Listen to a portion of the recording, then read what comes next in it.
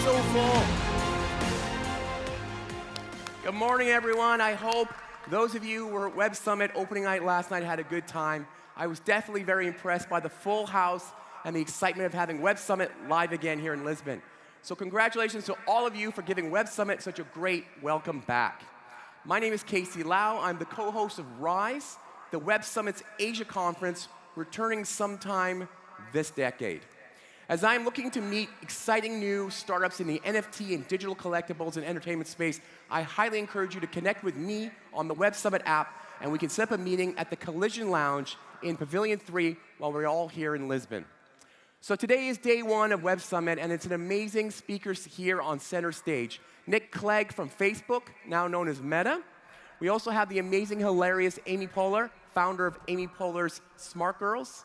Peggy Johnson from Magic Leap, the augmented reality company, as well as speakers from Amazon, Sequoia Capital, Tezos, the United States House of Representatives, Greycroft, and Jamie Lannister himself, Nikolai Coster-Waldau, not talking about the last season of Game of Thrones, but about sustainable futures.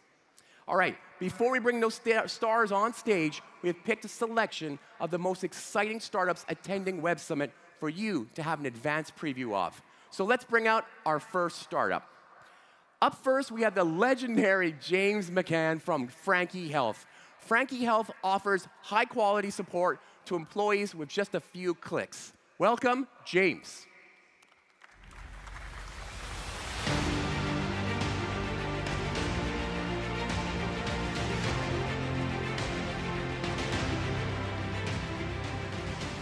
Good morning, everybody. My name is James. I'm here today to speak to you about the future of employee mental health and our business, Frankie.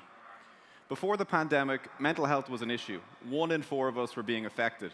But that number has grown so exponentially that business owners can no longer just tick the box of the support they offer their team. 75% of us have experienced burnout in the last 18 months. Burnout can be defined as a combination of feeling stressed, overwhelmed, and dissatisfied. You are 2.6 times more likely to be looking for a new job if you're currently experiencing burnout. Why are all of us still accepting burnout in our tech circles? The problem with this and all mental health stats is it makes it seem binary. Either you suffer from stress or you don't. But the reality is it's a spectrum. We all move up and down in our lives. I'll illustrate this point by sharing some of my story. For 25 years, I assumed I'd be mentally healthy, and it was naive. When I moved to San Francisco at age 25, startups I was working with failed, my relationship fell apart, and I went into a dark place for the first time. My anxiety was through the roof, my sleep was terrible, and I really didn't like the person I was becoming. Thankfully, I was introduced to a therapist and meditation, and I built myself back up to the mentally healthy end of that spectrum. Fast forward a couple of years, and I was working with startups in Hong Kong and Singapore. Stressful time, but I was able to stay balanced on that mentally healthy end of the spectrum due to the tools I had picked up. With this insight, my co-founder and I decided to launch Frankie. Frankie, first of all, tries to recognize where somebody is in that mental health spectrum. We do this in 2 ways. We use passive data retrieval using integrations to Slack and wearables to identify if someone is not sleeping enough, falling out of their exercise routine, potentially overworking. And we use bite-sized versions of clinical assessments for anxiety, stress, and depression. With this insight, we're able to create a predictive model using our machine learning system to identify burnout before the negative effects set in. It's preventative and it's private. We then connect a community of therapists and coaches in 10 different languages, complemented with personalized wellness exercises that integrate into your week, creating positive habits. This information is then displayed on an insights page for the individual privately and aggregated and anonymized across the company to fill the blind spots of remote and hybrid working. Check out our website at frankie.health. It's been great getting to speak to you today. Enjoy the rest of your week. Okay. Our next speaker is from Portugal. Norberto is the founder of Toca AI. Please give a huge welcome to Norberto Guimarães.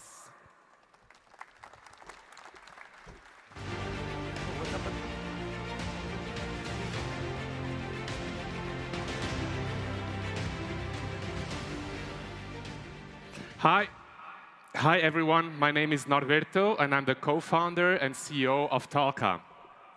We come together as a team from Google AI Research, DeepMind, Facebook AI, and other AI research institutions.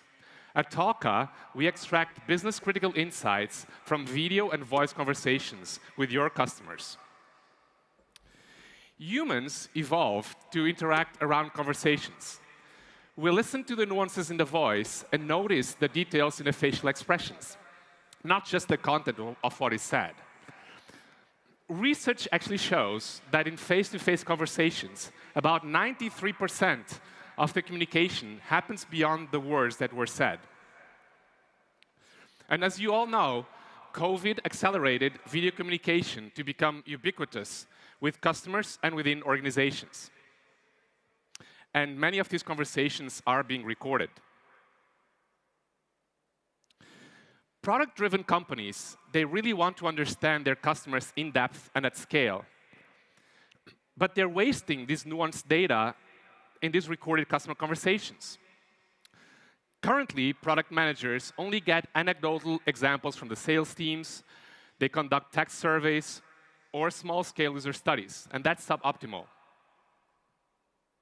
So Talka provides a platform for extracting these nuanced conversational insights from these critical conversations with your customers.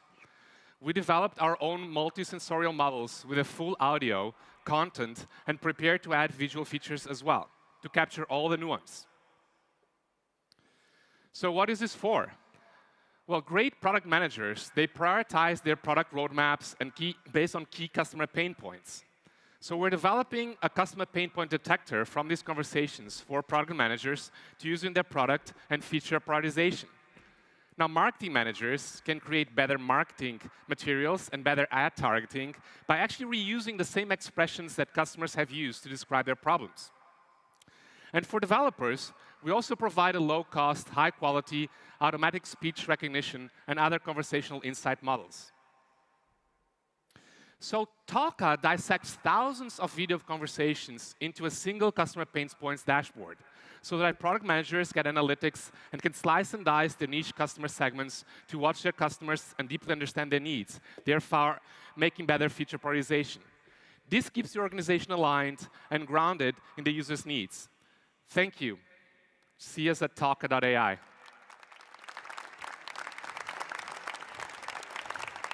All right, next up is Lasse Kalkar, the founder and CEO of LiveFlow. LiveFlow helps companies pipe and organize all financial data into a single source of truth. Please put your hands together for Lasse.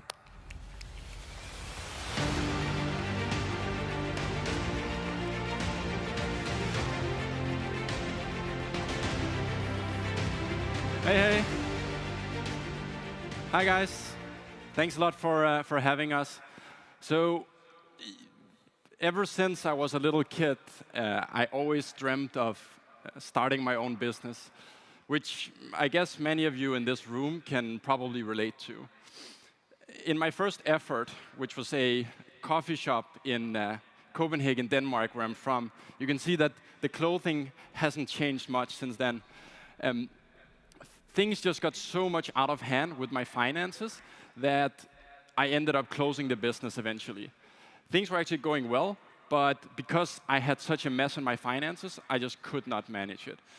I then tried to hire an accountant to help me do it, but all he was able to do at that point was to sort of reveal to me that he was not going to work with me because this was not something he was going to come in and help me clean up. Then later, I joined a fast-growing startup, which many of you know, called Revolut, where I actually saw how you can have a very well-structured finance team and have somewhat well-organized your stuff, but yet still have such a difficulty in managing your day-to-day finance operations, et cetera, and just so much like data spread across 40 different spreadsheets. And those experiences are why we are building LiveFlow. So, in a nutshell, LiveFlow is just an easier way for companies, both big and small, to manage their finances. To spend less time on manual, tedious finance work, and more time driving the business forward. And I think the one key thing that all of us in this room can agree on is that every company in the world has a P&L. Web Summit has a P&L. FC Barcelona has a P&L. Whether they look at it or not, we don't know. Everyone has it. So it's just a matter of if you're actually going to manage and look at it every day. We're still very, very early in our journey, which is why we're here. But we've been really lucky to be backed by some of the really good investors in the world so far. And we'll be standing at our booth later today and are very keen to speak with all of you. So that's LiveFlow. See you soon.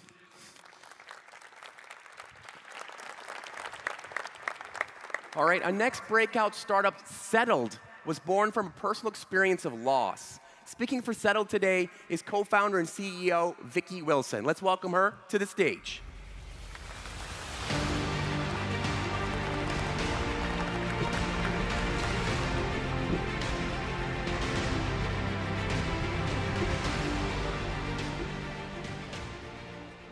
How many people here today have experienced the death of someone they loved? We don't like to talk about it, but 60 million people die every year worldwide. I'm Vicki. I talk about Settled. I talk about death every day because Settled is simplifying end-of-life admin. This is the last picture taken of me, my mum, and my grandma. Just after she died, we were grieving, and we found ourselves calling the pension providers, the utilities, the banks, having the same conversation, repeating the words, "My grandma has died." And then it was months of following up on delays. It was a miserable experience. So we launched a petition, asking service providers to make it easier to close the accounts when someone dies. In 2 months, over 93,000 families signed. So let's focus on the problem in the UK. 600,000 people die, leaving behind a range of accounts. To close or transfer each account is a manual task, costing 30 million hours of stressful admin per year. And then there are the accounts that people don't know about and they don't claim. Overall, this problem is worth £12 billion in the UK alone. That's why we built Settled. It's a SaaS solution that automates the process, turning this into a 15-minute stress-free task for our users. We find accounts, we notify companies in one go, and we centralize information in one secure space. Settled currently interfaces with over 750 organizations, from banks to social media providers, and we're now onboarding our first customers. Our vision is for a world where bereavement processes are simple, streamlined, and standardized. We're starting with accounts, but there are a multitude of problems in the end-of-life space. Settled is here to solve them. Thank you.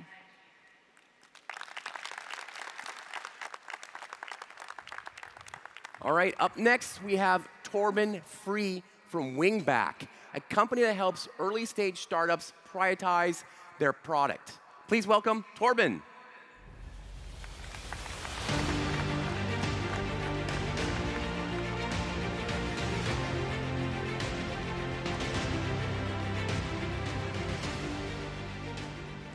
Hi, my name is Torben. I'm co-founder and CEO of Wingback. Wingback is SaaS growth infrastructure. And today I'm going to tell you what that means. Let's look at a typical SaaS pricing page. You all know what they look like. There are features, there are prices, there are different tiers. You can be billed manually, per monthly or annually. But did you ever ask yourself, how was this created? If you're a SaaS founder, you know that a lot of effort goes into this. You have to talk to customers, you have to look at your potential competitors, and in the end, you have to go to your engineering team and task them with implementing it, which can take weeks, sometimes even months. So then what happens? Are you done? As a matter of fact, not really. A lot of founders think they are done, but they're not, because, for example, you talk to a lot of customers and you find out this one feature shouldn't really be in the advanced tier, it should be in the essential tier, and what do you do then? You go to your engineering team once again, but the responses that you will get, according to most SaaS founders, are not super excited. They will tell you things like, we are too focused on product, we don't want to change this now, this is distracting. So why is this such a pain? Shouldn't this be easier? Shouldn't it be possible to change your pricing and packaging around just as easily as you change the copy on your website? This is why we built Wingback, because Wingback gives non-technical teams total control over pricing and packaging. It allows you to ship any given set of features of your SaaS product at any given price using any pricing model. Core of our product is our plan editor, where non-technical people can change things around easily. And that requires minimum engineering involvement. And since we integrate with billing and payment providers such as Stripe, you most likely don't even have to change any of your processes.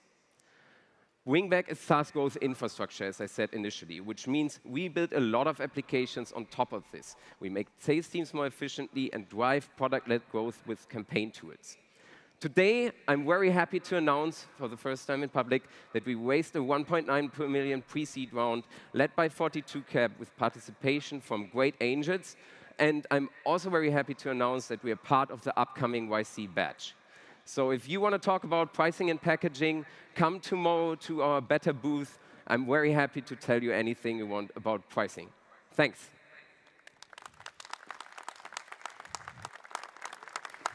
All right. Next up, Equality Check's B2B solution helps companies map their gender imbalance and provides evidence-based solutions for how to improve. Please put your hands together for co-founder Isabel.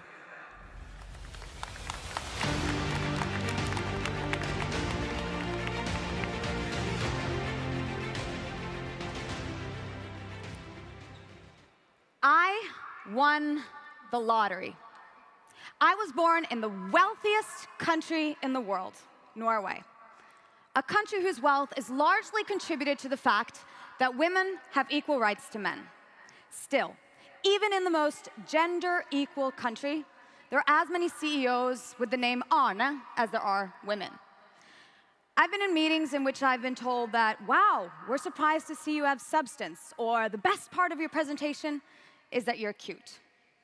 These episodes are seemingly innocent, but they're a result of unconscious bias and stereotypes deeply ingrained in our culture. And if I experience this, I know with certainty that they happen to any woman anywhere in the world. And accumulated over time, it affects the makeup of our workforce. In 2015, my co-founder Marie was at the UN Women Conference in New York. And the fourth feminist wave was sparked with the words, if not now, then when? And if not me, then who? And this inspired us to launch a campaign to raise awareness on unconscious bias and stereotypes. And for several years, we hustled our message to reach millions of people, eventually publishing a book and becoming advisors to politicians and CEOs across the nation. The world had realized that diversity is not just the right thing to do, it's the smart thing to do. But progress is slow. And this year, we learned that the pandemic set gender equality back yet another generation, unless we act. But with sparse data to understand the problem, and a lack of evidence-based solutions to the answer, how to act was not obvious. So in 2018, we initiated a research project to find solutions, and we leveraged the power of technology to accelerate results. Equality Check was founded to help corporations understand why diversity and inclusion matters, collect the right data, decipher what it means, and apply the insights to strategic decisions. We encourage employees to submit anonymous reviews on how they perceive the workplace, and we ask employers to report their numbers on a set of validated indicators. And by combining the right structural and cultural data, we identify issues along the diversity matrix, and we enable the implementation of evidence-based solutions for gaps identified. In Norway, we've attracted thousands of data points showing how minority scores significantly lower are nearly all indicators of equal opportunity, and we support clients accounting for more than 50,000 employees on the road to improvement. Diversity has been on the agenda for many years, but it's still very much talk, and the action rarely leads to results. But the result of action is amplified with data to navigate the way. No one can do everything, but everyone can do something. And together, we can do anything. So make your voice count on Equality Check.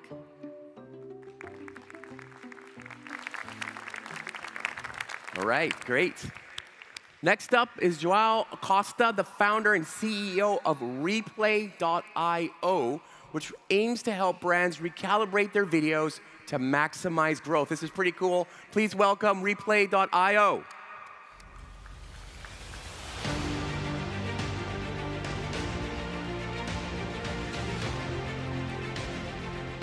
How are you, Lisbon? How are you, Web Summit? I'm actually going to start with a question over here. So, how many of you from the audience see video every day? Right, everybody knows the internet is all about video, so it's a bit of a silly question. But how many from you actually drop like, comment, share, or even clicked in a video that was advertising something? Have you ever wondered why you feel attracted to that video and not the other video? Or let's take this to the other side. Who from here in the audience runs a business? Right. Have you ever wondered why your video attracts this gentleman over here and not that lady over there? Or how do you know which videos should you even build to all the platforms that you are present at? So what happens is that the internet is 80% video, and still people don't have answers to these questions. And that's exactly why Replay is here. So Replay is able to recognize any element of a video in real time. And I mean any element. So if you're thinking about any different chocolate bars that you are selling, or any different influencer's face that you are using on video, Replay can actually identify these elements and connect them with likes, comments, shares, or even sales that are happening as a result of that video. But how do we do that? So for the first time in the world, we allow you to personalize an AI to find what you want in the video and then track the performance of that all over the world. But actually, I'm going to stop talking and I'm going to start showing. Because this very speech that I'm doing here is being recorded by this camera over there. And we have connected Replay in real time. So I'm actually showing you how Replay is judging the video of this speech that I just done to you.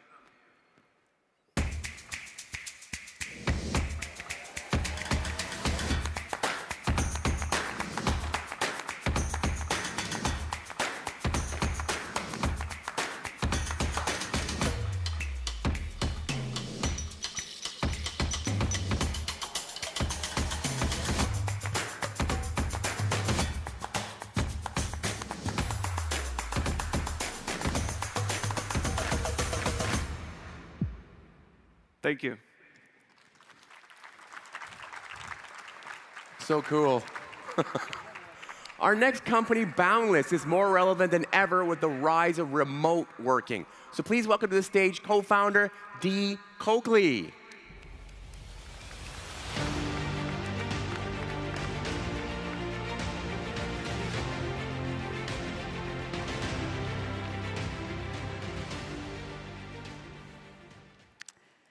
Years ago, I stood on this stage and talked about the future of work. I talked about how the opportunity to hire from a global talent pool was becoming a reality, at least for the early adopters. But last year, the world of work changed forever as we all embarked on a work-from-home experiment of a scale we could never have imagined. Back then, this was still the future of work. Over the past 12 months, that future has become the present. In that time, employees have completely reevaluated their idea of work-life balance. As they did that, they began en masse to walk away from employers. Data shows that a record-breaking 4.3 million Americans quit their jobs in August alone. While there are many reasons for the Great Resignation, one thing is undeniable. In this new reality, employees are demanding a whole new level of flexible work. One YouGov survey shows almost half of UK employees believe they could do their job abroad. In another survey, 42% of employees indicate that they would like to work overseas. We now have a workforce that's more mobile than ever before. Employers have no choice but to take note. But supporting location-flexible work is much easier said than done. Some companies have already had to retract unlimited flexible policies, adding various caveats and restrictions. This stuff is really hard. Allowing people to work from anywhere requires complying with local labor laws and tax rules in each country. But it's not impossible. Boundless is an international employment platform that handles HR compliance and payroll for your people wherever they are. We have our own infrastructure, and we act as the legal employer. This way, we eliminate the heavy lifting of country setup and monthly admin. Our customers are left to focus on what really matters, growing their business. You can now access talent globally wherever they decide home is, a sofa in Santiago, a kitchen table in Krakow, or a co-working space in Copenhagen. To learn more, see boundlesshq.com.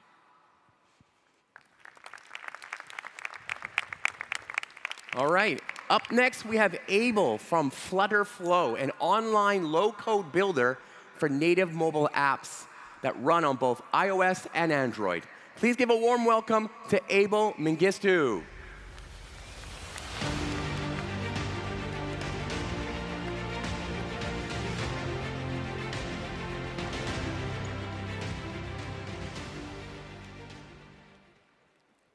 Hi, I'm Abel, and I'm the co-founder and CEO of Flutterflow.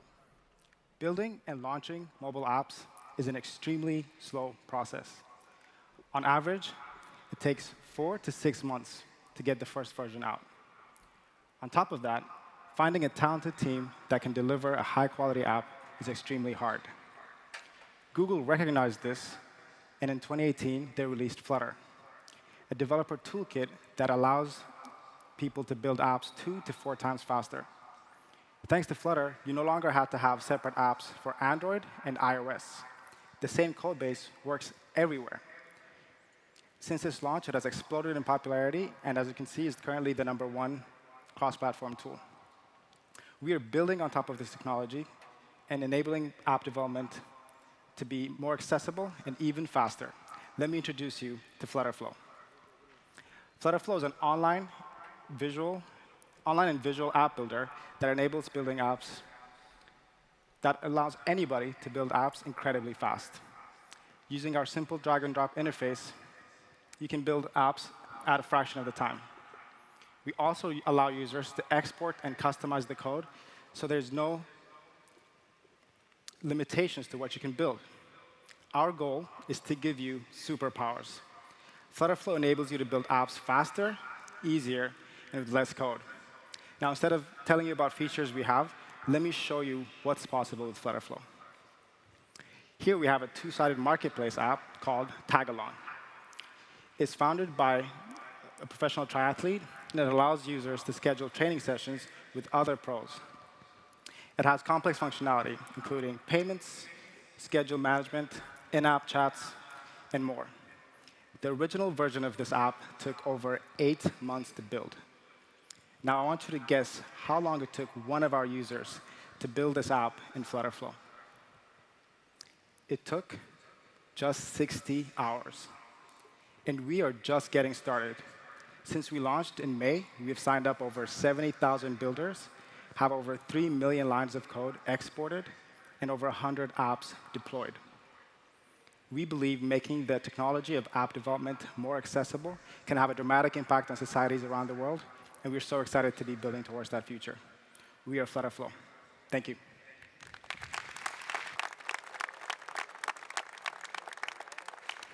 All right, next up, we have Abacum, a SaaS that helps finance teams deliver business insights. Speaking for Abacum today is co-founder and CEO Julio Martinez. Let's welcome him to the stage.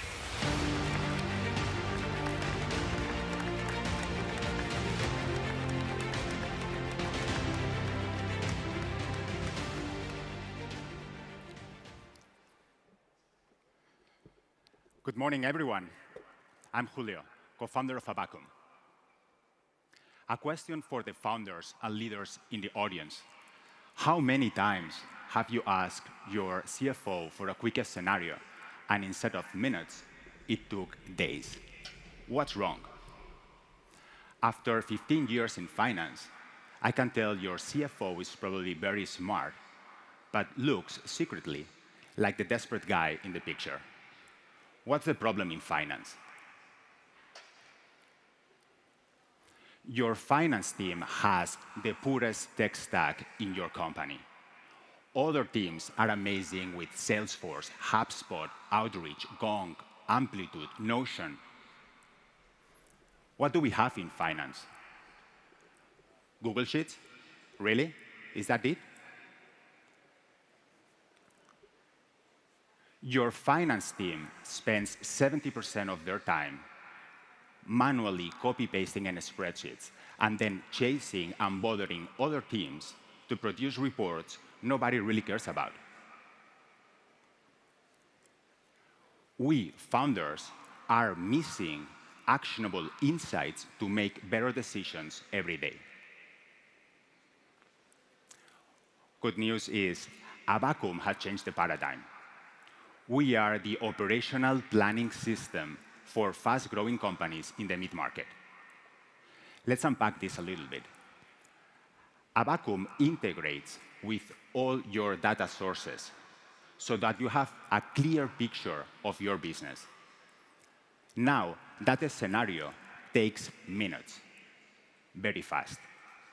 In Abacum, you can also collaborate with all the business leaders in your company, sales, marketing, HR, product, to get things done, to execute, to grow faster.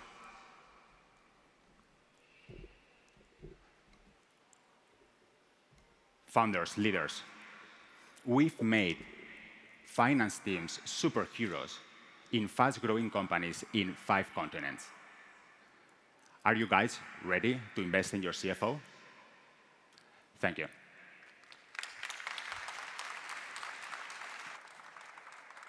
All right, our next breakout startup is hot off the press. Koa was founded this year. They manufacture chocolate that is cocoa-free. All right, so please welcome co-founder and CTO, Sarah Marquardt.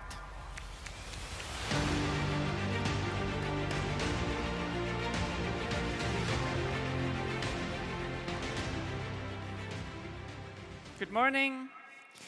I had a bowl of chocolate cereals this morning, and I was wondering why is actually chocolate in there, because the product is actually quite a shitty product, right? And like pretty expensive resources are used for that cereals. Anyway, to my talk.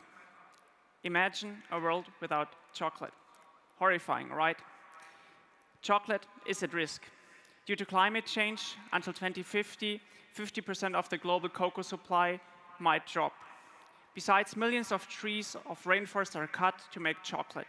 3 million acres of rainforest are already lost today. This, in combination with land use change, leads to an enormous footprint of CO2 footprint of 19 kilograms of CO2 per kilogram of chocolate. This is the highest of all foods, just after meat and cheese. And, as you might already know, 1.6 million children are forced to work on cocoa plantations in West Africa to make our chocolate. We are going to change this. Together with my brother Max, we founded Koa earlier this year to make 100% cocoa-free chocolate that is 10 times more sustainable than conventional chocolate.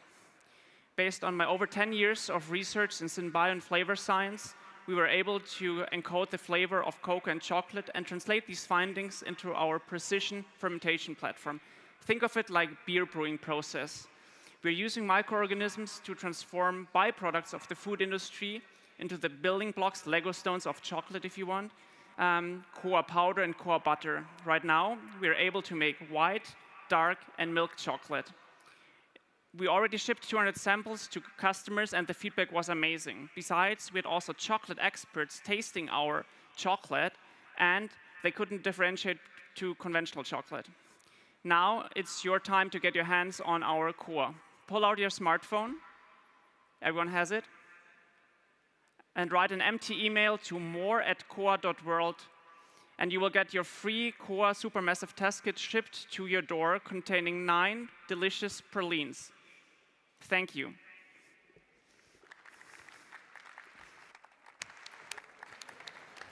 All right. Using cutting-edge AI, SmartTech solves some of the biggest problems in the textile industry. Okay, put your hands together for founder and CTO Antonio Rocha.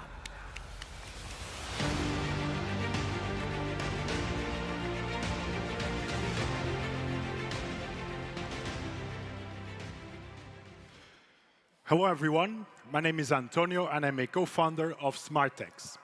At SmartTex, we are using machine learning to solve one of the largest problems in the textile industry worldwide, which is the production of textile waste.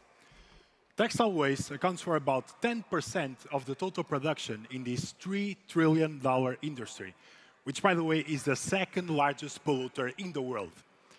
This has huge implications for the environment, but also for textile manufacturers and consumers like every single one of us. Believe it or not, the current solution to tackle this problem is reliant on human inspection. Yes, there are people looking at fabrics all day and all night, trying to spot very tiny defects that the human eye can barely see. Of course, this process fails a lot, and they cannot inspect 100% of the production. This is one of the main reasons why there's a huge lack of traceability across the textile supply chain. Textile manufacturers buy and sell materials without knowing its quality. It's like you're buying something on Amazon without knowing what it is. So at SmartTex, we are solving this problem. Our solution consists on placing cameras and sensors in every textile production machine, and by using machine learning algorithms, we can reduce textile waste to close to 0%. Let me be clear, 0% of textile waste. This is the dream of every textile manufacturer in the world. We just launched the product this year, and so far, our impact has already been massive. Our vision is to apply this technology across the textile supply chain, and then move it on to other industries with similar processes and problems, such as papers, plastics, metals, and many others. Over the last 11 months, we went from 0 to $1 million in annual recurring revenue thanks to our subscription model, with contracted sales sitting at about $3 million. We were backed by some of the most amazing investors in 2019, and we are starting to raise our Series A very soon. As I said, we're just getting started, so if you're interested in joining the ride, please come and meet me after the pitch, or just drop me an email. Thank you so much for your time.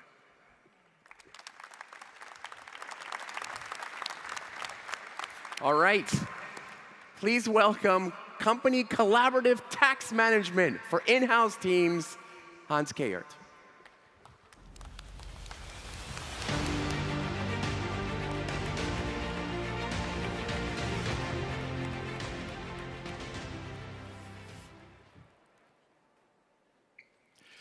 Hello, my name is Hans. I'm the co-founder and CEO of LogTax. I'm here today to talk about tax. So in a world recovering from the COVID health crisis, public finances have been savaged and under extreme stress. So it's hardly a surprise that the full focus is placed now on the largest contributors of tax income, large corporates. The stake has long been raised for these multinationals. They have now required to become beyond compliant. But even the most staunch tax activists have been amazed by the amount of the recent evolution in the world of taxation. The very recent global deal on minimum taxation on corporates has been reached. A triumph of multilateral diplomacy spearheaded by the OECD and last week adopted by the G20. But where does that leave the corporates? For quite a few, they have left in a state of denial and disbelief. This global deal was never meant to happen. And for many more, they're sobering up. Because a new era has started in which tax authorities are now deeply collaborating on the international level, as opposed to handling tax as a purely domestic matter. And operationally, well, almost no corporate is ready and prepared for this level of change. So it is our vision at LokTax that multinationals, and that goes from the youngest VC-backed scale-up to the largest corporate behemoth, will need to adopt a new kind of product. The product is called a tax orchestration platform. Such a platform embraces people, the processes, domestic software point solutions, and provides a single source of truth for data, documents at an international level, provides collaboration and workflows, provides also an operationalized tax control framework, and provides visual intelligence, including an advanced rule engine to drive automation. I'm proud to tell you that LokTax is the very first tax orchestration platform on the market and is currently being adopted by the likes of Celerex, IBA, Indaver, Wise, and Trainline. I'm even more proud of our growing team of 15 people who are making it possible for corporates to finally have a practical, pragmatic journey to transition to an era of greater tax transparency. Thank you.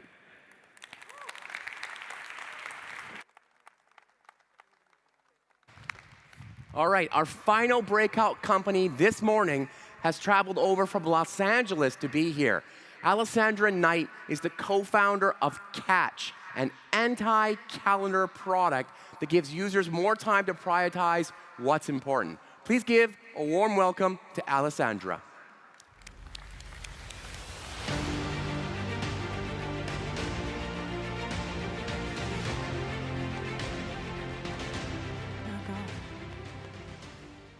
Good morning.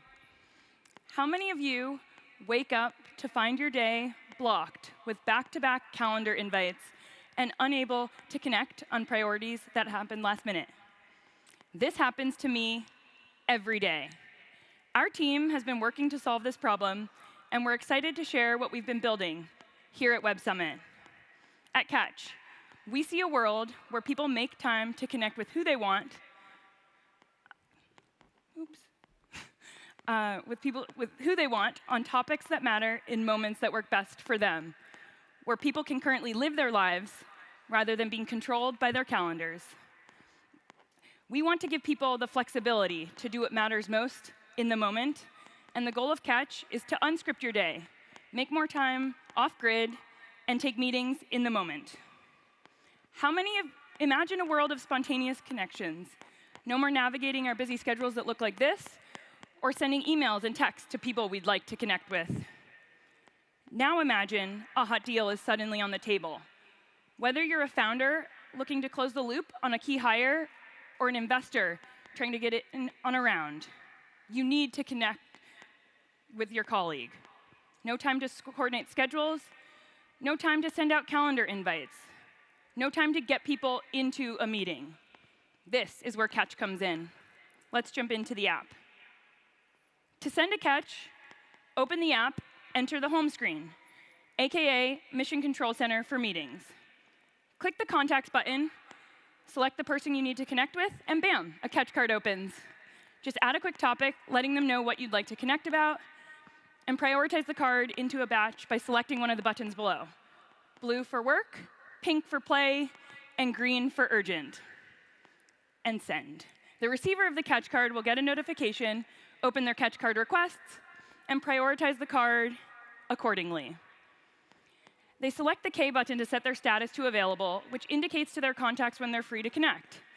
Next, tap a batch, select the card, and connect via the Catch phone feature. How easy was it to connect with Alex? How many emails or texts back and forth do you think it would have taken to finally get a call on the calendar? With Catch, people can seamlessly connect on topics that matter at times that work best for them. A collaboration tool for the modern and busy workforce. This is what your life and calendar will look like with Catch in it. Get access today by scanning here or going to gocatch.com/access. And Catch works better with friends, so be sure to invite your peeps. Thank you.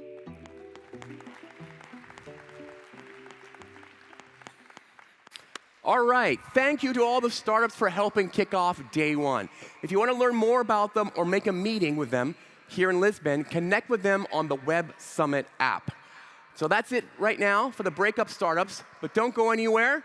We're going to kick off day one of Web Summit. Thank you.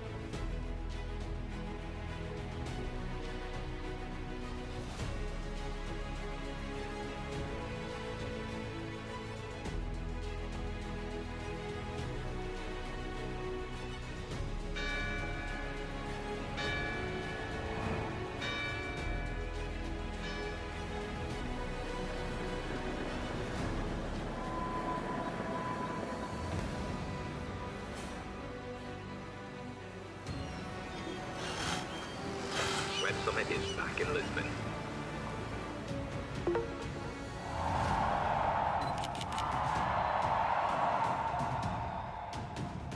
Good evening, ladies and gentlemen, and welcome.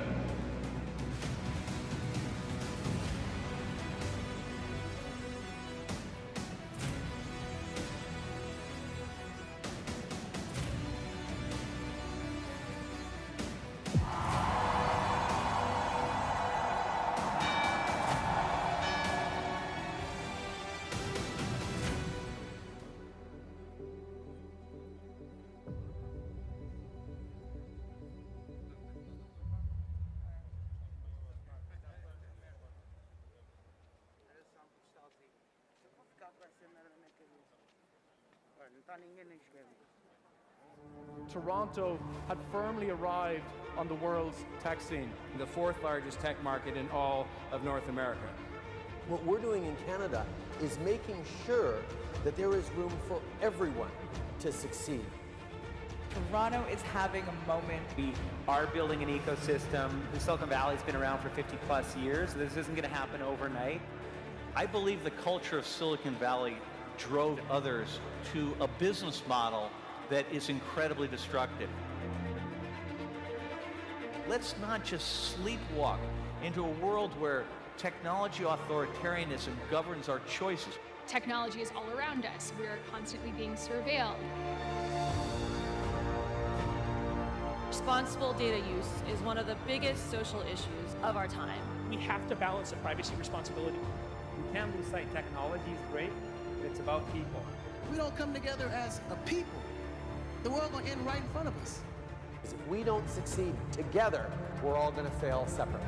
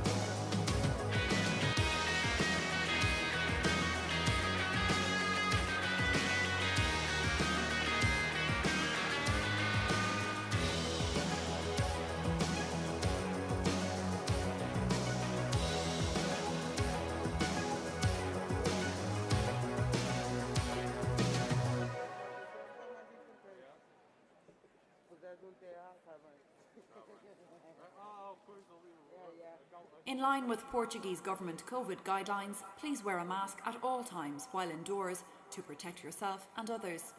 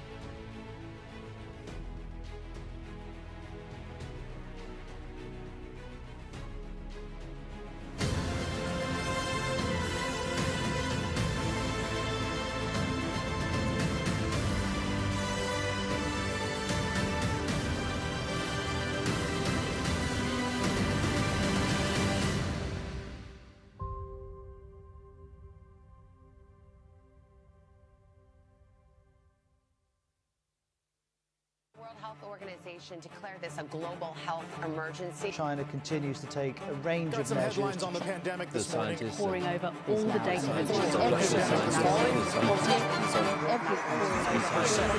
Web Summit pulled off a monster of an online event. To raising the profile of women. By far the best streaming entertainment of the week. Web Summit confirms return to in-person event in Lisbon.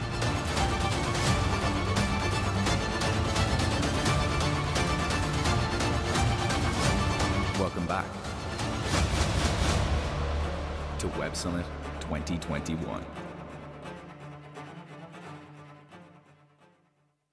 Please welcome to the stage co-host of Rise and co-founder of Startups Hong Kong, Casey Lau.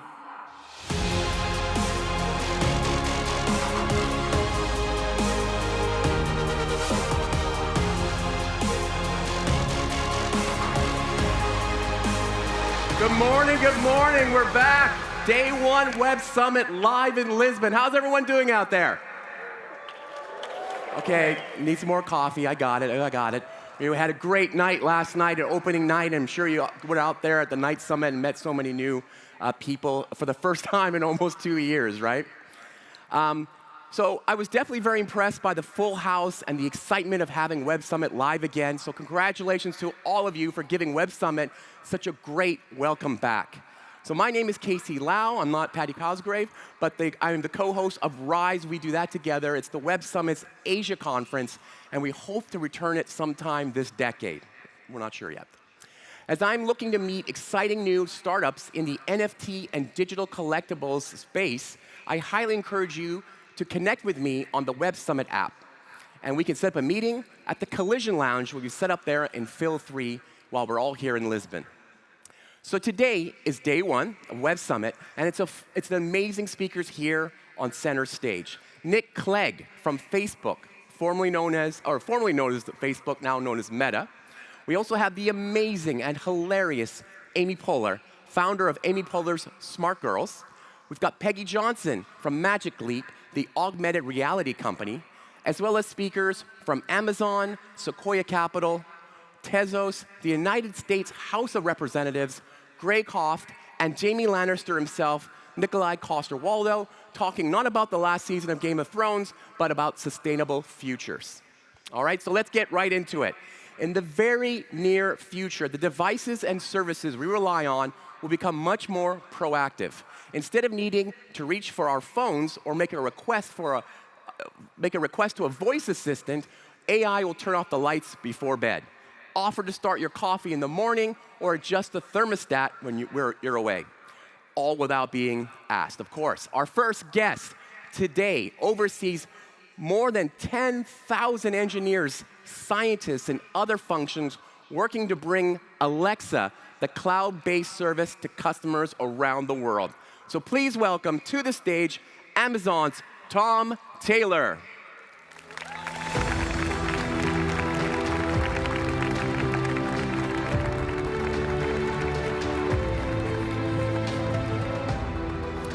Good morning, everyone. It's a pleasure to be able to join you in person for this year's summit. My name is Tom Taylor. I oversee the Alexa organization at Amazon. Our team includes more than 10,000 scientists, hardware and software engineers, business development product managers who are all passionate about building products that help customers every day, including Alexa, your instantly available assistant and advisor. Which is why it may surprise you, I'm here to speak about why we want you to talk to Alexa less. But first, let's start by looking back 100 years for inspiration at what drove the dramatic, positive, and economic and social change. It was two technologies, electricity and the combustion engine. Today, we ask ourselves, what technology will drive that positive change for consumers now? I believe one of those technologies is artificial intelligence. And that's why I'm so excited about the work our team is doing right now. Because Amazon, our partners, and others have a unique opportunity to build both the AI electrical grid and the things that run on it, like the washing machines and the microwaves of our day, in a way that makes a real difference in people's lives. When we introduced Alexa 7 years ago, we started with just 13 relatively simple tasks, things like asking Alexa to play music. But today, there are more than 130,000 Alexa skills, and we have more than 900,000 developers building with us. Customers interact with Alexa billions of times each week. But because we believe engaging with your friend Alexa should be natural and fun for anyone, anywhere, what I'm actually most proud of is that in the last year alone, tens of millions of customers told Alexa, "I love you." There can be no greater compliment. From helping people with disabilities gain new independence with voice-based smart home controls to enabling kids and grandparents to keep in touch during the pandemic, Alexa's become a part of people's lives in a way that we could have never imagined, and it's only going to get better. The team and I are inspired daily by stories of how Alexa is making a real difference. At Amazon, we believe that the future of consumer technology is ambient intelligence, which uses AI to weave together devices and intelligent services in a way that offers way more value than just the hardware on its own. This isn't just more connected devices. It's about adding intelligence throughout the system to make the devices better. This is the next big leap forward for technology, inside and outside the home. It understands you and adapts accordingly. It's there when you need it, recedes into the background when you don't. And it's able to take action for you. Ultimately, this means that you're reaching for your phone a little bit less. You're spending less time looking at screens, and you're talking to Alexa less, because Alexa and other elements of AI are already working on your behalf. It means you're spending more time looking up at the world and the people in it and not down at your hands. Today, I'm excited to share more about where we think AI and ambient intelligence is headed, where Amazon is on that journey, and two of the specific areas that show the future of what's possible: self-service AI and self-directed AI. From the beginning, a big part of the magic of voice assistants was their accessibility. Through a small, affordable speaker that sits in your kitchen or living room, you could communicate with a computer just as you would with another person, just using your voice. Well, what could be simpler? Unlike a lot of other consumer technology that needs a 100-page manual and an additional quick start guide, it just made sense. Anyone from your grandparents to your toddler could quickly and intuitively understand how to use Alexa. The next step, and the one that will be key to getting us closer to that ambient intelligence I just mentioned, will be to democratize AI even further. What do I mean by democratize AI? Well, historically, you needed to be a computer scientist to tailor AI to specific tasks. But what we're seeing now are advances that radically change that. Something people call low-code or no-code, or we simply call self-service AI. With self-service AI, anyone can tailor their experience to their unique needs, preferences, and environment. I like to think of it this way. We're enabling the barista to make an Alexa skill, not trying to teach the speech science PhD how to make a latte. In fact, the reason I personally got excited about voice computing was when I learned that I could create my own voice skill with the minimal technical know-how through our Blueprint service. Now, I will admit, I'm a father, and I was developing a skill for telling dad jokes to my children. And by the way, if you have a chance, you should all ask Alexa to tell you some dad jokes, because I think we could all use a little more humor these days. Jokes aside, today there are lots of ways Alexa can be customized directly by customers with no knowledge of coding. As some of you may know, Alexa routines are a way for you to take a bunch of things you can do with Alexa and bundle them together. Every month, millions of people use routines, from simple ones like turn down the thermostat when I leave home, or turn on the local news after my alarm goes off in the morning, to some really sophisticated setups. You know, I recently saw one from one of our customers who had set up a bed and breakfast, actually in a treehouse, and he has hundreds of devices, complete with a jacuzzi tub and a light show and breakfast delivered by Zipline, all with voice. Really amazing what customers have done. In the past few years, we've enhanced routines with preset triggers in which your devices are trained to respond to events in a specific way. The trigger could be audio, so you could ask Alexa to monitor for a series of pre-selected sounds, such as a baby crying or a dog barking, and then take appropriate action, like turning on soothing music. And we're building on that by enabling people to make even more specific choices about the sounds that matter to them with a feature called Alexa Custom Sounds. Customers will be able to teach Alexa to recognize distinct sounds in their unique environment with just a few audio samples, and then have the option for Alexa to begin a routine once that sound is detected. So let's say you're a parent and you want to make sure your kids do your chores.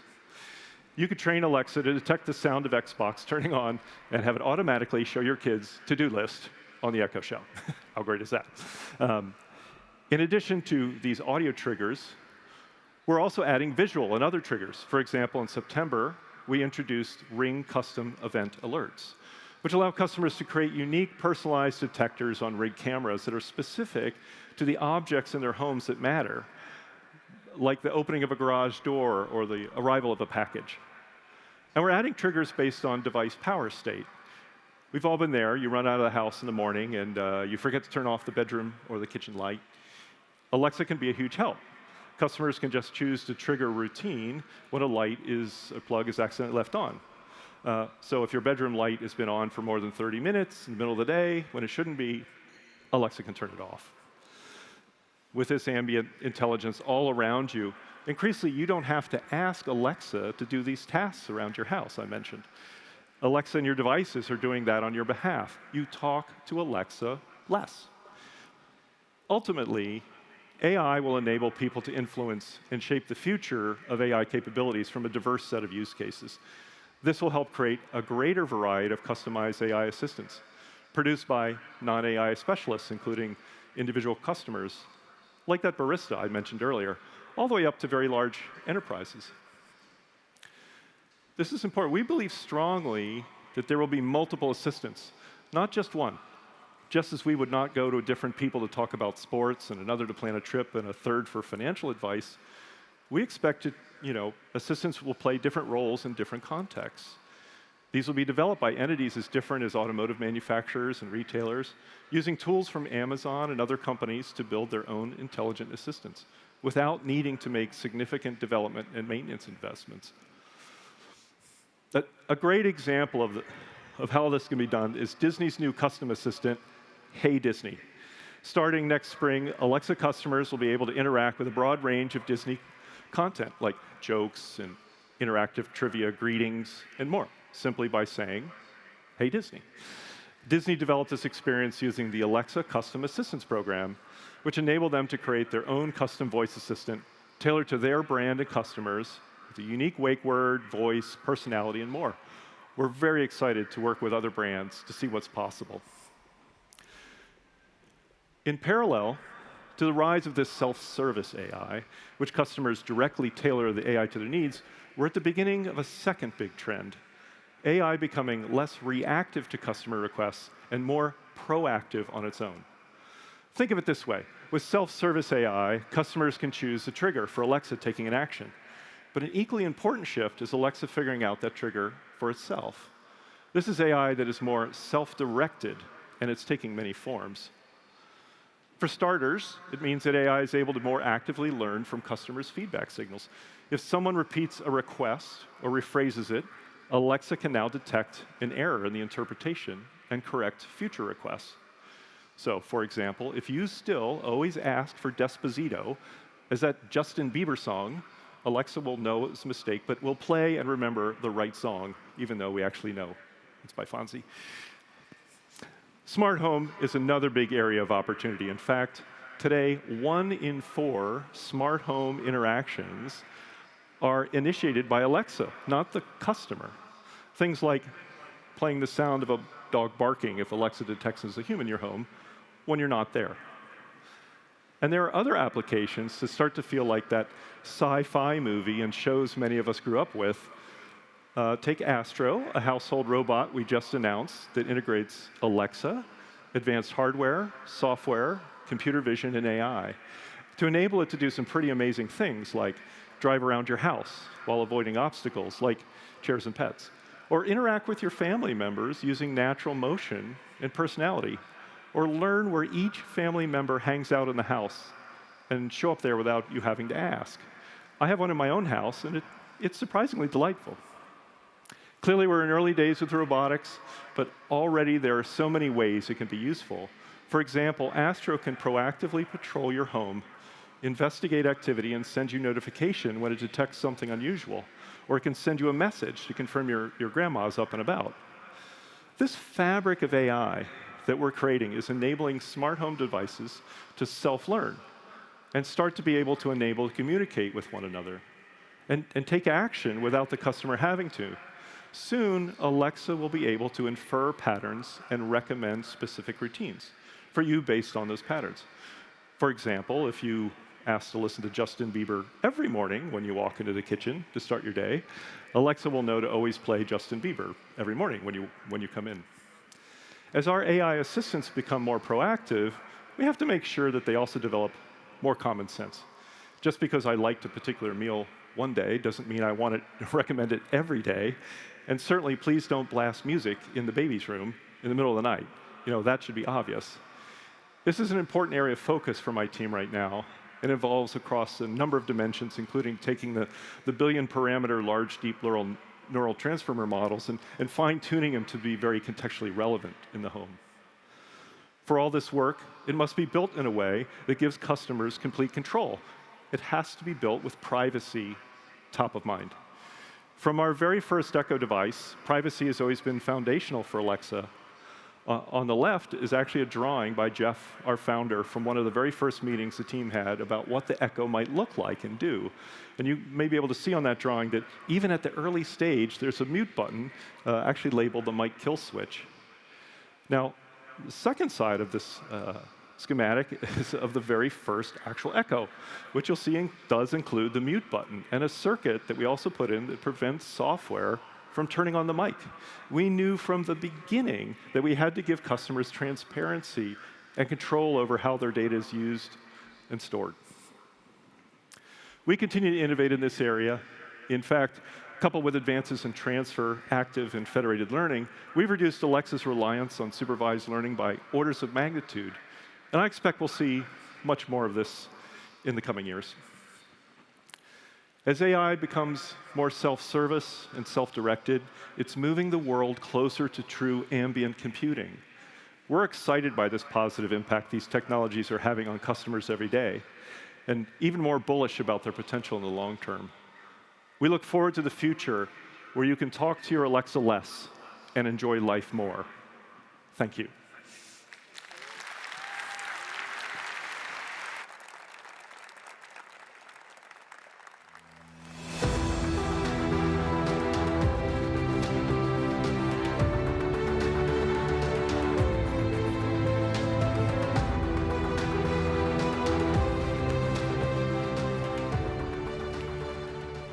When major obstacles face society, sometimes leaders emerge from the most unlikely places.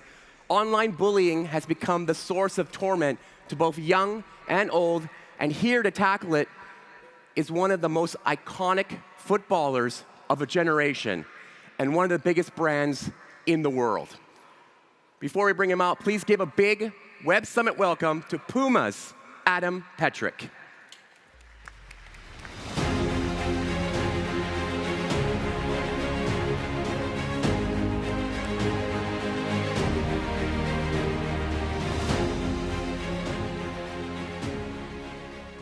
Morning.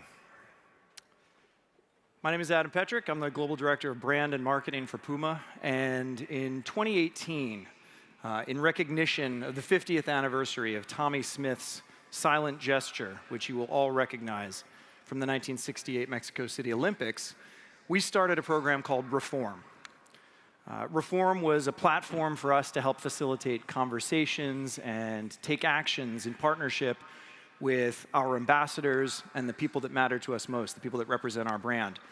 And this platform has allowed us to have great, meaningful conversations with a lot of these ambassadors about very important topics that matter to them and that matter to society at large, and most importantly for us, that matter to our customers. And today, I'm very pleased to be here to share the story of one of those conversations, and let's take a look at a video. I grew up in a bad neighborhood, which I thought at the time was the best neighborhood in the world because I couldn't compare it to anything, right? Because you have a lot of diversity in my neighborhood, I didn't realize that I was different. When I stepped out of my neighborhood, I started to realize people started to make me feel that I wasn't human. And so it started to be difficult. And so I realized that, you know, the color of my skin was a problem.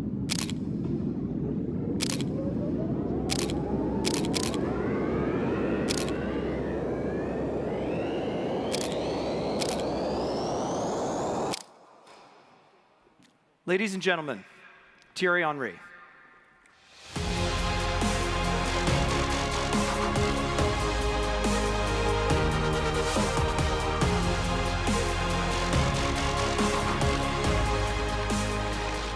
All right. Hi. Thierry, social media, right? I mean, it's the connection point between every ambassador I know, every athlete I know, and their larger audience. It's an essential tool to communicate with everybody, and you decided to get off of social media. Maybe you could start out by telling us a little bit about that story and sharing your story with everybody. Well, as you said, it is an important tool, and it helps people to communicate and stay in touch with their family. Unfortunately, some people do use it as a weapon. And I don't know if you guys know, but it kind of happened a lot in England at the moment, where a lot of footballers are getting targeted because of the color of their skin, whether they play well, recently with Wilfried Zaha, or whether they missed a penalty, as we saw with some of the guys play for the England team. At the time that it happened to me, where I left, you know, it happens sometime on social media that you get targeted. As you mentioned before, it can be about race, it can be about discrimination, it can be about bullying, it can be about different stuff. And in my head, I said to myself, what can I do to help? At the time I came off the platform, I wasn't getting abused personally. But I said to myself, can I do something to have an impact? And so I said, I'm going to come off it. And because of what I've done in the past, and in bracket, I don't like to use that word, but I said, maybe if I come off it, I can be the voice for a lot of people that are suffering of it. And next thing you know, I came off it. The media wanted to know why I came off it. So it created that snowball effect, that people were asking managers of teams of why I came of it, and would they do the same thing, would players do the same thing. And the next thing you know, we arrived to a boycott on the weekend, where everyone, a lot of, not everyone, because I would have liked to be everyone, but a lot of powerful companies decided not to post anything for 3 days. So that's a bit of how the story went, and I just somehow felt that I needed to do something and be the voice for people that maybe are not getting listened. Yeah. Well, you mentioned that it's not just about, let's say, racism. It can be about sexism, gender discrimination, LGBTQ bias. There's so many different ways that people are bullied, and it's actually not even just online. I think that, you know, hate speech has existed for forever, unfortunately. Last year, I think you had a chance to talk with Tommy Smith, you know, another Puma ambassador, about what happened to him in his history 50 years ago. Well, actually more than that now, 55. But what's your connection with Tommy, and you know, can tell me a little bit about that conversation? Well, I felt very humbled because you compare. I mean, I can't even be compared to Tommy Smith and what he did, because what he did at the time that he did it was controversial. Now he's getting applauded, and rightly so, for something that was controversial at the time, losing the gold medal. He knew what was going to happen to him, the consequences. Now what we are talking about, people are more equipped to listen to it, because there is a movement now about acceptance. Whoever you are, whatever you represent, whatever you believe in. And so for me, to add the opportunity to speak to Tommy Smith was just like, wow. Because we all saw that iconic picture, but not only the iconic picture, I had the chance to talk to the man himself and what it stands for. This is what I always say to people, you know, you have a legacy, but what did you stand for? I think for me that's also important. You know, I had the opportunity to play with some teams in my career, win, lose stuff. But this is the biggest challenge yet, because I think this is what's the legacy? People talk always about what you want as an athlete, and I just said it before, but what do you stand for? Yeah. And he was, for me, the one of the biggest symbols, Sure. I will be honest, in sports for that. Well, like you said, it's bigger than us, right? It's about what we stand for. You know, you have an incredible career, one of the greatest of all time, honestly. But what are you standing for? What's your legacy going to be? And I think at this point, you know, we're at a question, an inflection point, let's say. What do you think needs to happen next? I mean, in your humble opinion, as a player, as an athlete, as an influencer, what do you think needs to happen? I mean, you know, we need help. When I was about to say hi, that's wrong. That's a good point. We need help. I need help. You need help. Absolutely. Because we're all getting touched by it. You know, I'm going to always talk about my community and how it impacted me as a youngster or as an athlete. But kids are getting bullied. That leads sometimes for them to commit suicide. Not only kids, by the way. But it is at times, I will mention it again, it is a good weapon, but sometimes it can be a really dark place when you feel isolated on it. But what can happen? What needs to happen? You need help from the people in higher power, higher position. And for that, to be able for them to move, we need to be together. We need to be a team to make sure that they can do something. Excellent point. When that happened in the UK, after the boycotting of the companies, I started to speak with MPs. It was mentioned in Queen's speech, unlike hate, which was big. Then that went into, obviously, MPs talking about it, wanted to talk to me and players and others. But once again, the main thing for me is that we need to come together in order to make sure that those people can maybe legislate a law that will make those platforms be accountable with what's happening on their platform, basically.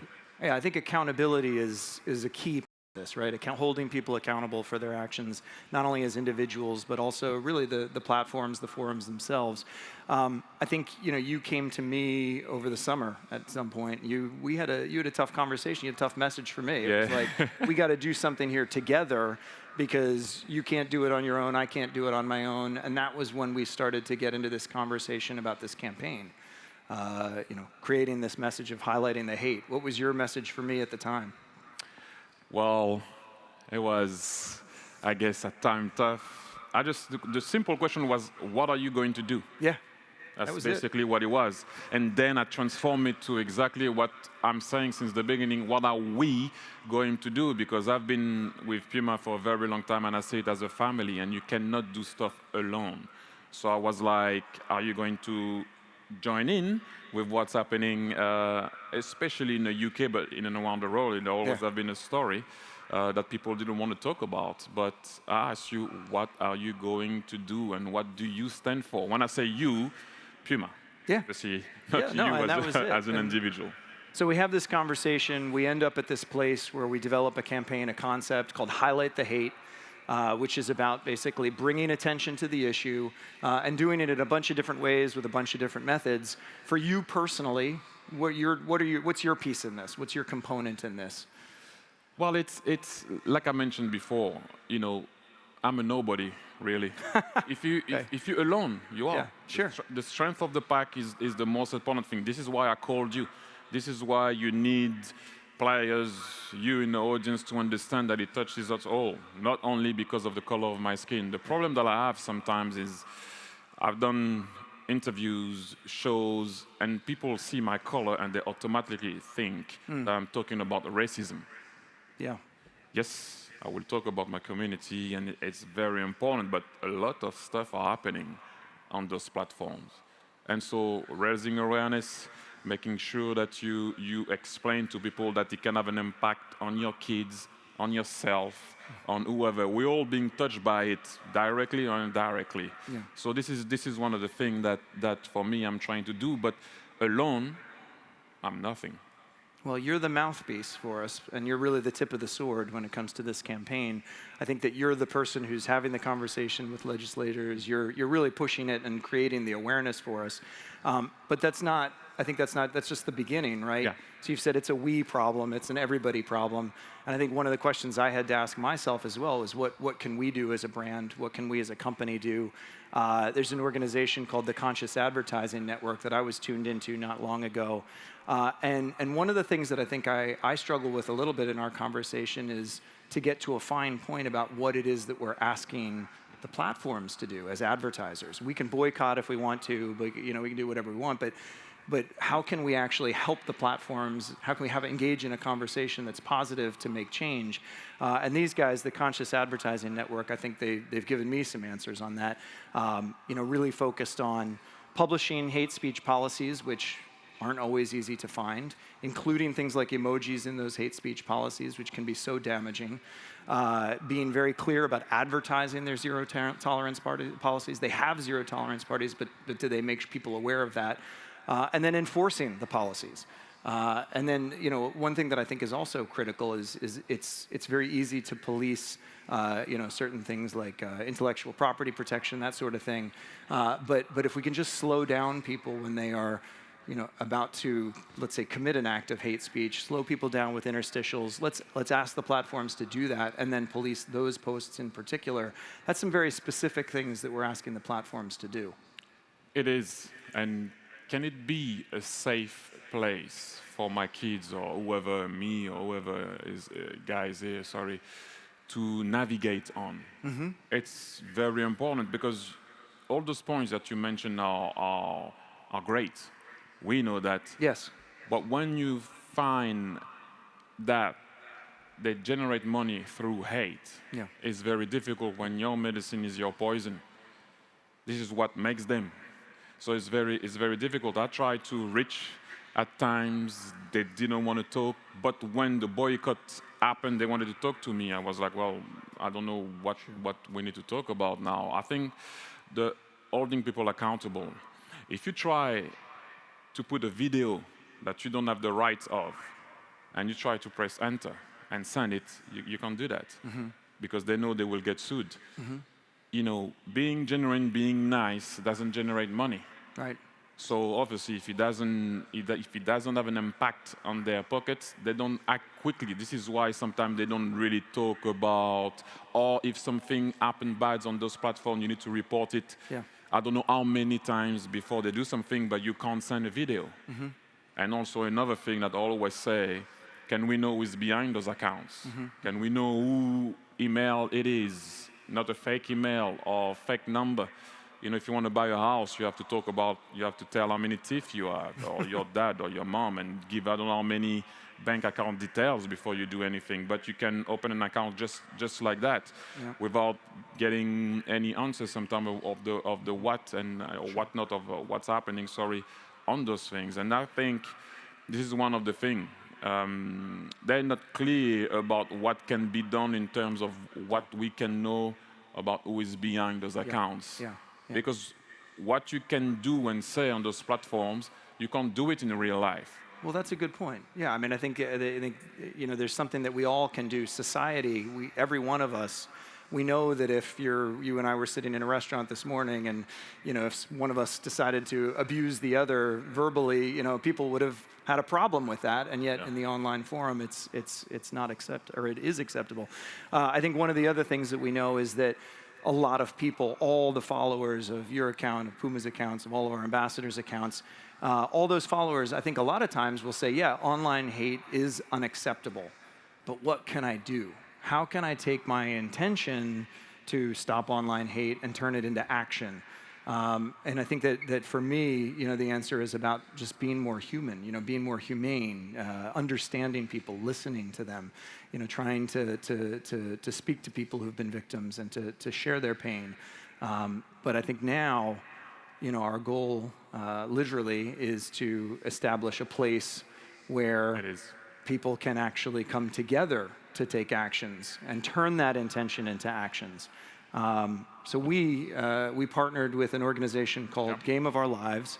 It's an online platform, a social action platform that is going to help us and help you become the captain of this team. But let's take a look at what Goal does. We are in the game of our lives. It might feel like it's game over for people and planet, but it's not. It's game on. This is our moment to let the urge of doing good inside all of us out. All we have to do is join a team and give a little time to our passion causes. So what's yours? I want equality in stadiums, so I give time championing racial justice. We are all drowning in plastic. I give time keeping the reefs alive. Pride gets my time. I give time petitioning against restrictive laws. Better mental health gets my time. I help by listening to people who have lost hope. Education sets you free. So I give virtual lessons to teenagers in prison. The best thing is, you are not alone. When you connect your 2 hours of time with my 15, his 300, her 16, and all their time, that's when we can really help people and planet. So get into the game of our lives. So we're really excited, I guess, today to jointly announce that you're going to be the captain of a team on Game of Our Lives that's going to work to highlight the hate, action the love, and try and fight against online bullying. You've had a chance now to meet the guy who's responsible for this platform. What are your thoughts? First and foremost, not being alone, being a team. It's about educating, it's about helping people that are suffering, and it's about action. I think for me it's one of the most important things, because most of the time people go on social media, I don't even know if they know why they're going on it. It's just the sheer pressure of not being on it that makes them go on it, because everyone is on it. But this is about action, this is about making people aware of what can happen and that you're not alone. We're going back to the team, and you talk about captain.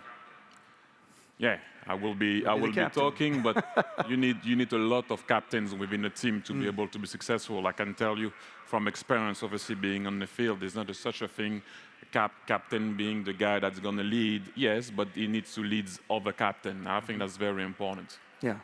Well, I think that in addition to your role as the face of this, as the voice of this, I think Puma, we obviously can also bring some reach. Our goal is to obviously have the strategic partnership with Goal.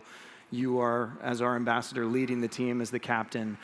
We also have a very large network of ambassadors, influencers, athletes around the world. We want to bring all of those people into the platform to work with you, to fight online hate, to take action, to push actions out to other people. We want to try and hit 30 million consumers with the messages around this thing. That's our goal. And we want to try and get as many as 50 clubs on board so that their immense networks can also propagate the messaging behind this thing. So we're really excited about this. And I think you're going to be a great voice. I think you know quite a few of these ambassadors yourself, so I think it'll be.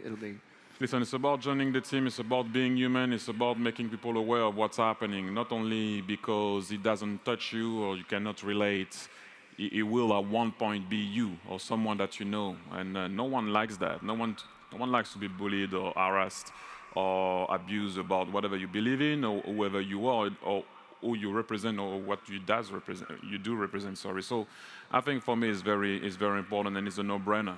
Obviously, I'm in, as I'm the captain. Hopefully, you guys can join.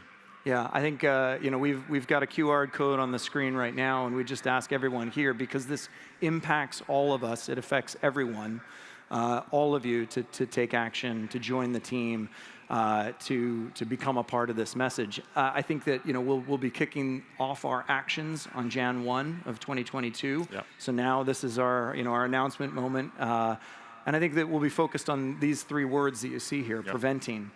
Preventing further hatred, preventing suicidal thoughts, preventing counseling, healing, bringing people together to try and understand how they can heal others around them to be more comfortable in the world, and then obviously bringing justice. We see that as the question of accountability, taking accountability for your words and taking accountability for your actions. I think we're really excited about this. I'm thrilled that you were able to come here, and I thank you for actually inspiring the action, in us, and bringing us on board with your journey. Anything else that you'd want to remind the team here today? No, just, I think we've said it all. You said thank you, I'll say thank you to you too, because again, alone, nothing can happen. So you listen, you heard, and you understood. That's one of the most important things. After, just be human. Try to help one another. Look, we are still in the pandemic. You all have our masks. We had difficult time, 1.5 years. Some people, I'm sure, lost members, family members, friends, companies. So this is what it is. We've been in a situation right now when we had to become a bit more human, vulnerable, and understand each other. This is kind of the same thing. It's for the future, for the kids. So please join. Ladies and gentlemen, thank you. Thierry Henry. Thanks, Thierry. Thank you. Thank you. Alrighty. Thank you. After you.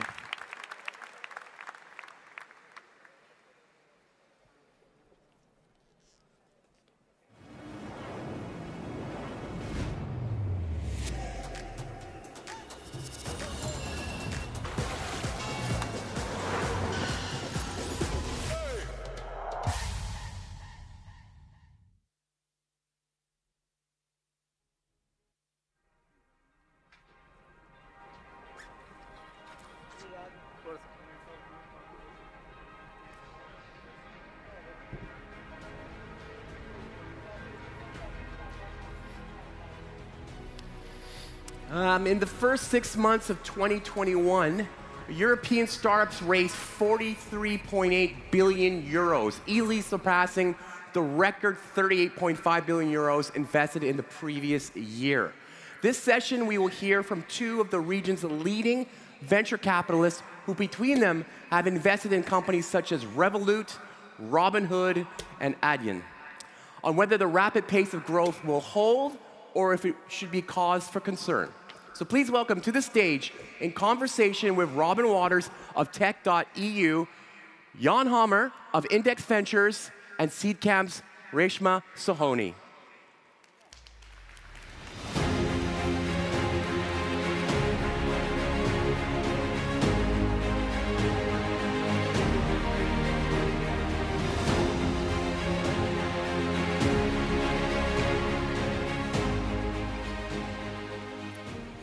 So good to be back, and thank you for joining us this morning. Reshma, Jan, so good to have you on stage. So good to be back in person, real-life events. Yes. So awesome. Casey did a good job introducing us, but it was a bit short, so I'll give you a little bit of time to do a slightly longer introduction. Reshma, let's start with you. Sure. I think the one thing to remember about us at Seedcamp is we are covering all of Europe. We do your first or second round in, and we're investors in companies like Hopin, Revolut, UiPath, TransferWise. So we especially love, this region, Central Eastern Europe, and all of Europe, really. Great. Jan? Pleasure to be here in person, and thank you for coming. Jan Hammer at Index Ventures. We're a global venture and growth investment firm. We've recently raised just over $3 billion and invest in tech companies from the origin at seed stage all the way through the IPO. Fantastic. Thank you. Great to have you guys with us. So European tech, my favorite topic. The title of the session, European tech is on fire. We heard some statistics from Casey already. I have more. There's 75 billion euros invested in European startups the year to date. So the record was already broken compared to the 46 billion euros last year, but we still have some time to go. So it'll be an absolutely record-breaking year in terms of venture funding. A lot of that venture funding is coming increasingly from the US. A lot of it is being invested in late-stage rounds. So it is changing the market dynamics of the VC industry quite heavily in the last few years, I would say. What has it been like for you, sort of on the inside? I can start. I would say the pandemic has just been this incredible, kind of once-in-a-century window of opportunity for European startups. It has been the best time. So, which is challenging to say given all the all the tragedy and concern we've had, but it has been an amazing opportunity. And I think everything that Europe struggled with historically, so we don't have a center of gravity, it's all fragmented, talent is spread, has actually worked for European companies because you can recruit everywhere. The future is hybrid, and I think Zoom, really broke all borders. So the fact that you could invest in San Francisco, New York, or Tel Aviv or Prague or wherever, just knowing the time zone, I mean, it's been incredible. Yeah, when looking at European tech, I always like to take a longer-term perspective and just zoom back 10, 11 years ago. I joined the industry in 2010, and it was really nascent. And looking at venture and tech companies in Europe, there are 2 million jobs in this industry. And I also read the stat that there are 200,000 vacant positions advertised by tech companies. And it just tells me that this is no longer a sort of a startup, small segment of the economy. It's the mainstream. And that's really resulted in a great inflow of the most talented people, inflow of capital, which no doubt you headed to talk about, and also market opportunity for these companies to really become pretty big. Yeah. So definitely a more level playing field thanks to the pandemic, but the changes go a bit further back. I mean, you've been doing Seedcamp from 2007. I've been covering the industry for 15 years. You joined Index in 2010. So obviously, this is not like an overnight thing, and I don't think the pandemic has been a catalyst for sure, but it's not the only reason. So what are some of the things that you've seen change, especially in the last 3 to 4 years, that have really caused this immense influx of capital? I mean, I think what you were hitting on in the intro is venture capital is changing, and probably one of the biggest things is, and we're seeing it as the kind of writing that first check-in, is the rise of angels. It is amazing how there, and we talk a lot about options and bringing kind of the equity world into Europe as well. And that's created a whole host of people that can actually invest. And it's not just founders, and we've been used to sort of glorifying founders, but it's operators at every level. So, a bunch of our companies, take UiPath, TransferWise, has 15, 20, 50 people who now angel invest on. And so that's probably been the biggest change I see in the last 3 to 5 years. Yep. Yeah. In my view, probably the people flow to the sector and sort of opening the opportunity to talent has been the biggest game changer. Europe has always had great technical universities, but arguably the job prospects and sort of job options for graduates used to be limited. And as Reshma points out, historically, there used to be this concept of a hub. Silicon Valley would be the hub where, that's where innovation happens. And what we've seen, Europe has, dozens of countries. Talent is distributed in today's world, remote, and actually companies can be built anywhere. And just like Seedcamp, we've been investing in this market for a long while. But Europe is not some sort of a history museum, and you allude to American capital now spotting this talent and spotting these great companies, and it's really because they are now reaching global scale, and arguably thanks to the cloud and mobile app distribution, global markets can be reached from anywhere. Yeah. Yeah, you correctly mentioned talent is everywhere in Europe. We've always known that. You can start companies anywhere. There's still a bit of a debate whether you can scale really global leaders from anywhere, but that's a different topic for later maybe. But we've seen the likes of TransferWise, UiPath from Romania. You can start huge companies in smaller countries as well. But at the same time, I was just in Ukraine, I was in Poland after for a conference. When you talk to entrepreneurs, there's still some capital scarcity. They still have a lot of talent issues because a lot of people are leaving the country. So it seems to me that Europe is moving in 2 different speeds. You have sort of the big ecosystem hubs, where all the funding is flowing into. If you look at only the headline numbers, things are going up and to the right. But then Eastern Europe and the Baltics, to a degree as well, still seem to be a bit, more slowly growing. So is that an issue for you? Is that a concern? Yeah. Yeah, I would go back to talent. Again, we talk about engineering graduates, but it's really design, marketing, sales, just general business management, and you've got pockets of talent shortage. You've also had historically not a very welcoming policy framework, which for us has been really important to change through the not optional movement, where equity gets shared with key employees to attract precisely the type of talent that's lacking to sort of construct the founding team and then, to your point, scale these companies further. Yeah, I think to pick up on that, I mean, we talk a lot about PayPal mafia, and there is, TransferWise mafia, UiPath mafia, and I think that needs to push further, especially in the Central Eastern European regions or the Baltic regions. UiPath and companies like that have about 25% of their workforce building in Romania or in Estonia or Poland or wherever. So, I think that will grow. We will see those generations. Next generations. It takes a bit of time. But, I think to your point on scaling, again, I think the way our companies are solving it, therefore, is just being able to recruit literally from everywhere. Rossum, which is a Prague-based company, just announced 100 million Series A from a Boston-based VC, right? And for those guys, their first kind of CRO, who came on quite early, is Israeli, living in New York, and now spends half his time in Prague. So you have to do that. You have to be sort of open to exactly the design, sales, marketing talent, being of a global reach and tapping into that. Yeah. We've already alluded this a few times. There is lots of investment coming from outside of Europe flowing in. They're driving up the valuations. They're very competitive. They're very quick in making deals. So how does it feel competing against the big boys, the Tigers, the KKRs, and all that? Yeah, and both good and bad.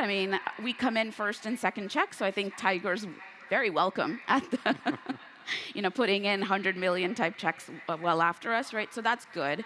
But as I said, for us too, I think angels are competitive with us, and so I think it's a way of making sure we still add value and can be differentiated and working alongside. So we're as collaborative as can be, and so it is working alongside those angels particularly, but definitely even at seed now, US VCs are coming in, and it's trying to make sure we have an edge. And I think we don't try to think as much about competition as much as we do internally about what is our edge. Yep. And Index, of course, already has an American office, so you've been investing in the US for a while. So you can make a comparison, I think, as well. Well, we do invest on both continents, and of course, this is really the topical question of today. And sort of reflecting on it, a decade ago or 2 decades ago, there would have been almost a complaint, like where are the billion-dollar companies? Where are the $10 billion companies? Where are the even $100 billion companies? That doesn't exist. And today we've got those. We've got European startups having gone to 100 billion market cap, and the question reverses, which is sort of ironic. And I guess what that is a sort of a consequence of is the growth of the real economy. Actually, those companies' revenues and profits and cash flows, and they're creating real economic output. And as long as that ecosystem is expanding, there's room for more types of capital, and the types of funds you're alluding to.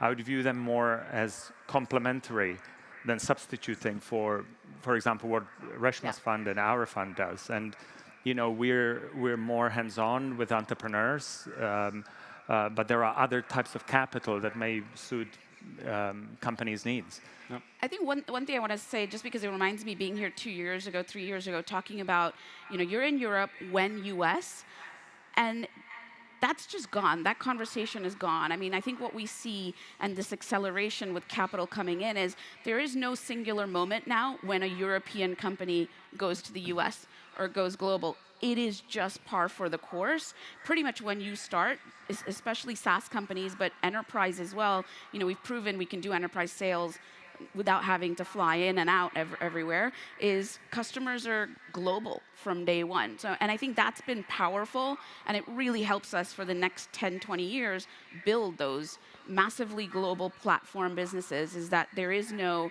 when US.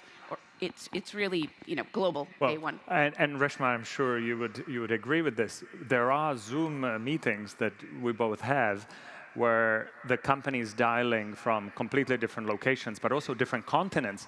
And you almost have to ask, so where are you actually where are based? You right now? And, and there are companies that have been formed that are sort of nomads in a way, and the teams get assembled remotely, which kind of points to the availability and sort of flexibility of getting people from any part of the world. Yeah. But also, it works the other way around as well, right? It's not because European startups can now recruit from anywhere in the world that it's also the other way around. US companies can also now come to Europe to hire the best talent. So that is a sort of a competition for talent that might be a bad thing for Europe in the long run. Yeah, I would call it a talent brand. Every company has to really develop their own talent brand and really spend time thinking, what is my internal culture like? How do I accommodate flexible working? How do I accommodate remote working? Because you're right, if companies don't pay attention to this topic, they will be susceptible to those employees having the free choice to go to one of those 200,000 open positions. I think that's a great point.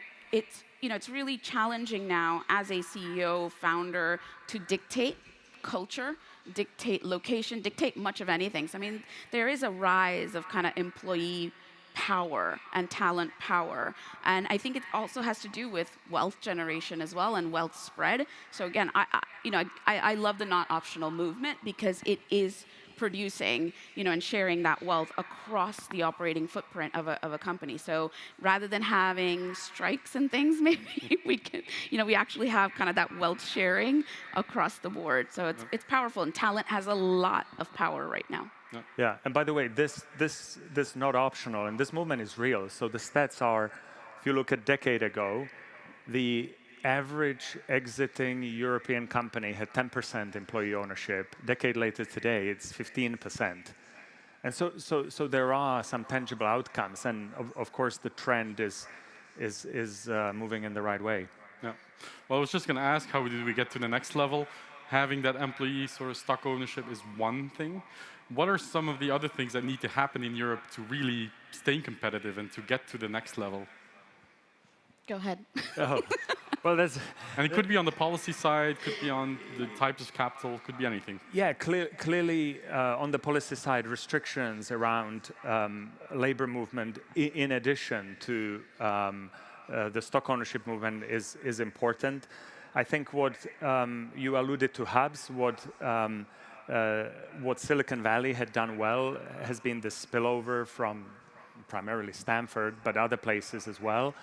And we are seeing a lot of movement in that area. As an example, Reshma and I sit on the board of a company in Prague which operates in AI and fraud catching, business called Resistant. So the founder is a second-time founder, but is also a professor at the AI faculty. And of course, that's been a hugely beneficial magnet to hiring engineers into the company.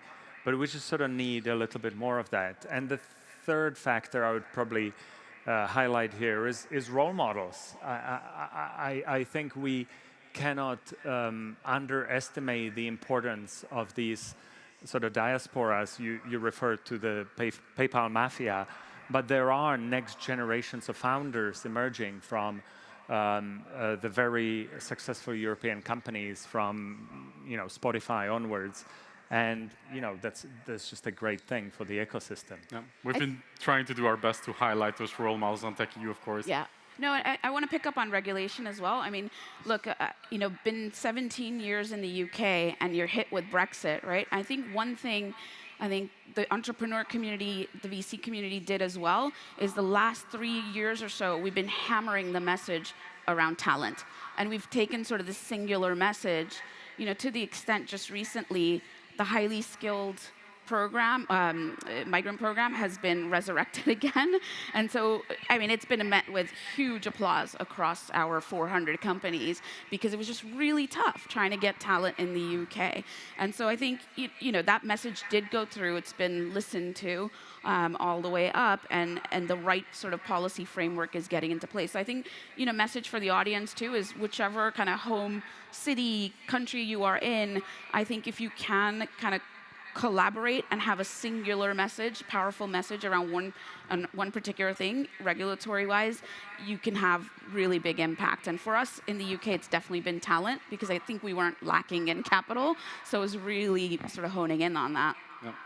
So what is the still uncharted territory in Europe where we should be investing in? And this is a two-layered question, because I mean this geographically speaking. What are some areas of Europe that could use more investment? But also sector. What vertical do you think is underinvested in Europe today? Jan? I would argue that the intersection of not only tech, but also sort of complexities around the whole system, like balance sheets in financial services and risk. And in some sectors, regulatory and government intervention sort of layer in complexity. And the more complex you go, the later, I suppose, you start getting sort of disruption from newcomers. So, SaaS and cloud companies have been arguably earlier to displace the old on-premise software companies. We've seen a great deal of opportunity, and we've invested heavily against fintech and against insurtech. I would probably point to healthcare and sectors of that nature where a complete wholesale reform is needed, and where you have the intersection of tech managing risk and managing lives, and where there's also sort of state participation. And if you look at the GDP share of healthcare in the economy, it's approaching 20% of GDP. So if you look at it from the perspective of addressable demand dollars and sort of demand by the end customers, it's pretty much endless. So we're investors in Alan, we're investors in Cree. There are a whole host of other extremely exciting companies, and I would really encourage entrepreneurs to look at that sector, because the demand dollars are massive. So the opportunity is there, but it's complex. Hard to disagree with that, but anything to add? I mean, I think, I've been listening to a lot more sort of podcasts coming out of the States as well. I mean, Web3 is something we don't talk about as much here that I hear in the US talked a lot about. So I'd love to see more talent, kind of more entrepreneurial talent, looking at how to leverage Web3 and what kind of the future company will look like, content creation will look like. So that's one. All things, well, I hate the word crypto, but crypto and sort of blockchain, and again, the power of that combined with Web3 as well. So I think it's where I know I'll be focusing a lot on healthcare, as you said. Sort of medtech, health tech is a huge frontier across the European footprint for the next 10, 20 years or so. So I think there's a lot around the metaverse and what all that, I think that all of it ties together. Particularly, I think, again, Web3 as a basis for how do you compose kind of the future. So yeah, very, very excited. Maybe, I think you're even looking at me like, huh? Because we're just not talking about it as much here as I see it on, across the pond. Yeah, maybe we should, you're right. A cheeky question for you guys, because you do invest in seeds. Of course, you're a dedicated seed fund, but then you get involved with these companies that mature, the TransferWise, UiPath, the Hopins. Are you still as excited about early stage as you were in the beginning? Ooh, good question. Yes, and I think that's why there are moments when you're kind of deeply reading, deeply thinking. There are moments when you are just in it, and the scale is insane. And I think that's where I'm personally coming back to, is like having been part of the SoRare scale or Hopin and so forth, is like going back into thinking and reading and getting that curiosity of what is the next 50 years, because we're all going to live forever, and what's the future for our kids, and again, thinking a lot about inclusivity and how do we build the next 50 years, avoiding some of the mistakes we've made, you know, in the past 20 years or so of the rise of tech. But yes, I think that's what exciting back in the early stage. But I do love the early stage. I mean, I've had opportunities to leave, and it is really exciting. But you do need to take that time back to go back, you know, go back in and like read and think a lot. Sure. Yeah, I'm glad you asked this question because the answer is personal. You know, it's obviously extremely satisfying and you know, rewarding when you see companies scale to gigantic proportions. You know, Adyen's market cap is, you know, 100 billion-ish, and that was a relatively small company a decade ago. But the true excitement, the discovery of something new, is in the earliest stages. And when Reshma and I met, I recall in 2010, when I joined Index, we had a joint Index Seed Camp dinner. And Reshma sort of set me aside and said, you have to pay attention to seed. If you're not in seed, you're not in venture. And I think those were really profound words from 2010. And seed is seeing just so much excitement right now across Europe. Right. One topic we didn't discuss and we need to address is how sustainable is this? Because we talked about all this money flowing in, the valuations surging. I don't want to use the word bubble, but are we risking a sort of situation where it's just too much and it's unsustainable in the long run? I would say it's a debate of cause and consequence.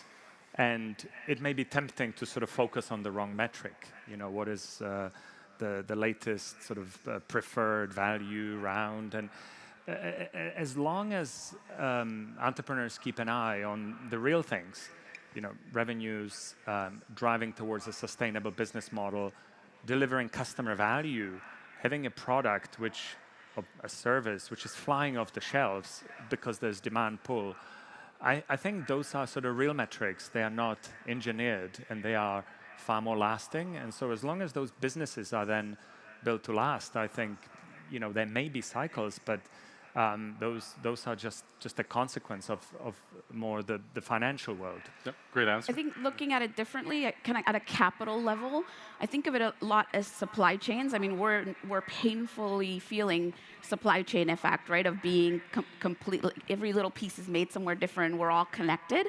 But I think capital has changed in Europe to the point that it is all interconnected. And so I think talking to capital, you know, those who invest in Index for their 10 funds, and, you know, we're in our 5th fund now, I think if you have good LPs, they're not thinking in those short-term cycles or short-term shocks.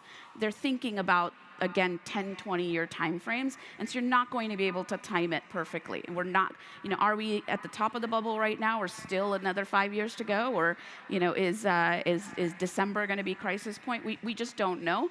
But back to Jan's point, is like we're investing in the fundamentals of a completely changed system where tech is a massive accelerant and enabler. So I think capital knows this, the good capital knows this, and it is there to fund you for the next 10, 20 years. Yeah, and I think the next session from Ben Evans is going to be very interesting in that sense. We're out of time, but I want to go really quickly because I'm conscious of the fact that there's lots of first-time entrepreneurs in the room. Maybe very briefly, what are some of the tips that you, with your vast experience, would like to share with you know, the first-time entrepreneurs in the room? I think if you heard us today, focusing a lot on fundamentals, it's not Europe versus US. You need to be global from day one. And I think ultimately find the right capital for your needs. We might not be it, but we might very well be the right fit also. Great answer, Jan. Yeah, I would say focus on the customer first. Focus on something that, you know, if offered to your customers, it will fly off the shelves, and then great things will happen. Great insights. Thank you for joining. Thank you for listening. Thank you. And enjoy the rest of your day.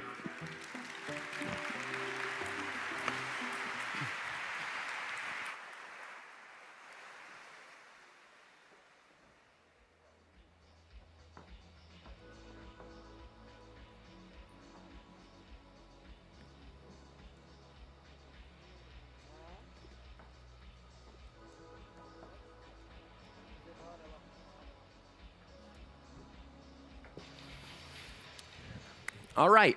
Our next speaker is a world-renowned analyst who delivers some of the most insightful and thought-provoking looks at the tech industry each year. Here to talk about the trends you just have to know about and why they will affect you, please welcome to the stage Benedict Evans.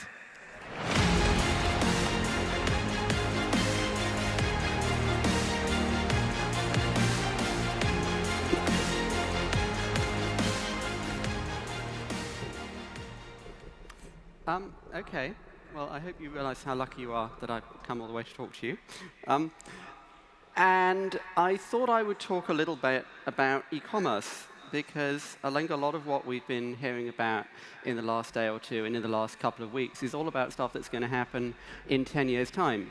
Half of tech is obsessed by the metaverse, which is the new brand for virtual reality, invented in about 1985, and the other half of tech is obsessed with crypto. But outside of tech, all the other industries are obsessed with stuff that technology was doing 5, 10, 15 years ago, which is, I think, is a useful reason to talk about e-commerce and advertising and marketing and everything else that's getting built as a result of everything that might happen in this room.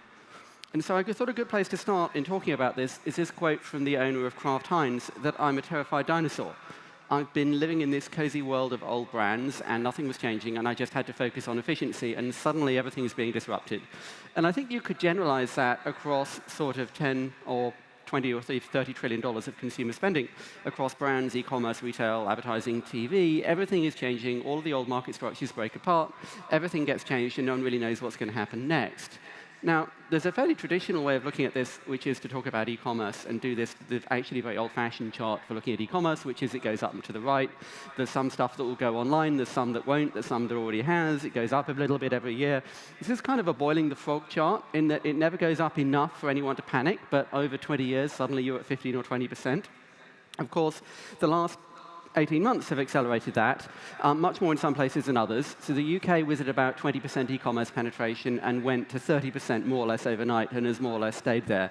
The US, which obviously had a much less of a lockdown for all sorts of reasons, was sort of 16%, bounced over 20%, is now kind of wobbling, actually only 2 or 3 quarters ahead of the trend line. And you see this kind of interesting spread right across the world, depending on what was going on in that country. Dramatically more acceleration in Turkey than in France. I think there's an old joke that when the apocalypse comes, we want to be in France because everything happens 3 years later there. And obviously that doesn't apply to tech, but does seem to apply to e-commerce. But increasingly, I think talking about e-commerce penetration by itself is a little bit too generalized, because you're just including kind of all of consumer spending in this category, online or offline, which isn't terribly useful, especially given you have such a wide spread of adoption between different categories. And I think it's actually more interesting to think about this in terms of how is it that you get the thing. Because everything can be bought online now. I think we understand that. But some stuff comes through the mail. Some stuff needs a truck to bring it to your door. Some stuff needs a kid on a moped to bring it to your door. About a third to a half of US restaurant spending is already takeout or delivery. It just hasn't been done over the internet before, but it's still being delivered to you in some form. And so if one looks at one extreme at US parcel delivery, for example, something between a quarter and a third of US parcels are already being delivered by Amazon. It's already bigger than maybe UPS and FedEx combined. On the other hand, in food e-commerce, much more of it is actually being collected or being delivered in a truck. So it's e-commerce, but it's not the same kind of e-commerce. It's a different logistics model. And then the same thing, of course, in restaurants, where in fact, the delivery experience doesn't change very much at all. It's just that, in fact, the biggest change is happening in what the restaurant might look like in things like dark kitchens and new brands, new retail models, and new real estate models. All of that means, of course, that logistics and delivery spending has exploded. There's probably double the number of people working in fulfillment in the US as there were 10 years ago, and obviously there's been a huge crunch in the last couple of months. And then, of course, there's a company called Amazon, which I've got sort of 10 slides into a presentation about e-commerce without mentioning. Amazon grew 40% last year to $400 billion of net revenue. But if you map that against that framing of logistics, you see Amazon has sort of 40% in the parcel e-commerce business, much less in either of the other two categories. And in fact, the most interesting thing that's happening at Amazon is that how much they're unbundling themselves. As I think most people here will know, something like 40% of what's sold on Amazon isn't sold by Amazon. It's sold through Amazon Marketplace. And this, in effect, is a way of them outsourcing their product selection, their product management. Instead of them having to hire 5 people to do shoes in Germany, they just let that happen on Marketplace and don't even have to know. One consequence of that, interestingly, is that quite a lot of Amazon Marketplace is actually Chinese manufacturers going direct to their consumer. So they're bypassing the traditional supply chain, but maybe with the same products, but finding a new route to market. Meanwhile, of course, if you're unbundling what commerce and retail might look like, Shopify is a really interesting story here. I think 3 years ago, literally nobody had heard of it outside Canada, and most people in Silicon Valley obviously don't know where Canada is, except that it's somewhere up. But it did $120 billion of GMV last year, doubling year on year. And I think the interesting things about Shopify, first, it shows how wrong it is to say that no one can compete with Amazon. There's an Amazon antitrust lawyer somewhere here going, yes, yes. But what that really says is you can compete with Amazon, just not if you're doing what Amazon does, but coming at that problem in a different way. Equally, a lot of engineers would have said, hey, it's just an e-commerce CMS. So people were doing that in the 90s, and yes, they were. But there's an awful lot of companies taking something that existed 10 or 20 years ago and finding a way of making it an order of magnitude easier. And Shopify, I think, is just the best example of that. But kind of the macro trend that it's riding is brands and consumers ready to go direct. That's been accelerated by the pandemic. Consumers spread their e-commerce funnel out beyond Google and Amazon as everyone was locked up at home trying to work out how to buy stuff. But that's also, I think, a really interesting long-term trend. This is a chart of Google search volume for best versus cheap. And I think what this is showing you is that the internet has moved up the funnel. And so it used to be that you knew what you wanted and you went to the internet to find out the best place, to find out the cheap place to get it. So the internet was a price comparison engine. But what's changed now is that people increasingly look for best versus cheap. So they're using the internet for recommendation, discovery, expertise, advice, curation, instead of just price comparison. It's becoming a more mature part of the retailing experience. Now, of course, the other side of this is what happens to physical retail. The US, in particular, has massively more physical retail space per capita than anywhere else in the world, and everyone in US retail and real estate has been staring at this chart for the last couple of years, thinking this is not going to end well. And there are some kind of cascading consequences from that. You know, a retailer might think it was fine, and then the department store that anchored the mall goes out of business, and then suddenly it has half the footfall, and that footfall doesn't buy from your website. It just goes somewhere else completely. Meanwhile, all sorts of consumer brands are having to think about what it means that their channel is completely changing. I think if we'd been having this conversation 20 years ago, presuming we could have filled this room, we certainly wouldn't have put makeup top of our list of stuff that was going to go online, and yet 25% of L'Oreal sales now happen online.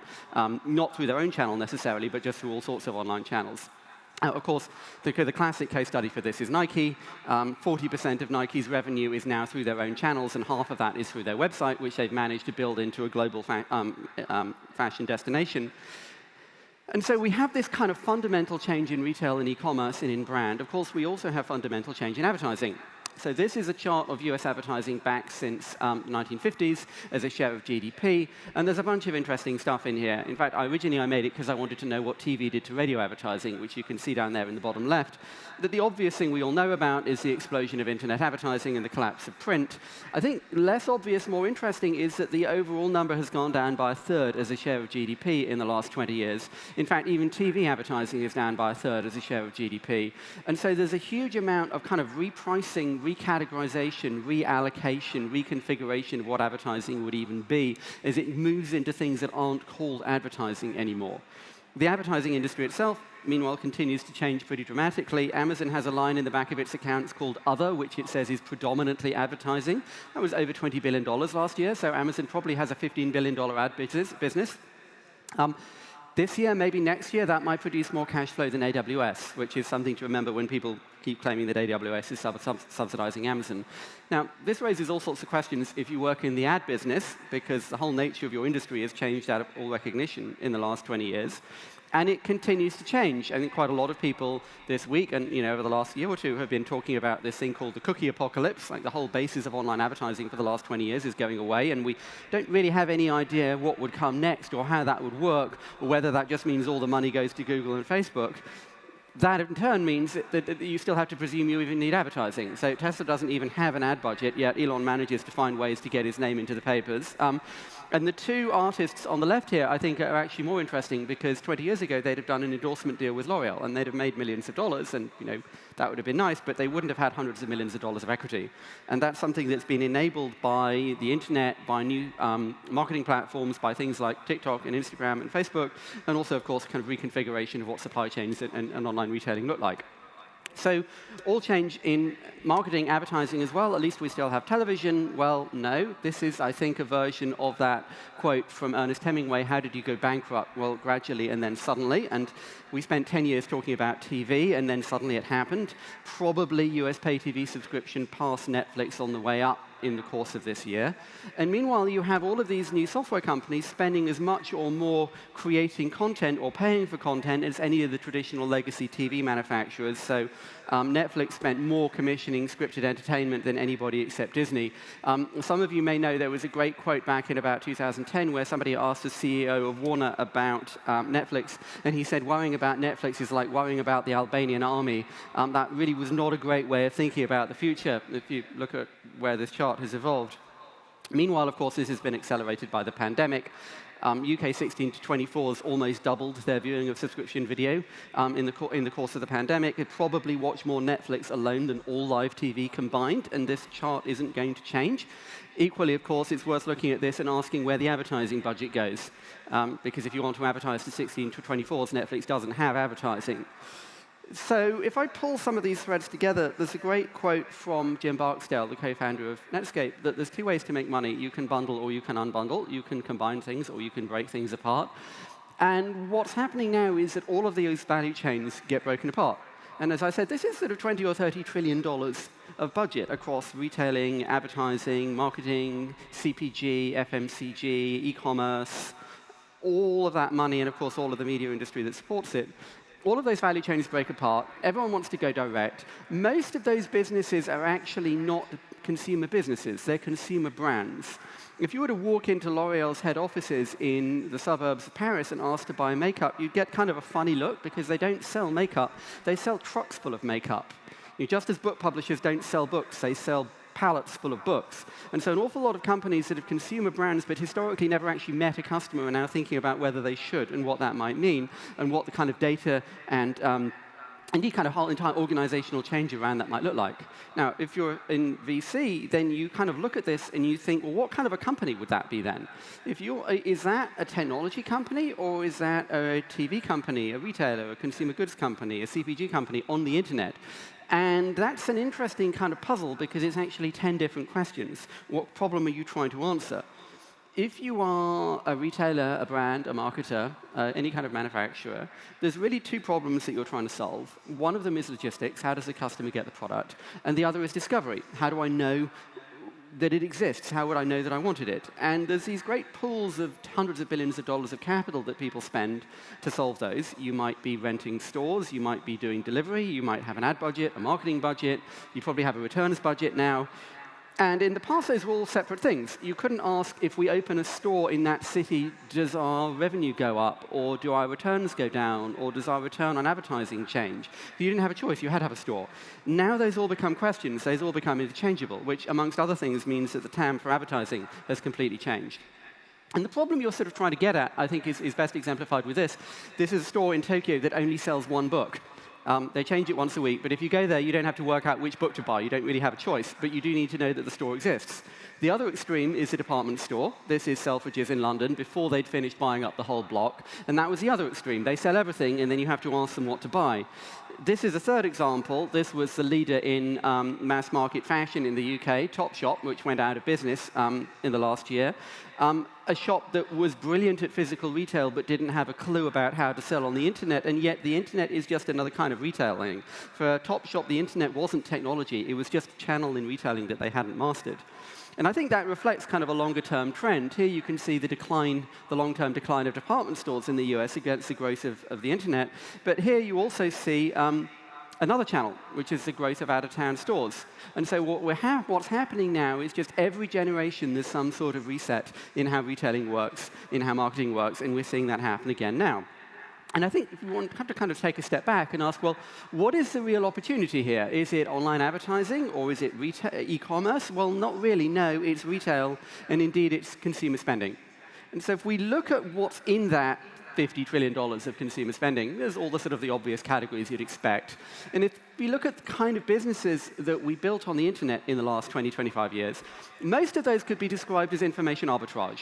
We built tickets and listings and price comparisons and reviews. We built things that provided information around that business. Today, we build companies that actually change what that business is. Airbnb doesn't do hotel listings. Uber doesn't sell software to taxi companies. They change what that product would actually look like. And that, I think, is kind of a thread that runs through everything I've just talked about. We're completely reconfiguring how all of these industries might function and what kind of businesses, what kinds of information you might provide on top. So a final way of thinking about some of these changes, and perhaps a step back, I think it's good to look at a completely different technology. This is Pan Am's ad for their first transatlantic jet flight in 1958. And you look at this picture and you think, my God, where did it all go wrong? Because on the one hand, even flying first class isn't anything like as comfortable and glamorous as that today. On the other hand, the aircraft doesn't seem to have got any better. It's the same shape, same size, same speed. Like innovation in aircraft died in 1958, and it's all been downhill since then. Well, sort of, except that something did change, because that Pan Am ticket cost over $4,000 in today's money for one economy return. And so what's changed is that as aircraft became massively cheaper, massively more efficient, they also became massively safer. If you look at accident statistics from the 70s, it's amazing anybody ever got onto an airplane. These things are falling out of the sky every week. And so what changed is that this stuff became massively cheaper, massively safer, massively more efficient. Of course, because so many more people were using them, that produced more net pollution, which is a problem no one was really worrying about in the 1960s. But the innovation shifted to a different axis. The same thing has happened in cars. Cars today look more or less the same as they did 50 years ago, absent Tesla. But they're massively safer, massively more efficient, and there are massively more of them. And so if you think about way of generalizing that, sort of the first 50 years of the car industry or the aircraft industry was, well, what's a car? What's an aircraft? What's a car company? What's an airliner? How should it work? What should the ticket price be? Should it be big or small? The second 50 years is, well, what happens when everyone has this? And I think you could say that mass car ownership produced more millionaires and more giant companies in retail and real estate than it did in the actual car industry. What happens when everyone has a car is a much bigger opportunity than just making the cars. The same thing is now happening in technology. We've spent the last 50 or 60 years saying, well, what's a car? Sorry, what's a computer? What is software? What's a computer company? Who owns this? How do you buy it? How do you sell it? What would it be for? And we've gone through these generational changes from mainframes, where there were maybe 75 million mainframes on Earth, all the way through to smartphones, and there's now over 4.5 billion people with a smartphone. And what's happened now is, yes, we wonder what the next generational change might be. It might be VR and AR, it might be crypto, but we also think, well, what happens once everybody has a computer? This is my favorite way of illustrating that point. This is a chart of online dating in the USA up until the moment before the pandemic. I think most of us remember when online dating was kind of a joke. But now 40 to 50% of all new relationships start online. And so this stuff has gone from being interesting, maybe exciting, maybe something your children should get a job in, to something that's just kind of a basic part of how we all live our lives and how every business functions. Hence, as my old colleague Mark Andreessen liked to say, software is eating the world, and that's kind of what happened. It also means that the world is sort of outgrowing software. And so with that, with 1 second to go, I will say thank you.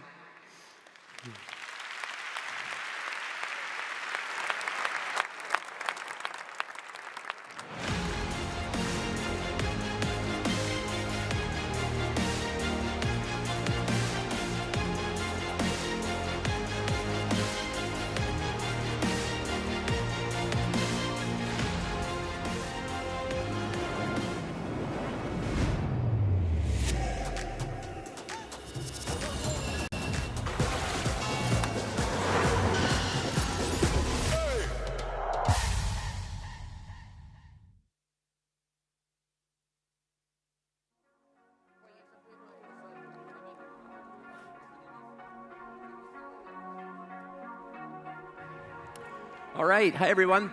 A little technical difficulty, so Nick Clegg will come on in a little bit later.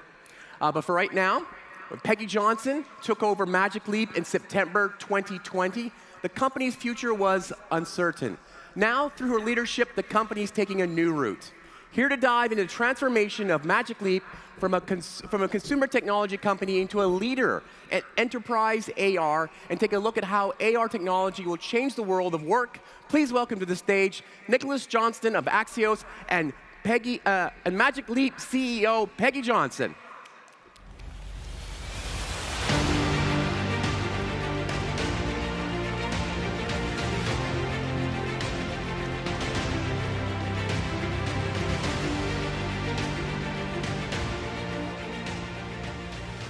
Good morning. It wouldn't be a tech summit without a technical difficulty. Exactly. And so here, those of us not virtual reality in the meat space, we're here. Peggy, welcome to Lisbon. Thank you for joining me on center stage for this intimate yet socially distanced conversation. So virtual reality, augmented reality, kind of a quiet space. Not a lot happening in that, right?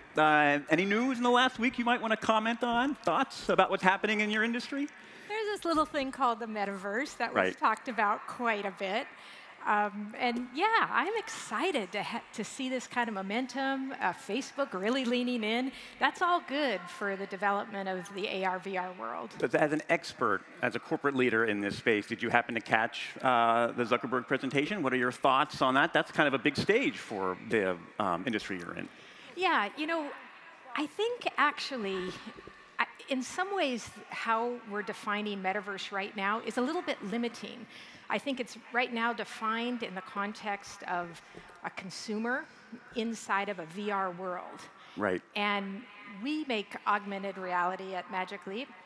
And I think that is so much more open. We're going to go from looking down at a screen to looking at your physical world and then placing digital content in there. So I think the real value of the metaverse can come when we bring it into the augmented reality world. It seems to be this fully immersive vision is somewhat more in the future. So what can you tell us? Like, what is the reality now? No, there is a reality now for augmented reality. I mean, Magic Leap's been in this business for 10 years. We've been developing this technology. Augmented reality is very hard. It's much more complex than being in a fully occluded world of virtual reality. So we've been developing it. We have a device that works well. And there are enterprise use cases that can take advantage of it right now. We're focused on healthcare, public sector and defense, and manufacturing. You talk about it being hard. My view of virtual reality, augmented reality, has always been something that's 2 years in the future, always. It's nothing that arrives. And you mentioned this a little bit, like how hard it was. Entering Magic Leap as you did last year, what did you learn about how difficult it was? And talk a little bit about how you transitioned. Like, what was the direction it was going, and what was the direction you decided to take it in? So the direction it was going was they launched the first product, which, by the way, worked very well, but they launched it pointed at the consumer. And I think the product was a bit early for consumer. It was a bit larger. There wasn't a lot of ecosystem or, frankly, applications on the platform.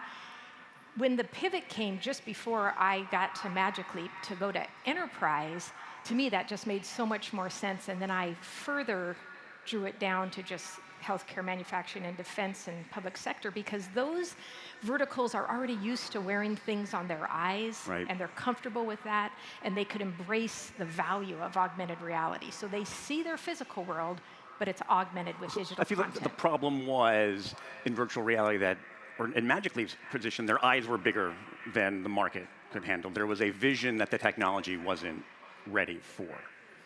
I think that what I found, you asked me that, when I got to the company was the technology worked. And again, it's a hard problem to solve for augmented reality. That wasn't the problem. It was the entry point. It's a little bit, you know, Nick, like the mobile phone when it was first launched. It was pointed at enterprise.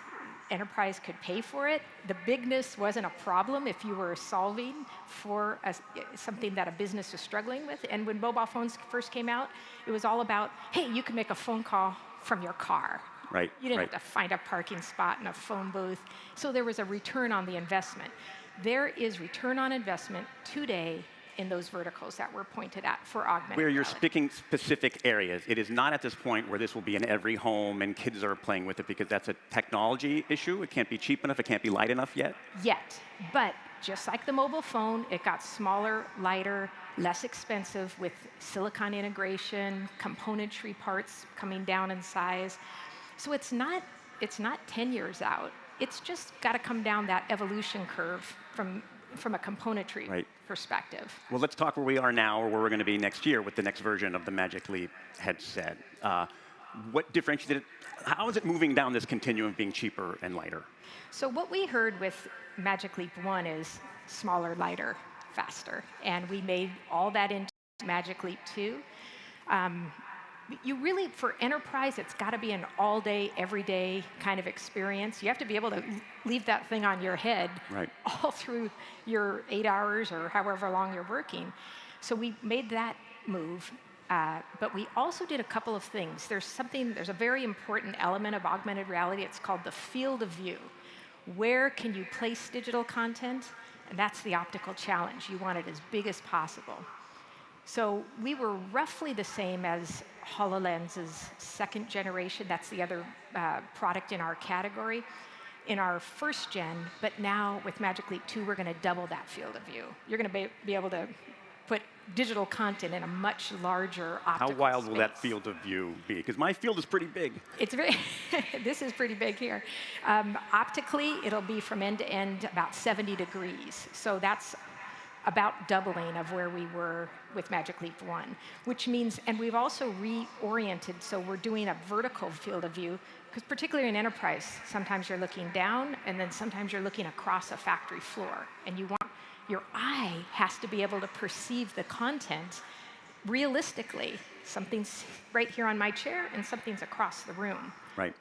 For enterprise customers, does it avoid some of the consumer issues of worrying about battery life? Is this not something you're going to put on your head and walk around an office? Is it more tethered to a place?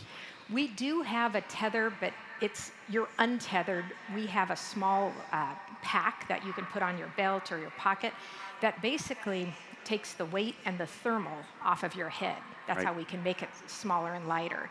But you're untethered from anything else. You are completely mobile, walking around your physical space. You see your physical space. You're not tripping on things, and you see the digital content realistically placed in your space. And when will it arrive? So right now, we're in early access programs with several of our partners, and by next year, we'll have general availability for Magic Leap. And how much does it cost?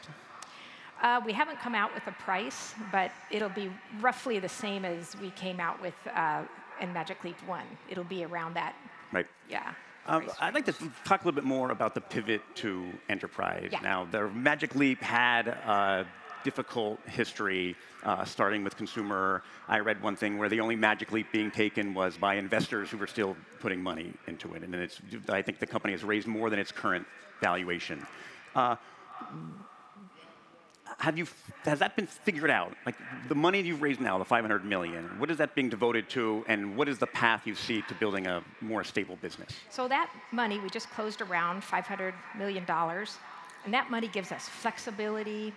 It gives us the runway to complete Magic Leap 2, and most importantly, to build the ecosystem around it. So we're engaging with developers, with ISVs, to bring those applications onto the platform. We're not trying to develop all of that capability. We're engaging with the third-party ISV community to bring their apps onto the platform, and that'll give us... What is the ecosystem timeline, right? The smartphone becomes awesome because it has so many apps I can download.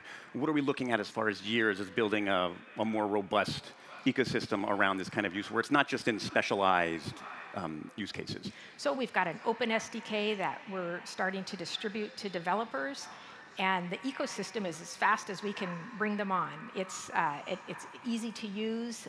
They basically just take their applications, and then using the features that Magic Leap can provide, the ability to depict something 3D, to have 3D visualization of a brain or a factory machine, that's what becomes the magic, if Right. you will. They can make their applications more useful in a 3D environment.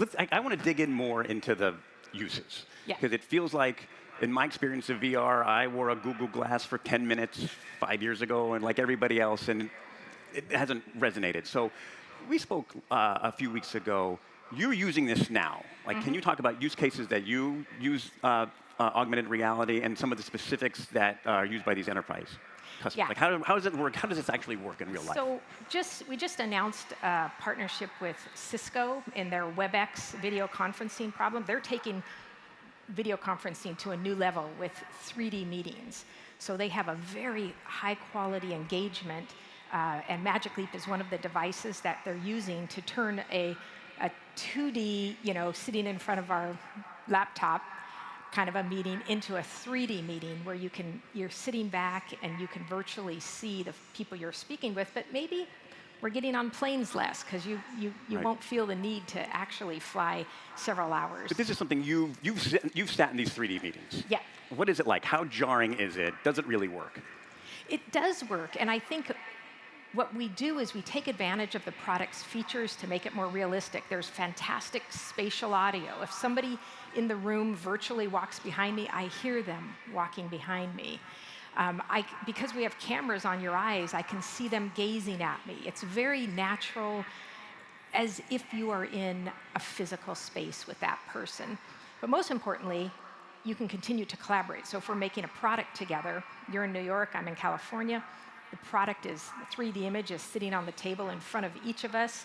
We can both annotate it, we can make it small, change it on the fly.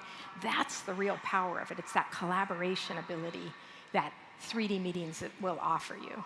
What's missing, though? Well, I think one thing I'm saying, we are also excited to be here. Like, we miss the human interaction. Right. But going forward, we're going to be in a hybrid world. I think we're all accepting that. We're going to be sometimes working from home and sometimes working in the office, sometimes getting on a plane and going to a conference. So, and I think there's a right place and a right time for all those things. This isn't meant to take away all physical meetings, but it's meant to really up the game from our current 2D meetings. Right, but how do you, so the pandemic changed that for all of us. Like, I spent 18 months sitting in my kitchen staring at a monitor. I did not enjoy it. Yeah. But it also told me that I don't really have to go to the office ever again. So what is this next evolution in your mind? Like what is this? What does this next step look like? So I think really, again, the power of augmented reality is when we can interweave it into everything we do. So for instance, surgery. Doctors will be able to take an augmented reality device like Magic Leap. You can take it into the operating room. They'll be doing knee surgery, and you can lay down a digital marker of where the incision will be. I think in a few years we'll look back and say, remember when doctors didn't use augmented reality to operate on you? You're not going to want that old experience. You're only going to want the new experience because it's going to be so much more accurate and precise. What are the challenges you're facing as this technology grows? What is the next thing to work on? What is the next hard problem to solve? Well, we've just solved one hard problem, which is this idea of in very brightly lit rooms, it's hard for the digital content to show up. And in Magic Leap 2, we've introduced something called dimming, where you can take your physical light, and it's actually very hard to portray the color black in augmented reality, but we can dim the lightness around you. So for instance, a surgeon can dim the operating room all the way down to just the part that they're operating on. We can actually go all the way and turn the device into a VR device. So it gives us a lot of flexibility to fully occlude or to stay in the physical world with our content. When is the next step of this happening? Like, my view, when do I get one of these? When does it become useful for, when does it move beyond specialized areas like machines, like construction or surgery? That'll come when the componentry gets smaller, lighter. We can bring that down to a smaller package. I think you can see the picture of the device here. It is small and light, but for it's still big though. Yeah, for a consumer to wear, I don't see that. The next generation of it should bring it down to closer to that glasses form, which is kind of the holy grail to meet a consumer's needs and something that consumers will wear. They'll wear a pair of glasses. How far away is that holy grail? 2 years. It's always 2 years. I'd say it's probably a couple years out. But I don't think it's the 10 years out that some of the companies that are starting to dabble in AR are saying. It is if you have a bunch of problems to solve in AR, but we've been doing this for 10 years. We've solved a lot of the complex optics in the AR product that we have. So I think, it's more like a few years, not 10 years. So is it more of the software problems have been solved? It's the hardware problem now. Getting it something that someone's going to wear for extended periods of time, the battery that's going to last all day that I don't have to clip to my belt. This thing is tricking your eye into thinking, like there's the physical Nick, and I might have a product sitting next to you. My eye has to believe that that product is there. It's tricking your eye. So we've got cameras looking at your eye in the same way that there's a light field of view coming into my eye. I have to do the same thing with the digital content. It's not easy. Let's come back to where we started, the broad sense of the metaverse. Where do you view this evolution of augmented versus virtuality, complete virtuality, or an immersive experience? I just feel like looking down at our screens, if we can free ourselves from doing that and start to look like this and still have information, or whatever we're looking at down here, we have it up here. That's the world I want to live in. I don't want to live in a fully occluded world where I enter another world for hours at a time. I want to live in my physical world and have that world augmented for me. That's where I think we're going, and that's the real promise of the metaverse. We're being able to annotate a world instead of creating a completely new world, overlisting everything else. Exactly. Peggy, thanks for spending time with me here in the real world. Thank you all for paying attention. Thank you, Web Summit, for hosting us. Have a great afternoon. Stick around. Thanks, everyone.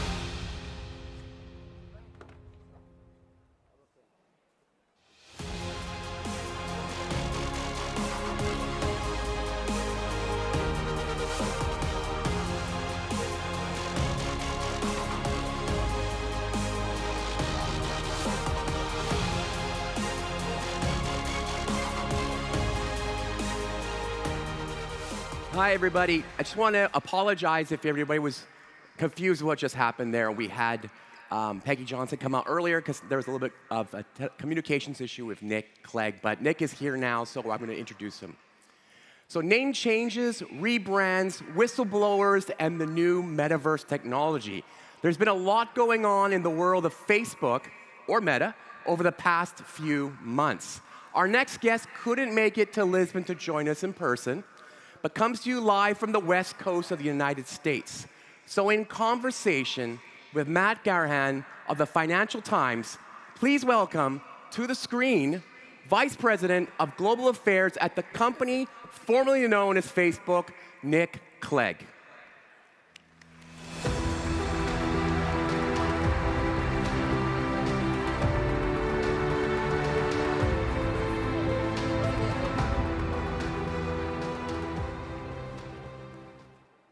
Hi, Nick.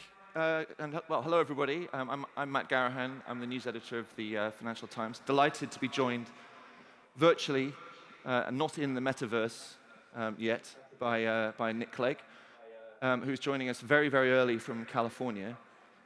Nick, thanks so much for getting up at such a horrific hour. We're very glad to have you, and I'd just like to start. We had Frances Haugen talking here yesterday. And I had a long conversation with her at dinner last night. You've obviously seen her testimony in Congress, read the plentiful coverage of the reports on her revelations. I thought she was a genuine, thoughtful, intelligent, and considered person. and she obviously raises very interesting and heavy issues for Facebook. So I wanted to ask, first of all, does Facebook consider her a legitimate whistleblower? Hi, Matt. Forgive me, you're cutting in and out a great deal, but I think I got the question. Yeah.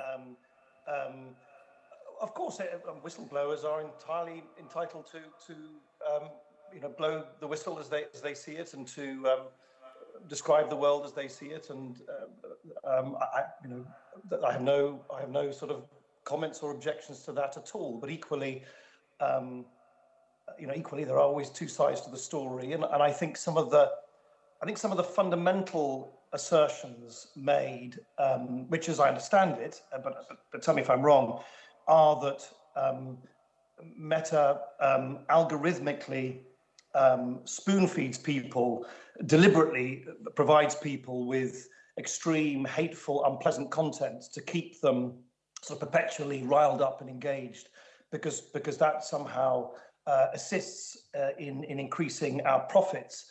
I genuinely think that gets the. I mean, I'm not inviting anyone to suggest that people working at Meta are angels. Far from it. But I think that actually genuinely misreads the commercial self-interest of Meta and apps like Facebook, Instagram, and so on. And the reason I say that is because the people who pay, who generate those profits, are of course advertisers. They do not want their content next to unpleasant content. As I think Frances Haugen has quite rightly pointed out herself, I saw in evidence in the House of Commons last week, our own research shows that users won't continue to use our products if they're getting a bad experience. And in a sense, that kind of makes sense, because if making generating revenue for Meta is all about having people look at ads, click on ads, buy and sell things online, I don't think riling people up into a sort of semi-permanent state of fury is the best way of actually having people look at ads and have a pleasant experience and buy and sell things. So I just think it really and by the way, that's the reason why we invest all that money, about $13 billion over the last few years, $5 billion in this year alone.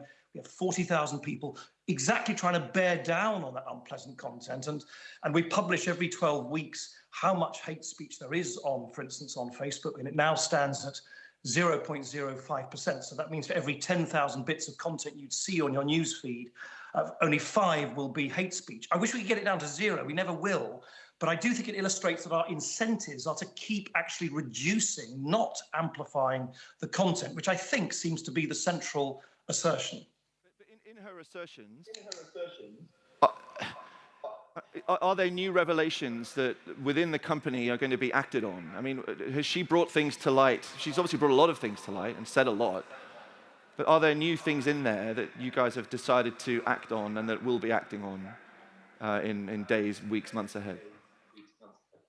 Of course, if you're faced with a lot of trenchant criticism, I think you always, particularly from big companies like Meta, of course you always have to defend yourself where you think you should defend yourself, but also be open and humble enough where you think that things have been highlighted which need addressing. So, for those who followed this, for instance, the spotlight was cast on something called Crosscheck, which is a perfectly understandable system that we have, and I suspect other companies do as well, where you provide an additional layer of checks when we take action against high-profile or sensitive accounts. I don't know, journalists or human rights activists, for instance, in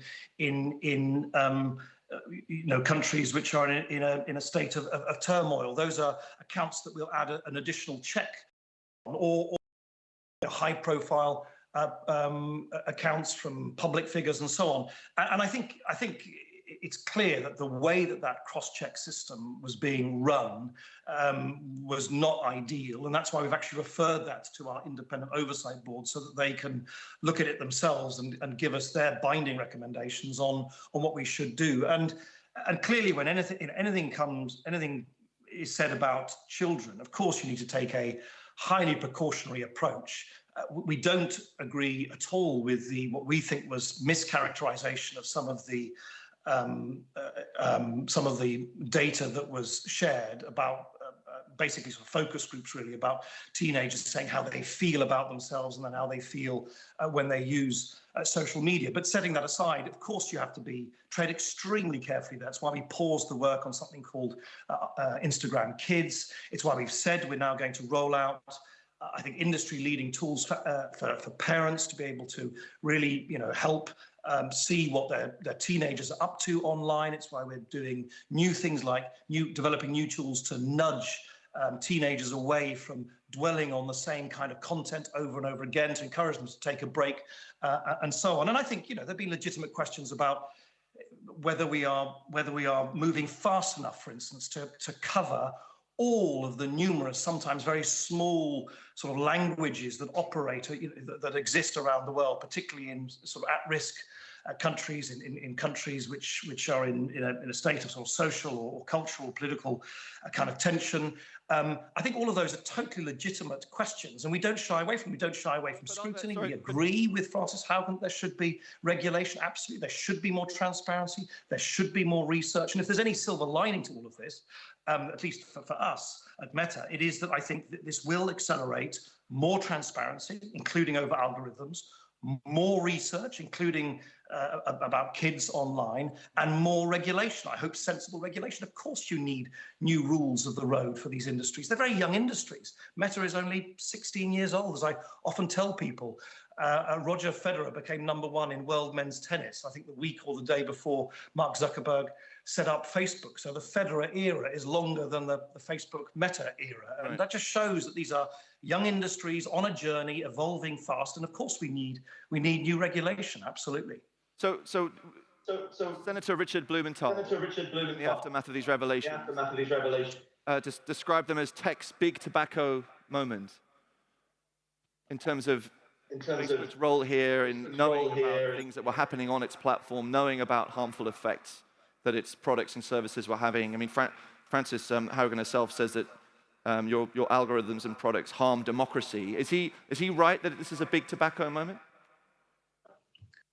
No, I don't think that analogy is right at all. I mean, billions of people use these tools, Instagram, Facebook, WhatsApp, Messenger, for free because it's paid for through advertising, to express themselves, to communicate with loved ones, to find friends, to communicate with friends and family. And look, I think one of the other things that I personally believe, and I think this is normal, by the way, particularly when you get into a sort of pretty sustained media cycle, that some of the debate becomes one of caricature and sound bites rather than some of the kind of, facts of the way that these apps operate. So, for instance, I keep sort of seeing this description of Facebook, the app, as somehow being something where we as individuals, when we use Facebook, that we're just somehow helplessly receiving the kind of content menu, if you like, served up to us by the Facebook algorithm. In fact, I think over 90% of the content that you see on Facebook comes from 3 simple signals generated by yourself. Firstly, the friends you have. Secondly, the groups you're part of, and thirdly, the pages that you follow. So only, less than 10%. That's still a lot, of course, a lot of content on a platform as big as Facebook. But less than 10% is what we call unconnected content, sort of which is recommended by Facebook itself. So it's not like. It's not like recommendation engines like YouTube or TikTok, which is a sort of flywheel of recommendations, depending on what you've just seen or just looked at.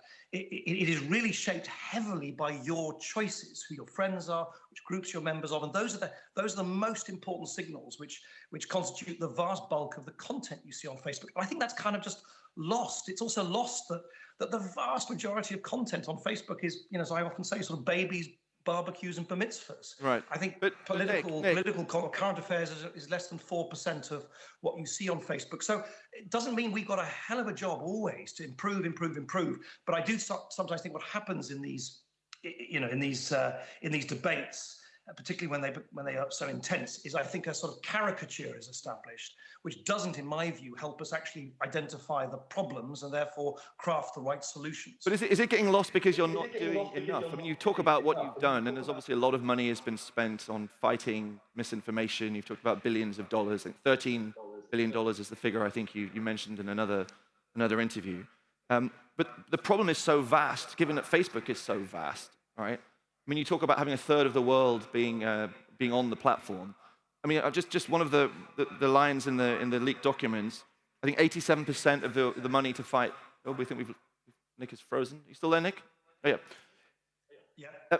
87% of the money allocated to fight disinformation is spent in the US, with only 13% spent overseas. And there are whole countries in the Arab world where the budget is very, very low. There aren't enough translators, so misinformation spreads freely. These are fragile countries, fragile places where the impact of Facebook can be so much greater. Are you doing enough in those places to stop harmful content spreading? I think we are. I think we made a big change in 2019. We set up a new human rights team. We set up a new at-risk countries team. We obviously learned some pretty searing lessons from what happened in Myanmar.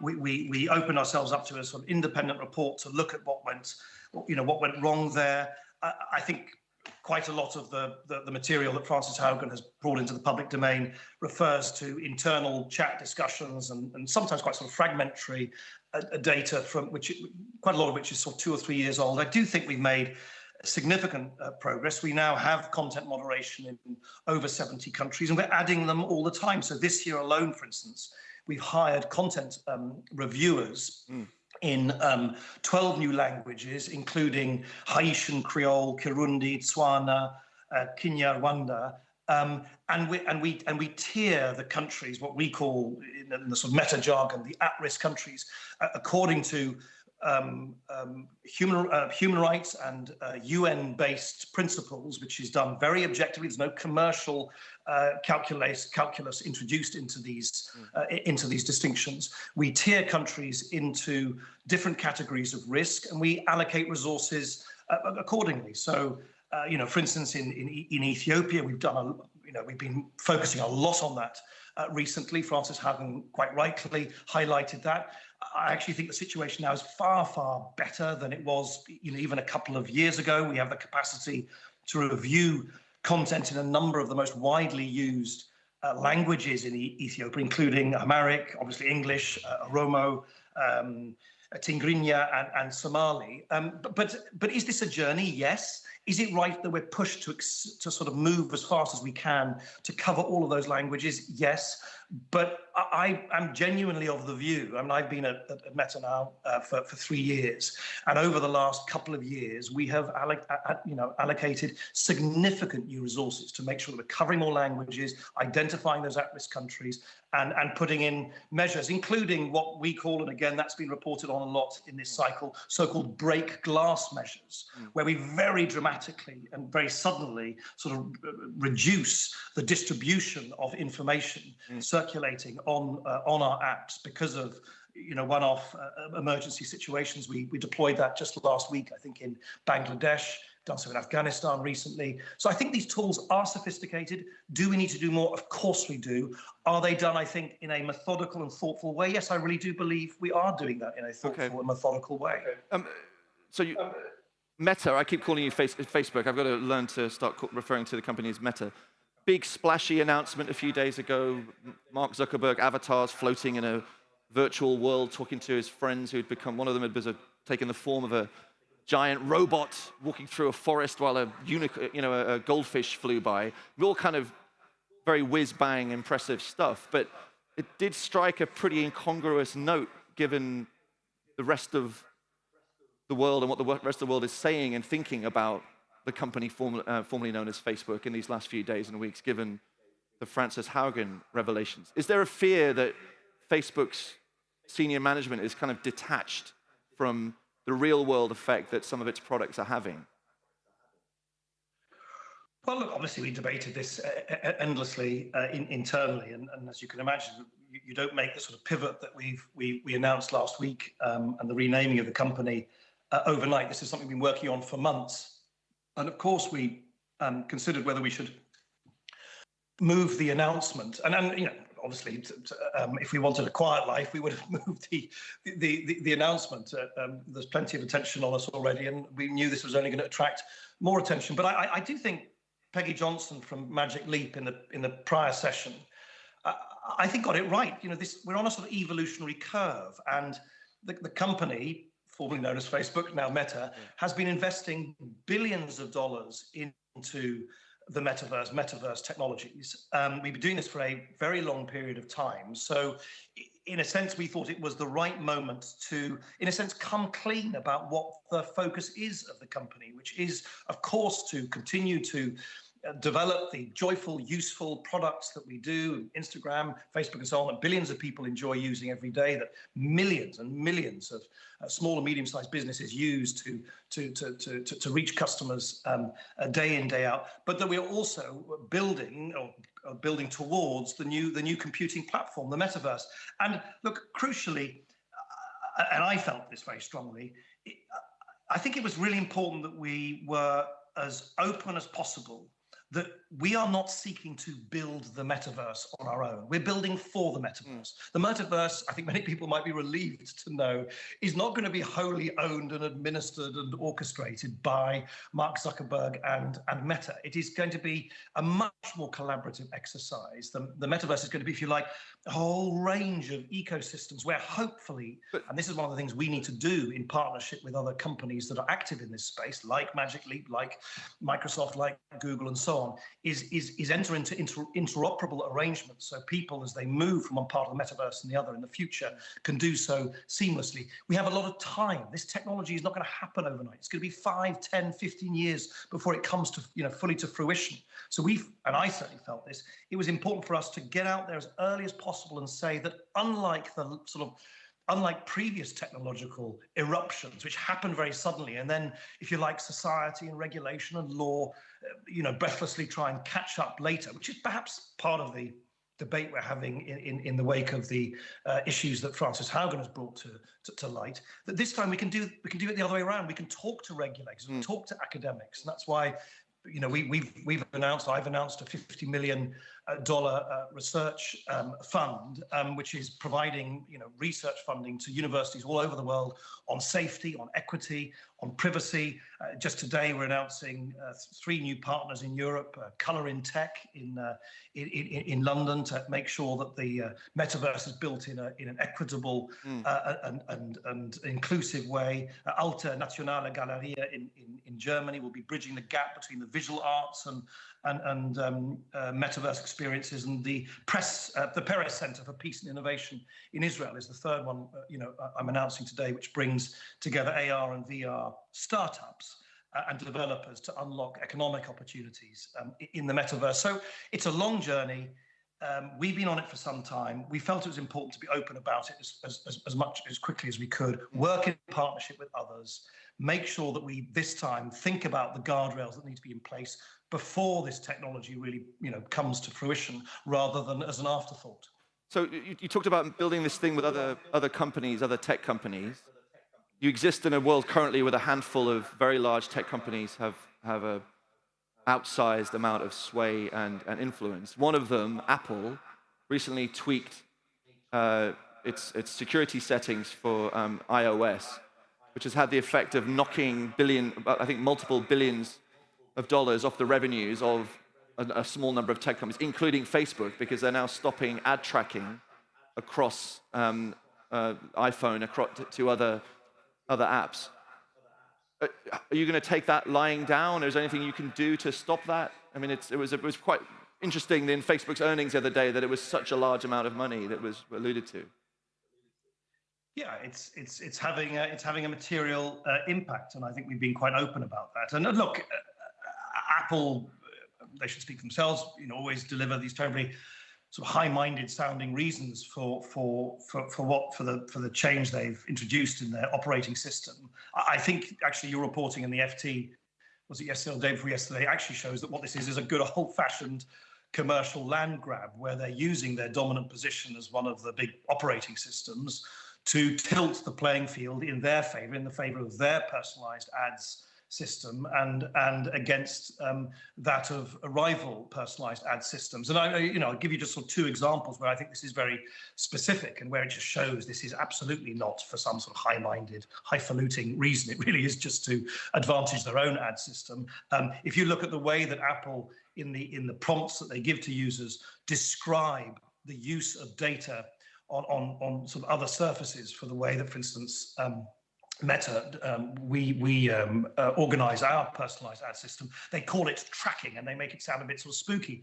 And yet they don't actually apply that word tracking to their own personalized ads ecosystem, even though, of course, they use data, like downloads and purchases within other companies' apps.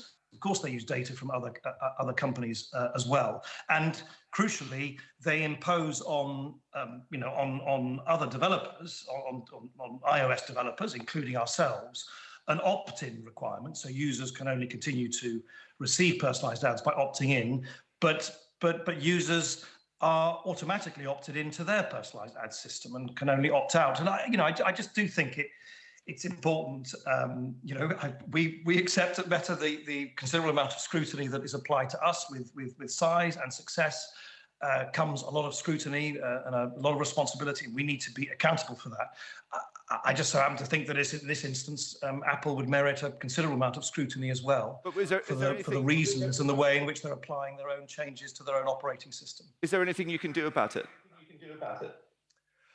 Well, we obviously flagged this, and other companies have as well, and we will continue to do so. And we'll look at all options available to us, because we really do think that this is a pretty flagrant example of double standards.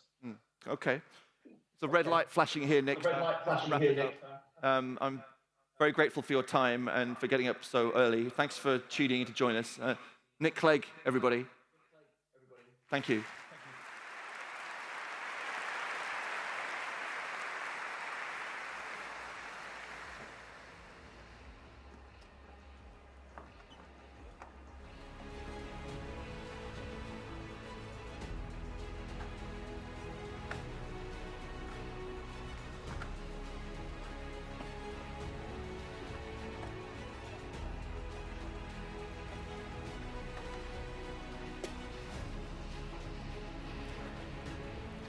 All right, next up, self-described vibe capitalist, founder and managing partner of Bedrock Capital, Jeff Lewis, who's invested in companies like Lyft, Nubank, Versal, Upstart, Flock Safety, and more, presents Temperature Check, his take on all things venture capital and startup related.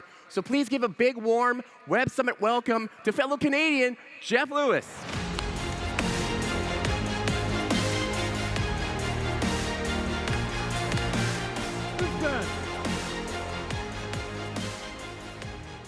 What's going on? Well, first of all, I am not Meta.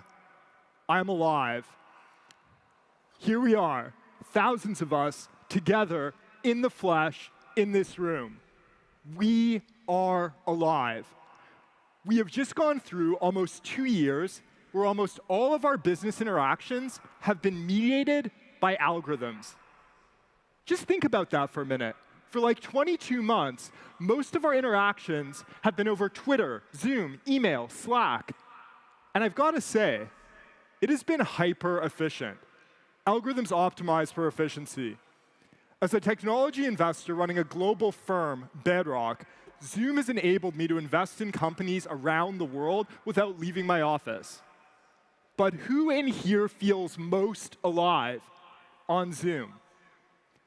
Slack has enabled the companies many of you here in this room work with, for, or have founded to scale faster than any company in human history has ever scaled before. Yet who in here feels most alive on Slack? No, I'm really asking you a question. Let's see a show of hands. Who in here feels most alive on Slack? We've got about a few thousand people in here, and I see 0 hands. You're kind of making my point for me. So these things don't make me feel very human. Social media has connected the world and created a remarkable phenomena that historians and psychiatrists will be puzzling over for decades to come: the Twitter war. I've gotten into a few of those.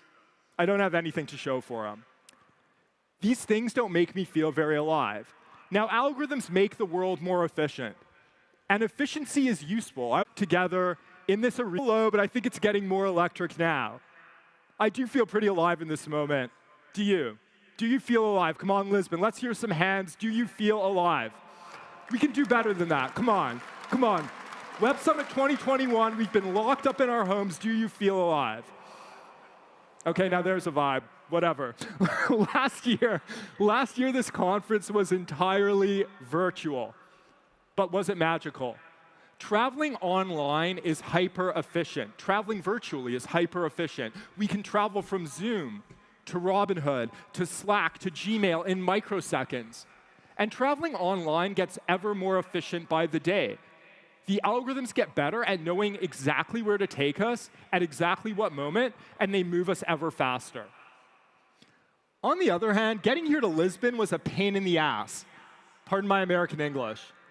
Traveling offline has always been quite inefficient, and now it involves getting our nostrils violently swabbed too. We've changed time zones to be here. Our body clocks are off. We've endured airport security to be here. In my case, they mistook my admittedly wacky vitamin regimen for prospectively illicit drugs.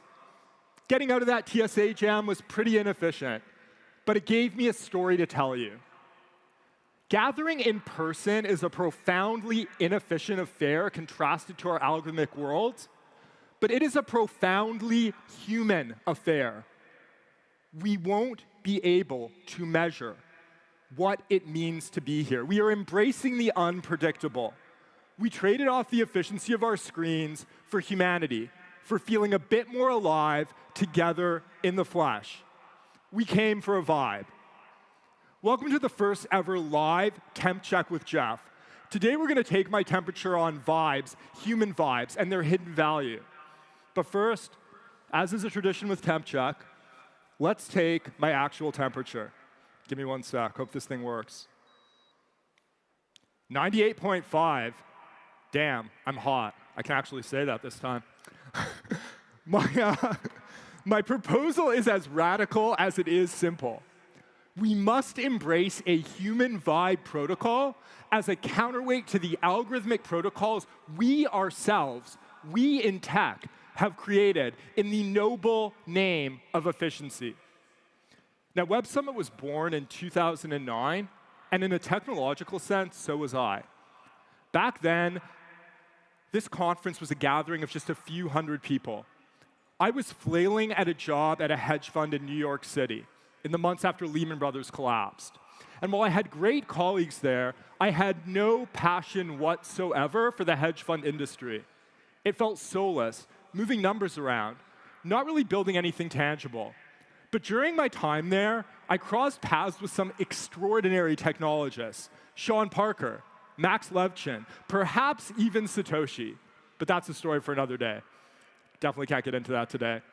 I decided I would reinvent myself as one. No, not as Satoshi, but as a tech entrepreneur. Photos were hot at the time. This was a few years before Instagram. A colleague and I told our boss we were quitting the hedge fund to start a new photo sharing app, one where users could efficiently tag brands and places in their pictures. We called our creation Udors. Horrible name. During our launch presentation, a then prominent venture capitalist, Mark Suster, tweeted out, and I quote, "If this startup is successful, I'll eat crow." But we didn't care. We were certain it was going to be the next Facebook. To demarcate the occasion, my reinvention from hedge fund lackey to transcendent tech entrepreneur, I started going by just my shorthand first and middle name, Jeff Lewis, instead of my full legal birth name, Jeffrey Lewis Tabachnik. I figured that Jeff Lewis would be easier for people to remember and pronounce. It would be more efficient. My family was furious. They felt as if I was trading off part of my humanity, the surname that ties me to generations of my ancestors, in some sort of personal branding efficiency play. You know what? It's only recently that I've started to wonder whether maybe they were right. Well, obviously, Udors tanked, but Jeff Lewis stuck. I never ended up transcending as a tech entrepreneur. We ended up pivoting our startup and eking out an exit a few years later in 2012. By then, this conference, Web Summit, had grown up from a few hundred attendees to thousands. And I'd grown up from a struggling entrepreneur to a venture capitalist.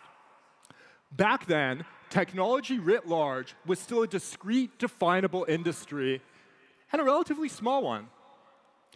The combined market cap of the top 6 public tech companies was $1 trillion in 2012. Today, it is over $10 trillion, 10x plus growth in 9 years. In 2012, there were only around 30 private tech unicorns. Oh, and the term unicorn still just meant a mythical creature. Today, there are over 800 unicorns. That is 27x growth in 9 years. In 2012, Bitcoin was trading at around $5 early on in the year. Let's not even talk about the growth rate there. I'll get too depressed about my early Bitcoin being stolen from Mt. Gox.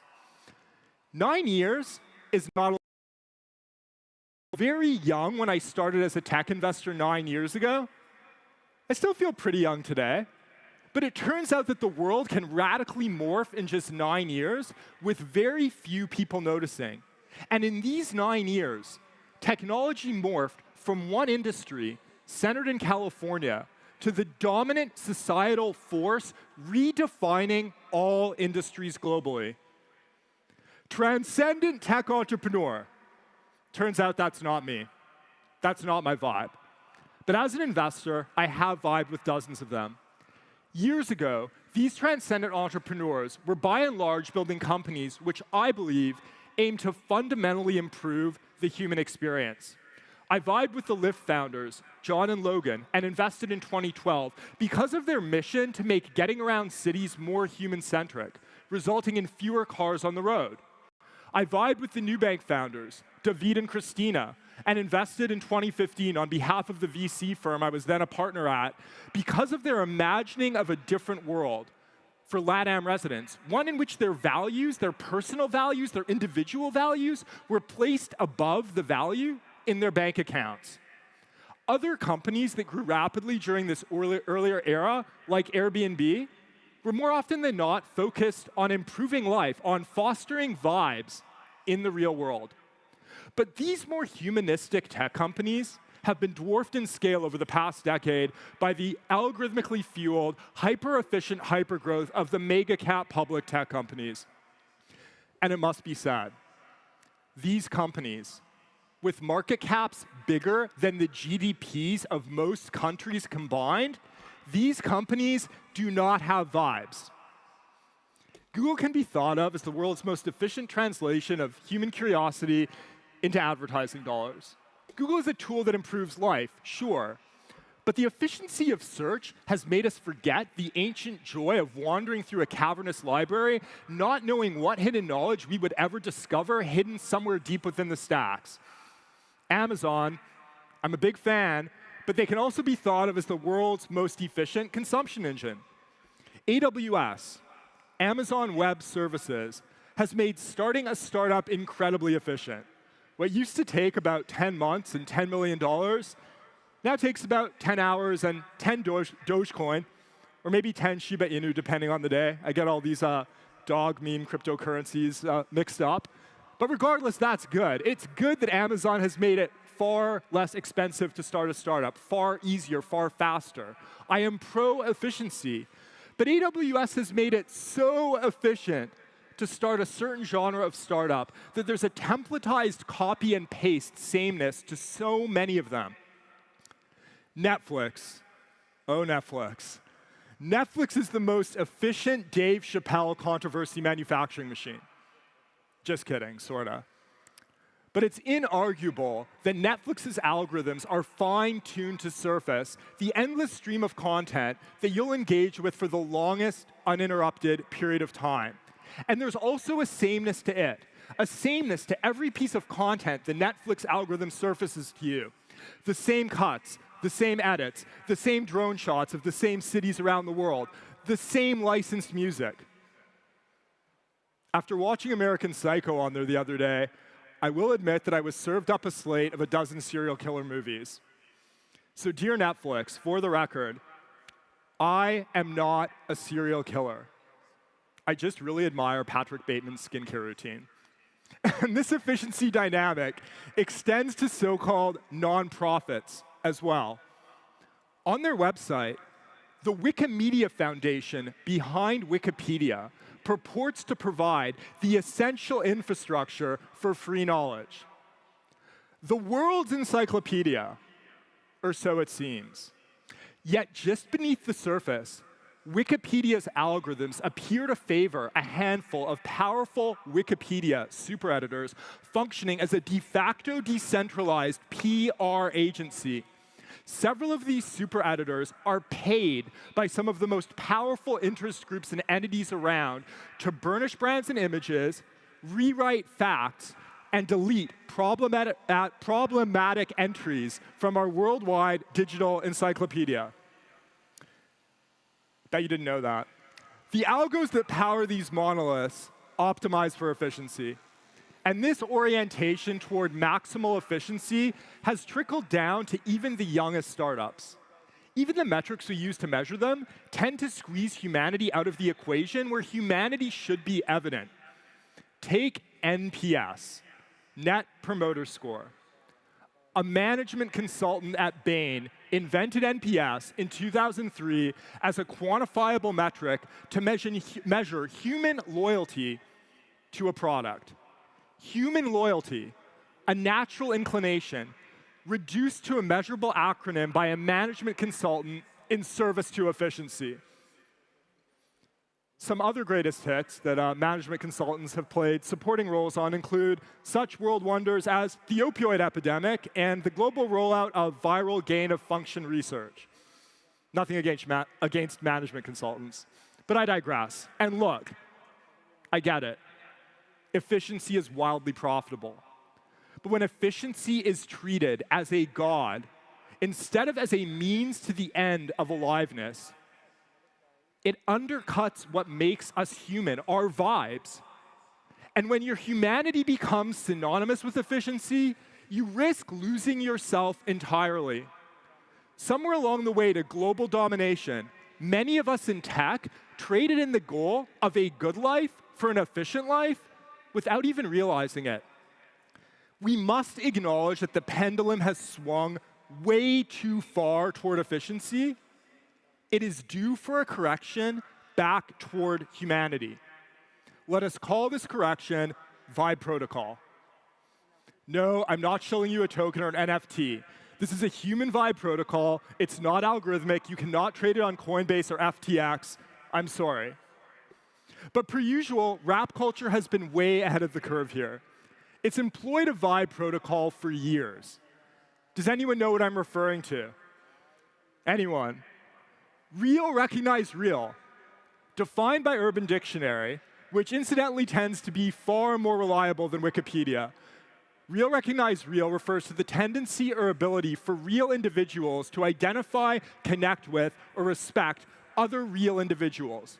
This is the process by which shared vibes are mutually identified, a natural process, an emotional quality capable of being sensed intuitively, one that happens most effectively in a place face-to-face with other humans, rather than the algorithmically mediated process of coordinating on efficiency.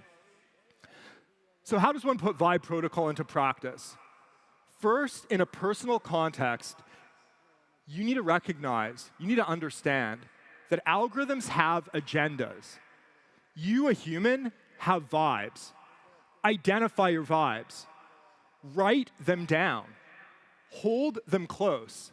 Algorithms should serve your vibes. They should not dictate them.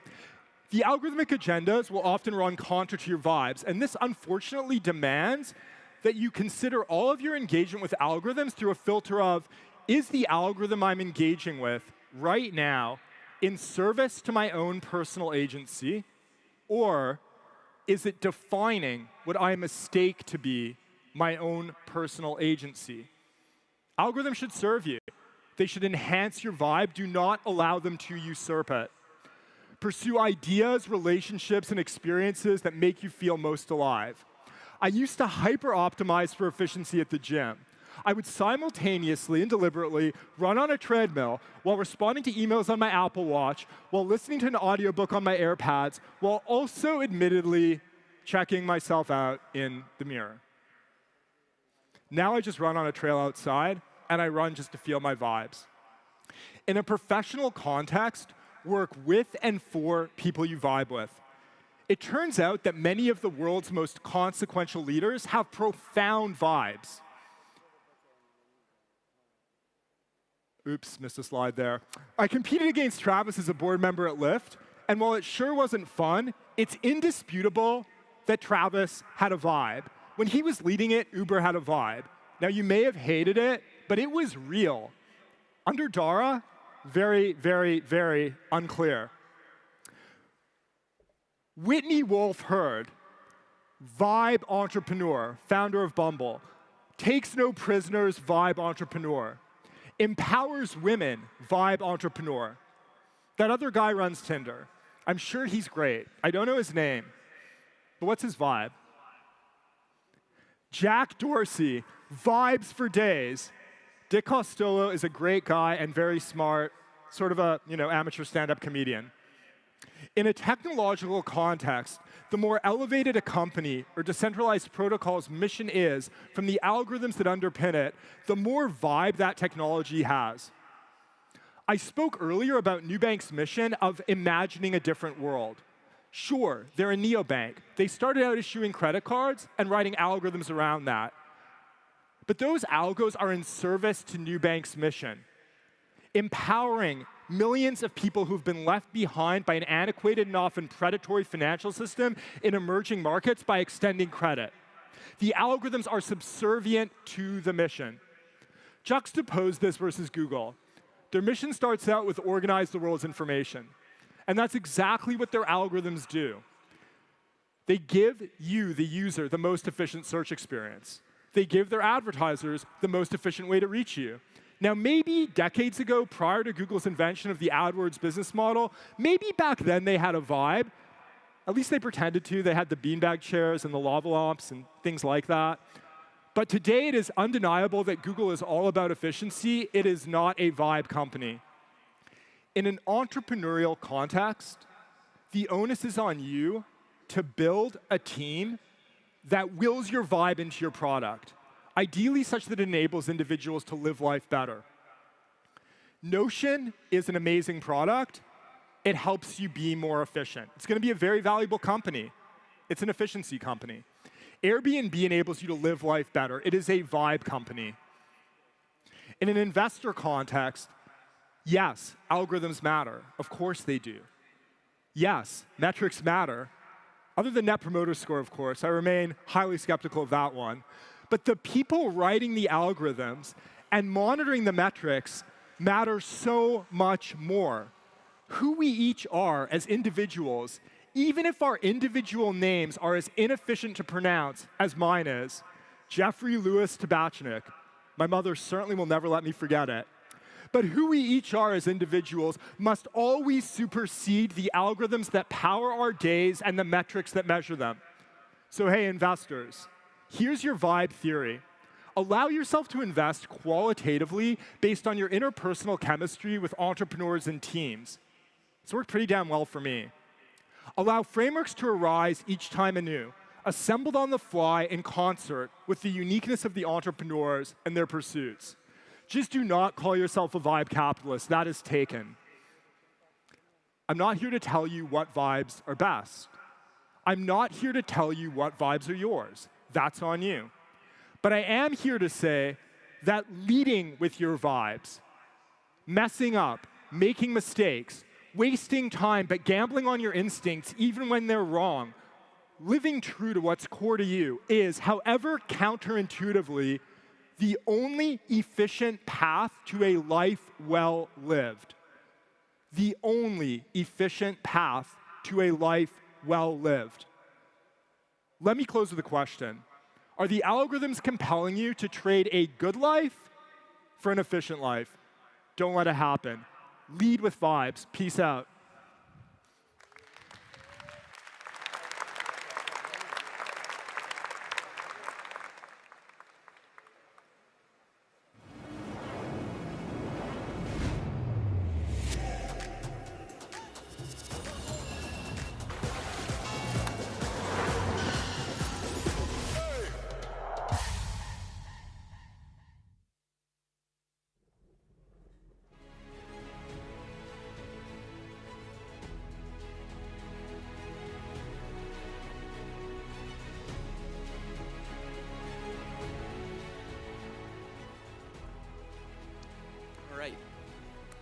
role of the digital economy in rebuilding our economies post-COVID will be vital.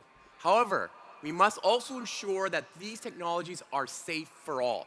For this discussion, we are joined by two leading policymakers from opposite sides of the Atlantic to discuss how to build a better world. Please welcome to the stage Matthew Kaminsky of Politico, European Commissioner Vera Jourova, and United States Representative Stacey Plaskett.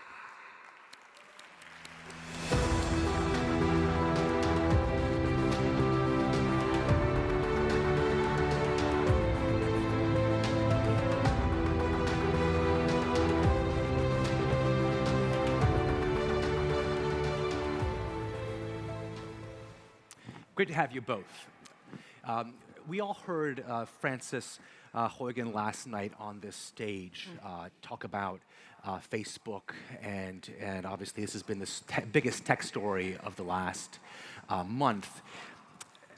And it brought my mind back that only 3 years ago we had the Cambridge Analytica scandal, and it's been 7 years since Max Schrank sort of raised the privacy problems with our social media platforms. And I want to maybe start with you, Congresswoman, and say, is this different now, and what do you think can change? I think this is different now because members of Congress recognize that platforms like Facebook are not really just a platform, that they are actually a delivery system that can be utilized by outside organizations to effectuate people's emotions, people's outcomes, what people do. And so they're not just giving information, they're creating content and actions on the part of particularly American people. And the American people are reacting to that. And so they're having a fundamental shift in their thinking about what these platforms do, and what their content and what their purpose is.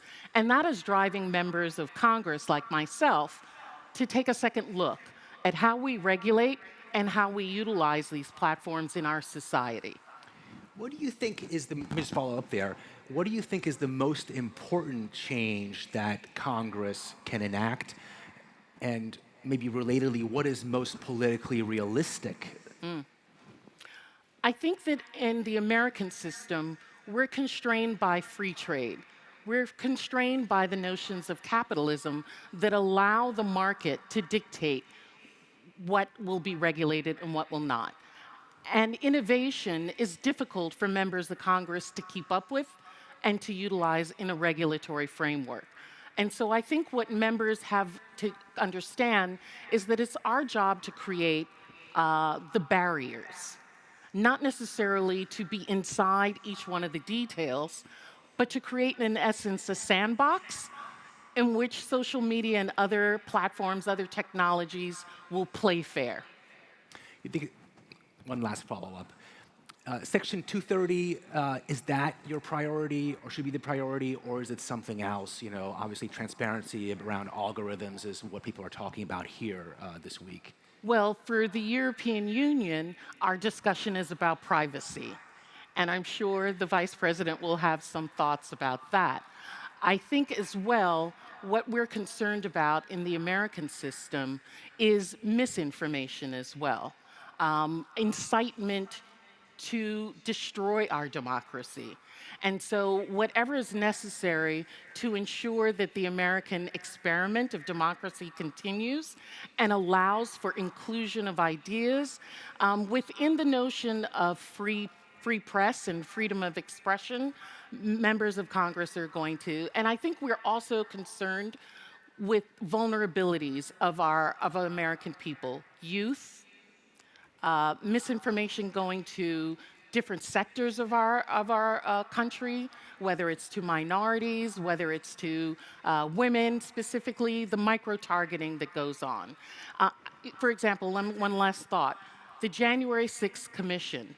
While the January 6th Commission's main objective is to determine how did we potentially lose our democracy, how did an insurrection on our election take place, they are also going to be involved in recommendations for change.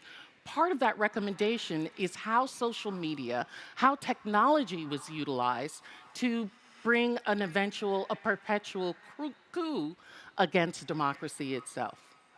Vice President Jourova, you were a commissioner in the previous commission, now you're a vice president. And I remember that you were previously a proponent of not imposing hard restriction on platforms and preferring the route of self-regulation. Have you changed your mind? Obviously, because we have already adopted legislation, and I myself was accompanying it with the phrase that the time of gentleman agreements is over. But I don't want to underestimate the positive impact of the agreements we had through the Code of Conduct Against Hate Speech or Code of Practice Against Disinformation, because for the time being, it was an important, quick arrangement. Because when we want to legislate in Europe, it takes years. But now we are in the stage of legislating. We have in the process the Digital Services Act, which is quite I would say, a revolutionary set of rules. And as Stacey said, in Europe, you didn't say we are obsessed about privacy, but we pay a lot of attention to protection of privacy. But now it's also about security, about protecting the elections, protecting the autonomous choice of people, protection of the rights of individuals. So that's why we shifted from gentleman agreements to legally binding rules, which will be binding to all the actors on the digital market. Matt, can I say something with regard to that? I think in the United States also, we have this tenuous balancing act, right? We want to have that, we would love to have the gentleman's agreement. We would love to allow the free market to do what it needs to do. Because for America, as we were discussing, our means of growth is through innovation, through technology allowing to continue to change and to grow, and recognizing that regulations could hamper that. At the same time, we have to balance that with privacy, with the misuse of technology, and ensuring that government is there to protect people while at the same time creating the incentives for technology to grow. President Obama famously said that the EU is unfairly targeting US companies out of partly a sense of envy and reflecting the inability of Europe to create its own tech giants. Do you think he's still right? You know, I think that we come from very different perspectives. I would not say that it's envy. I understand that the European Union has a different genesis. Right? They have experiences which America is now just experiencing. Notions of totalitarian rule, of dictatorships, a Stasi, a Nazis, who utilize technology or utilize privacy to do very bad things against people. I think in the United States, prior to the last administration, the Trump administration, Obama would never have imagined that social media could be used as a weapon against government itself. And now, because we have that experience, I think there's a recognition that there needs to be some safeguards that are in place that allow technology to continue to innovate while at the same time protecting people and protecting the system, the free market, and our society at large. Vice President, you mentioned the importance of privacy, and obviously Europe passed GDPR with a lot of fanfare. I think it's generally acknowledged that enforcement has been problematic, if not a failure. And I wonder, as you're thinking through this Digital Services Act, are you giving thought to changing who would be enforcing some of the rules that you want to put in place? I guess the other way to put this is, can you trust Dublin to enforce this act better than it's enforced GDPR? Or should the Commission step in and think of a different enforcement mechanism? As for Dublin, if you mean the Data Protection Yes, Authority, exactly. Yeah. of course, there is a permanent issue of maybe the lack of capacities or maybe the lack of money. I don't know which is problematic when you realize a big portion of work they have with the stop-shop mechanism, where really a lot of big players are based in Ireland, and they have to do the job. But for the Digital Services Act, we are not considering using the data protection authorities for the enforcement of the new rules. It will be up to the member states to design or to define the enforcers. And definitely there will have to be a lot of attention to the capacities needed to do the oversight properly, because there will be a lot of new work. Be a bit more specific. Who will be the enforcers, and will be shared among the 27 countries of the EU, or will one country be more important than others in terms of enforcing this? I would really love to see very well covered, this work well covered in all the member states. And I would even predict that the smaller countries with the languages which is spoken by a smaller number of people, there should be more effort to have well-functioning enforcer, because what we see already now on the code of practice and code of conduct, that the smaller languages are underestimated and not served well. So who will be the enforcers? Now the debate is ongoing. The member states will have to define the enforcers, and I believe that they will do it with full responsibility, relevant to the magnitude of the issues we have to cover. Let's talk about transatlantic relations a bit, since we have you both on stage. You seem to get along well, but it's clearly been difficult to reach a transatlantic consensus in recent years over what kind of rules should be set for this digital world that we're living in. Maybe let me ask each of you, what is one thing that your side, or your side, I guess, sort of Europe and America, might have to concede on to really come together in a way that America and Europe have not? After all, there's not even a privacy shield deal in place.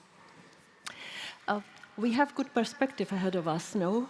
Because I think after some time of, let's say, partly frozen relations, so we being kind. Might start a new chapter. I believe that with United States, we face the same problems stemming from digital development, and we are based on the same set of values, and so we should maybe try to find similar solutions. Sure. Not the same solutions, because as Stacey already indicated, there are different traditions, different experience from the history and so on.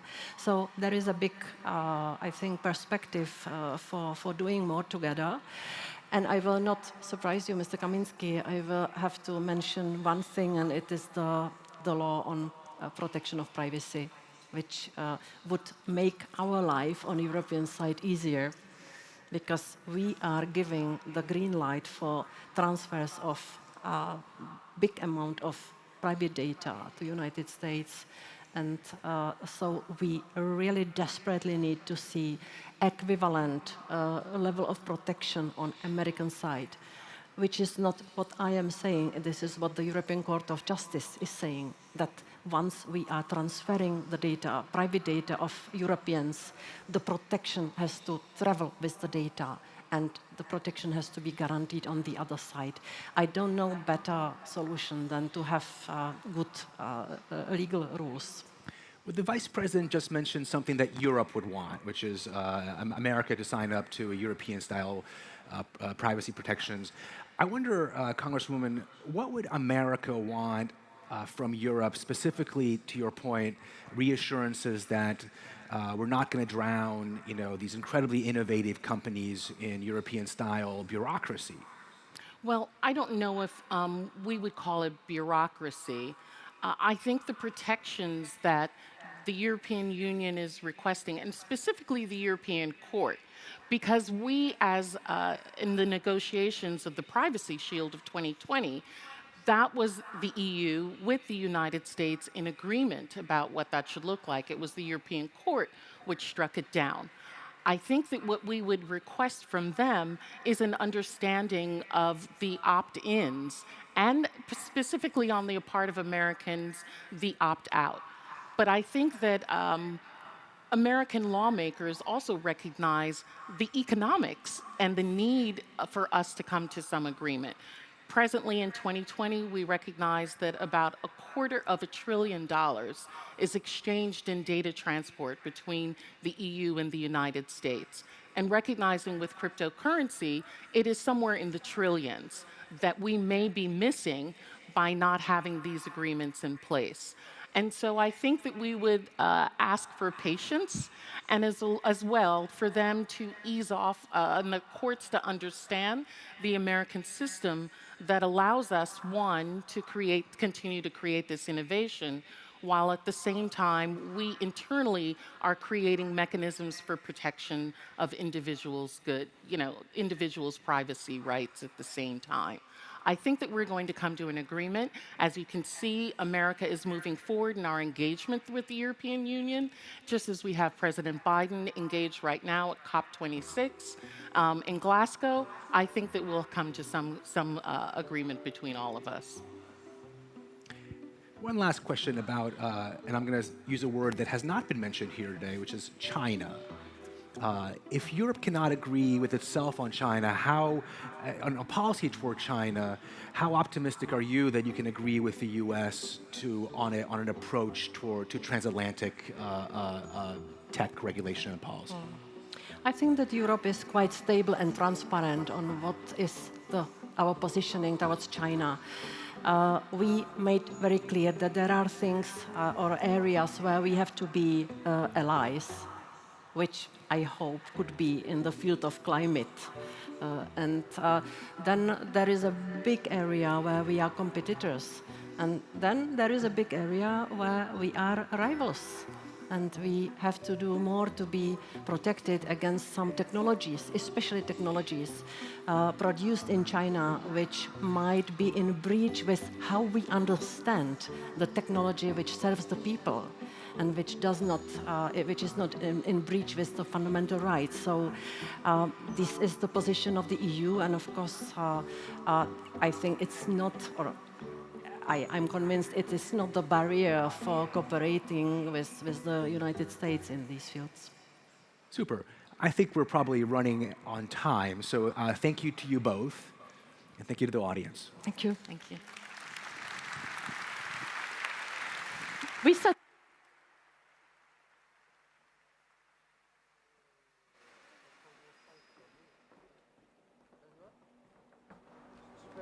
para entrar lá para tirar a coisa dos sofás, lá foda-se, não deixa nunca mais o meio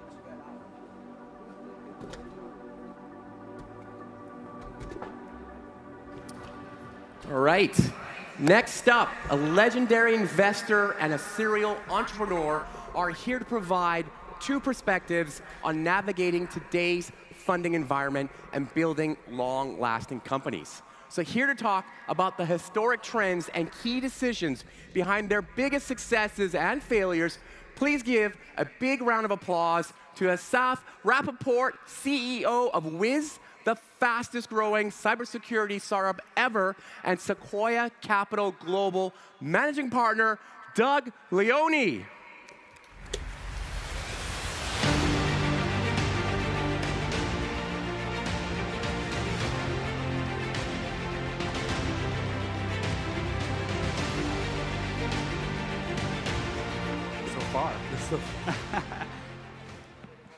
Let's get closer. Since we like one another. Wow, this is my 4th time in the Web Summit as entrepreneur. First time on that side. Super excited to have you with me. So Doug, you are like most well known for being one of the godfathers of the Silicon Valley. But actually, I think very little people knew that you actually grew up in this continent. What's your story? You know, it's a little insulting to be called the Godfather, being that I came from Italy, but I'll take it. So I emigrated from Italy at the age of 11 I came off a boat, not even a plane, to New York. I went to some good schools. I started selling computers for Sun Microsystems. I did enough volume that the board had noticed the volume I was selling, and I got to know these people called venture capitalists. I said, wow, I don't know what that is, but it sounds good.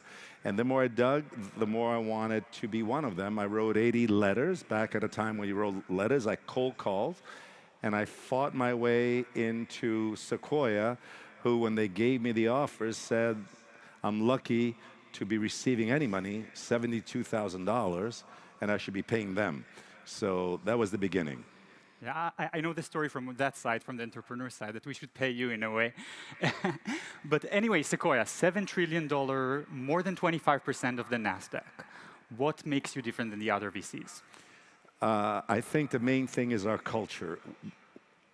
When you walk in a Sequoia office, there's all these adjectives, the resolute, the underdog, the dent makers. Those are the adjectives we look for in founders. We like spiky founders, founders that are overly ambitious, super smart, have something to prove, are angry at the world, something. And those are the same traits that we look for in Sequoia partners, because we want spiky partners who can see things when other people just miss it. So we have a terrific culture, a culture of risk-taking, a culture of understanding that the world is changing at a rapid pace, and we better be able to put ourselves out of business before somebody else does. That is the secret. Doug, you talked about partners and in your VCs. You know, there's a well-known story about an Olympic athlete that interviewed by you to become a partner in Sequoia. So it's a little edgy, but I once interviewed a man who said he won second place. Now, he could have said, I am thrilled to have come second. I am proud to have come second. I am pissed off to be second. All those are good, but he used the words, I won second. And that always stuck with me. You don't win second. When you're second, you're the first loser. And so we want people who want to win. We want founders who want to create very large companies, monster companies, whose market cap can exceed $100 billion. We're not interested in unicorns. We're interested in centacorns, companies that change how we live.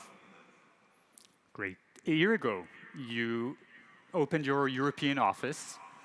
And you once said, like, if you cannot ride a bicycle there, don't invest in it.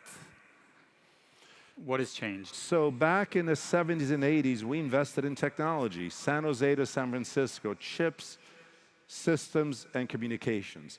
Suddenly, we became interconnected with the internet and the iPhone. Founders all over the place. Business models that were new. Founders went from being 42 years of age to 22 years old. And so we asked ourselves, where are the most valuable companies in the world going to be built? It took us to China first, India second, Southeast Asia third. We came to look at Europe a few times, most recently 6 years ago, and we thought Europe was a great economy, but not moving as fast. And then we noticed starting 2 or 3 years ago that market leaders were starting to come out of Europe. Think of Klarna, think of UiPath, think of Unity. Those are market leaders whose market cap in those 3 companies alone is over $100 billion. So we're interested in market leaders. Europe has more of it, great universities, great founders, and we decided to open an office here starting 18 months ago. So we have many entrepreneurs, I guess, in the audience, and many are intimidated by Sequoia and think for themselves, hey, we should keep Sequoia for last. What do you think about that? We like to be the first partner. Notice I'm using the word partner, not investor. And we are happy to invest $100,000. Airbnb, seed investments, Stripe, seed investments, many seed investments. And so the other firms would like to position us, go to Sequoia later. I will urge you that it's never too early to find a business partner with more scar tissue than anybody else that you could ever find. We have made more mistakes than any other investment firms. We're about to enter a 50th year. We've made more errors, and our goal is to help you, founders, for making fewer errors. So I would argue, come see us as soon as possible. Last week, you announced that you're forming like one investment fund, that you're going to invest everything from that fund. what does that mean for me as a founder, for your LPs? Think of it as permanent capital. We're no longer bound by the 10-year fund cycle. You now have the bad news or good news to have the ability to have me on your board for 25 years, meaning that we can now stay with companies without selling shares for 25 years, which means we can help you keep the entrepreneurial fervor when you're doing 10 billion in revenues.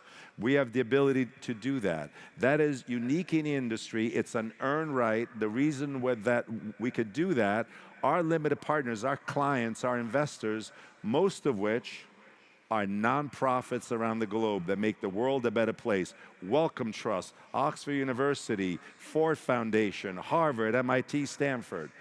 Those people have entrusted us with permanent capital, meaning they've said, please take our money and manage it for the very, very long term, which means now we can stay with you for a long time.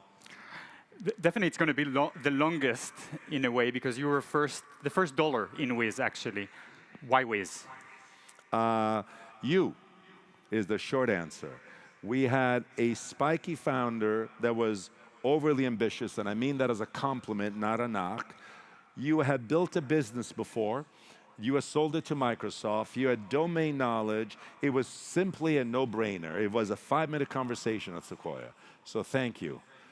But now I want to turn it around and ask you some questions. Tell us what Wiz does. And why does the world need another company in the cybersecurity space? What was the insight you had? So we're in a journey to make cloud less cloudy in a way. We're looking in companies and helping them and this organization to secure everything that they run and build in their cloud. And basically, if you think about it, this is probably the best timing to be in this market.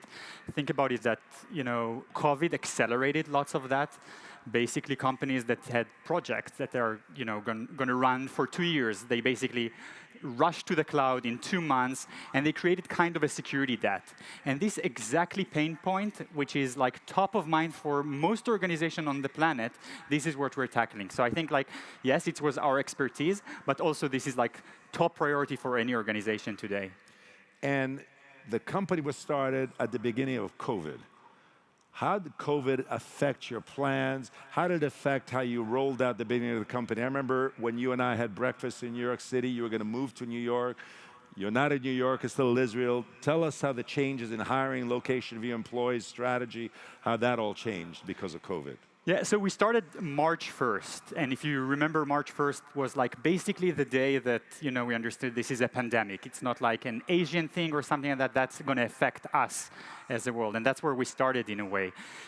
I'll be honest. On the first days, although I got great partners, I thought maybe I did a mistake. Hey, to run a startup that's risky, and to run a startup during pandemic is never done before. Having said that, probably in retrospective, that was the best timing to start a company. And I think that definitely in the security space and cloud security space that we got the attention from the CISOs. Again, top of mind, everybody are pausing their on-prem security projects and asking themselves, what can we actually do? People are working remotely. So timing was great for us. And also I'm looking at European and Israeli entrepreneurs, for example. You talked about the global market. For us to be in Israel with great talent, with a great cybersecurity talent in Tel Aviv, and to sell in the morning to the UK and to Lisbon, and in the afternoon starting New York, and at the end of the day talking to San Francisco, and all of that in one day without having any infrastructure. Like if I'm looking at my incumbents, for example, they have a sales office in every big city in the world in a way. So in a way, kind of which we were able to, as startups, to create a parity with the incumbents, which pushed us even more. One hint for a lot of you that want to start companies, dark times are terrific times to start a company. It's because a lot of people run away, there's less of a fight for engineers, and since you're going to be in R&D mode for the next year anyway, dark times, not boom times, are a great time to start companies. You chose us as investors, as business partners. I'm curious how you chose your investors in general. What was going through your mind? So look, it's not my first time with Sequoia, so that's one thing. So I had the experience, but when I think about how, who to approach, and money is not any longer like a differentiator. It's available in a way for the great companies. But you talked about the journey, and this is going to be a long journey. We're starting with a presentation that basically is in the trash can today. So we started with a very bad presentation, but we needed to start with a product market fit. So when you're choosing a partner, you need to think about, who's going to help you and assist you with finding the product market fit. That's first thing. But again, it's not ending there. And then it's about building the team and who's going to bring you the VP of sales or VP of marketing, and who's going to help you recruit these people and interview these people, and then how to scale your business. And then questions, about, hey, we're going to IPO. What's the right thing, what's the wrong thing, and post-IPO, what do you do? And very few VCs have the ability to support you along this journey. And I think that sometimes entrepreneurs are running or taking the first check that they're seeing, but not thinking about who's going to be their partner. And you mentioned that for the long term. So in the 34 years I've been in business, I've never seen a company start as rapidly as you have. I've seen companies grow like ServiceNow and others, but I've never seen a company go from 0 to something as fast as you.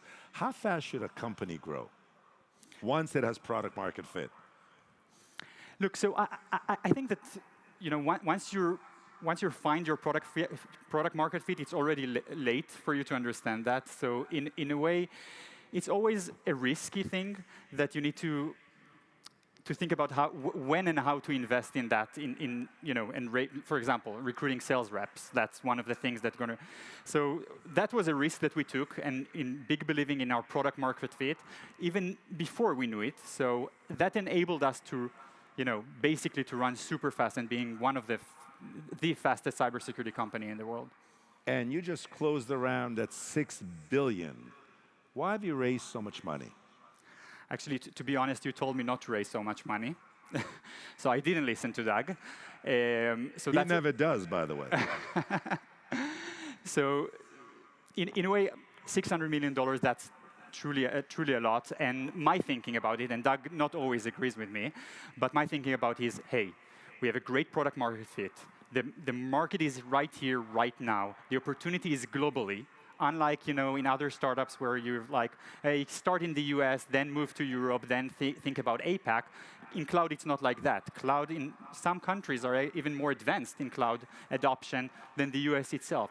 So thinking about that, hey, I need to grow in all markets, in all geography at one time. That's one thing. And the other thing that we thought about, that there are maybe opportunities for inorganic growth, and that's where we needed the cash. So that's kind of my thinking. I know you disagree with me, but we'll see. Time will tell. Well, I hope you're right. I'm rooting for you. Where are your employees, and where are you looking for talent?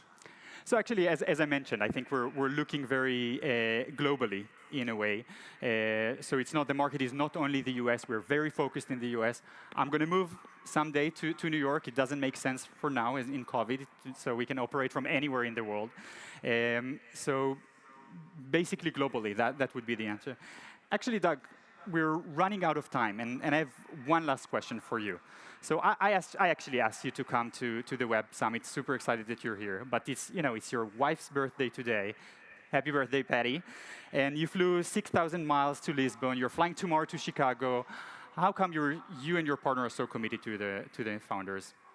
Look, we're privileged to be in business with someone like you. The older I get, the more lucky I feel to be in front, even an audience like this. There's a lot of people, I'm sure there's a lot of founders. It's really a unique moment in time where we are changing the world as a community. We are building new things, and when you've asked me, you are a successful company, you're a terrific founder, you asked me to come here on my wife's birthday, it was a 5-minute conversation with my wife, of course we're going to come. We'll do anything for our companies to help you win. It's our privilege and it's our honor. Thank you, Doug. Thank you. Thank you.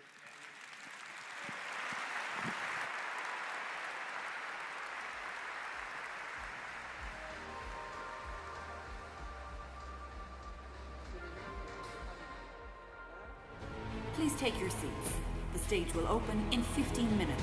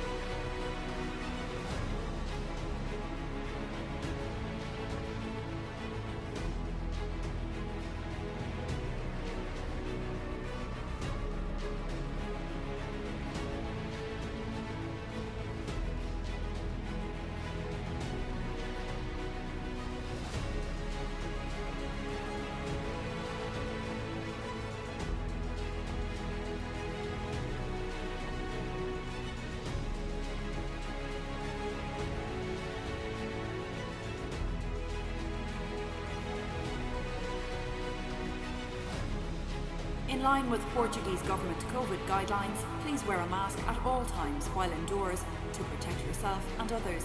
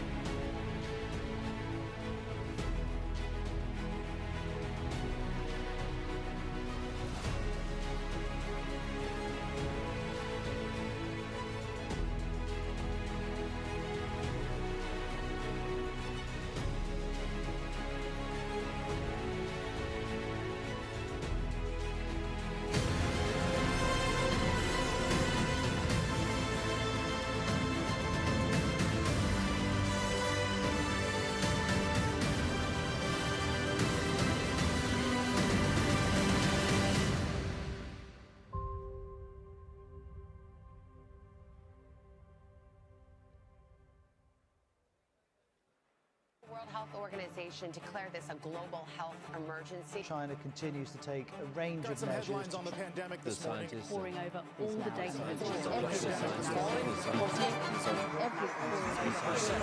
Web Summit pulled off a monster of an online event. To raising the profile of women. By far the best streaming entertainment of the week. Web Summit confirms return to in-person event in Lisbon.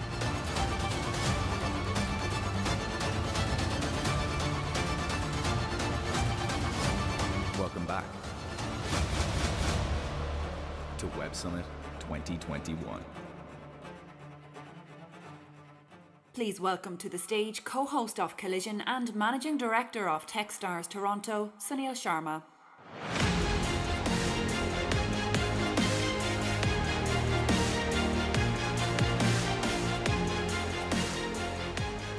All right. Good afternoon, everyone. I hope you've been enjoying an amazing first day here at Web Summit, which is the largest gathering of entrepreneurs in the world.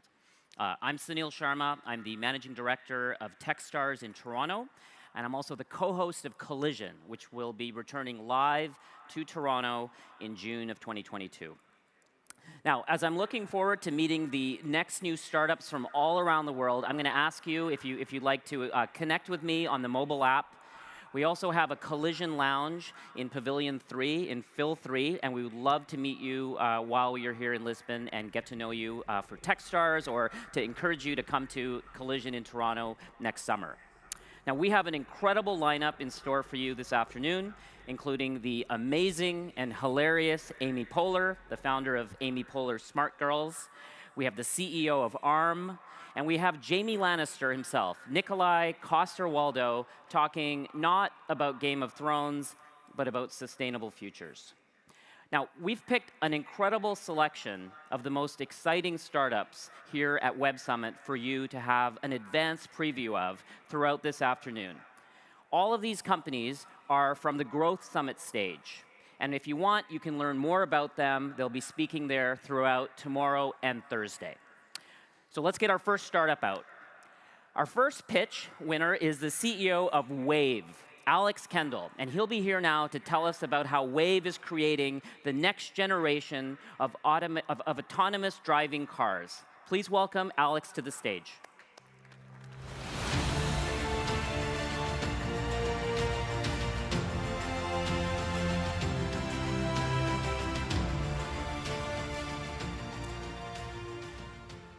It's fantastic to be back on the stage. Last time I was here in 2018, we were able to win the pitch competition. But since then, we've built the next generation of autonomous driving. This is going to completely transform the way we move people and goods around our cities. It's going to give us access to safe, sustainable, and accessible mobility. But if you think about this, this is a huge moment in the history of technology. For the first time, we're going to see autonomous and intelligent machines coexisting with our societies. And this is transformative, but what it does mean is we need a technology that we can really trust. We need a system that has the intelligence to scale and interact with our busy and complex urban societies. So that's what we've built with AV 2.0. This is an approach that moves away from the classical robotic stack and replaces it with one single giant end-to-end neural network. We learn to drive with end-to-end deep learning, and this lets us do things that no other AV system on the planet can do. It gives us the embodied intelligence to trust the technology to drive safely and scalably. And as a game changer for our product, so we don't need to tell our car how to drive in each new place it goes to. Our car can drive based purely on what it sees. But most importantly, we don't need to specify every scenario the car needs to drive through. But we can let data do the hard work and use machine learning to uncover autonomous behaviors that are more complex than humans can hand code. So this is the future, and this system can really generalize. We've trained it in London and taken it across the UK, driving environments it's never seen before. This is why this technology is going to be the first to deploy autonomous driving in over 100 cities. And here's the result.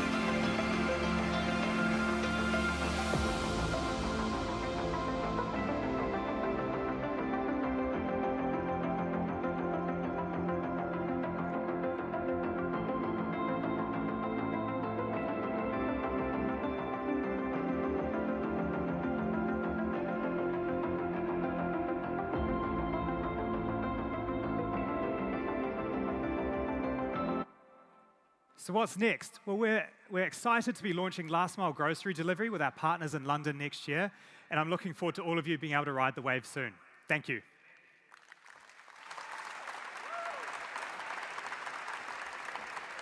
Great job, Alex.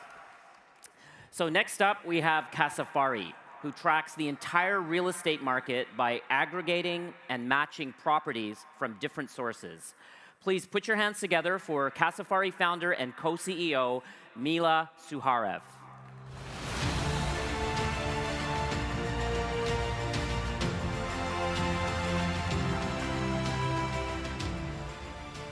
While walking in the city center of Lisbon, have you wondered who lives in these beautiful, bright-colored houses? Please meet Anna, 29, Lisbon native, or Alfacinha.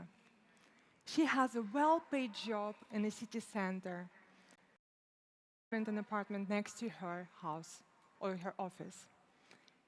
Yet she cannot afford it, like many young professionals around Europe, where housing market prices skyrocketed.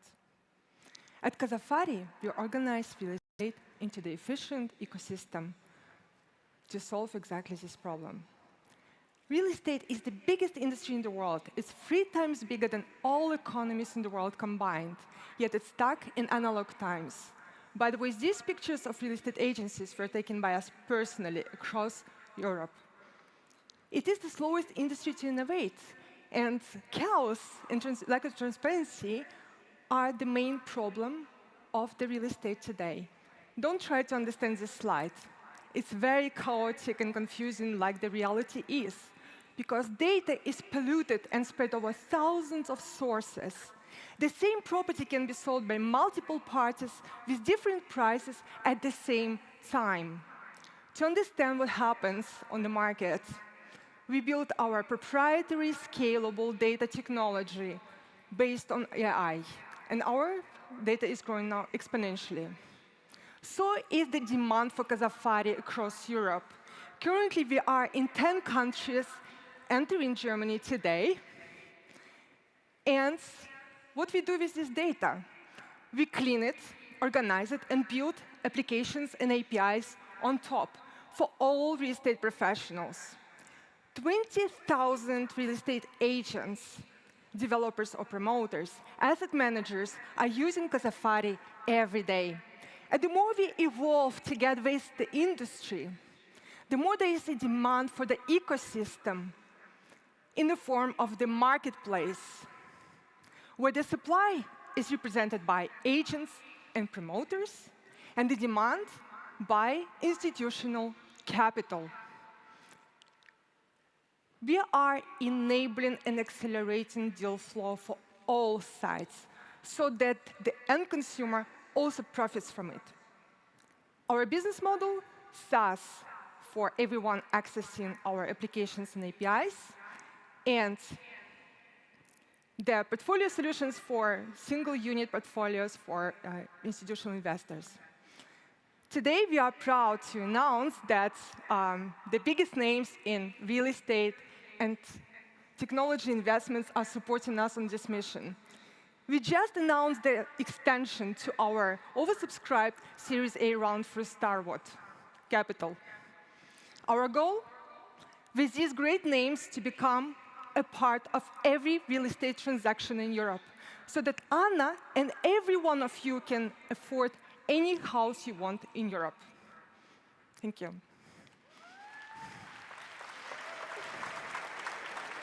Thank you, Mila. All right, up next, we have Doug Campbell, the founder and CEO of Solid Power. He will tell us how they are empowering an electric vehicle future. Please welcome to the stage Doug Campbell.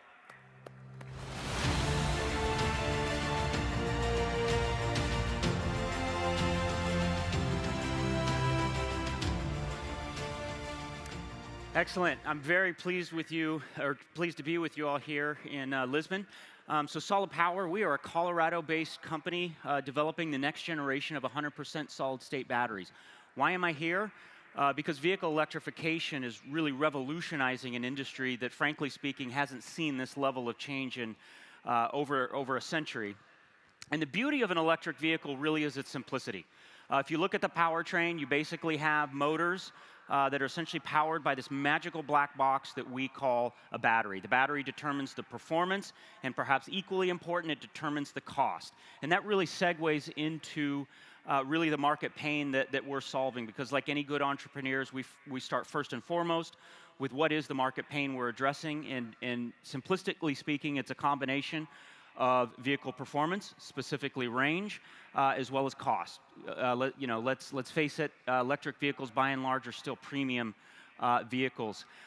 What is a solid-state battery? You're simply replacing liquid with all solid components, and that in of itself isn't all that exciting, but it's really what solid-state enables. And what it enables is higher energy by enabling new classes of electrode chemistries, substantially higher safety because we no longer have that volatile, flammable liquid electrolyte, so things like thermal runaway are non-issues, and then very high temperature stability, leading to things like the need for the elimination of pack cooling. For us, right now, it's all about scale, and it's about getting into full scale and getting these into vehicles in the next 18 to 24 months. Today, we are very much in the automotive scale ballpark, and we'll be increasing that moving into next year with our second facility, also in the Denver metro area. Of course, at the end of the day, where are you without customers? We're very proud to be working with Ford in the United States, as well as with BMW here in Europe. Those relationships go back many years, but now we have switched gears, pun intended, and we are now kicking off extensive vehicle integration programs with both of those automakers. So we're incredibly excited and incredibly proud of those partnerships. At the end of the day, as I said before, it's all about cost as well as performance. As I tell my team, we are in the business of delivering on dollars per kilowatt hour. Let's never forget that, because the #1 cost driver for electric vehicle is that onboard battery pack. And the way solid state enables lower cost is simple. It is literally simplicity. We are dramatically simplifying the designs of electric packs and modules by getting rid of a lot of the pack cooling needs, by enabling a much, much safer battery. And that ultimately allows the OEMs to really drive down the cost of their vehicles. Of course, overlaid with all of this is manufacturing. And this is what really makes Solid Power incredibly unique and powerful. And that is that we are not reinventing the wheel, so to speak, as it pertains to manufacturing. We have demonstrated that we can step right into existing gigafactories and switch those over from production of yesterday's lithium ion to tomorrow's solid state. So with that, of course, the fine print, and thank you for having me. Well done, Doug. Okay, our next speaker is revolutionizing how we use AI to improve our mental health, making therapy more accessible than ever before. Please give a warm welcome to the founder of Wobot Health, Allison Darcy.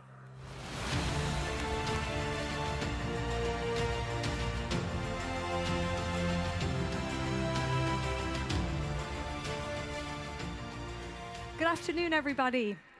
So I'm a clinical scientist, and I spent many years in the lab designing and developing the cutting-edge treatments. But I was always plagued by this one thought. It really doesn't matter how good our treatments are if people can't access them.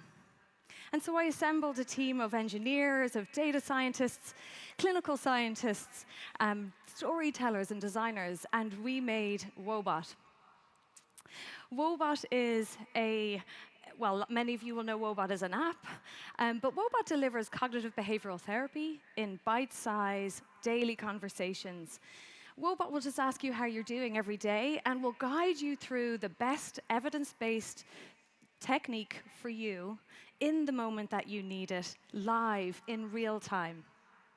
Now, the technical term for Wobot is a relational agent. That means it's software that is capable of replicating some of the elements of human-to-human relationships. And we started with the hardest element to recreate, which is bond.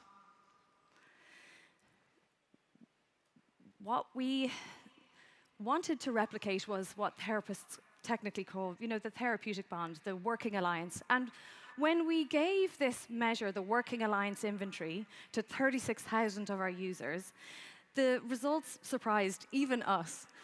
We found that within 3 to 5 days, people developed a bond with Wobot that was on a par with that created by human therapists and their patients as published in comparison trials. And not only that, but it seems to not erode over time. Now, we think this really is the secret sauce, right? This is the thing that allows people to meaningfully engage in the moment, show up with their whole selves, and engage in a therapeutic process, even if that's just for 5 or 10 minutes. And this is why we think we get really good results. We've done several randomized controlled trials, and we have a full program of research that shows that people can meaningfully and significantly reduce their symptoms of depression and anxiety in as little as 2 weeks. Now, the thing about a relational agent is that it's not just about being there for someone in any given moment, or indeed across the length of an intervention, but it's about being there for people over time, right? Through the ups and the downs, the highs and the lows, because this is what real mental health looks like. This is what life looks like. And so I'd like to invite you to consider the opportunity that is created by a technology that sees us for who we really are, that welcomes us, that listens rather than trying to sell to us, that is there for us in a moment of need, and to meet us where we're at. Because this really is the future of mental health. Thank you. Thank you, Allison.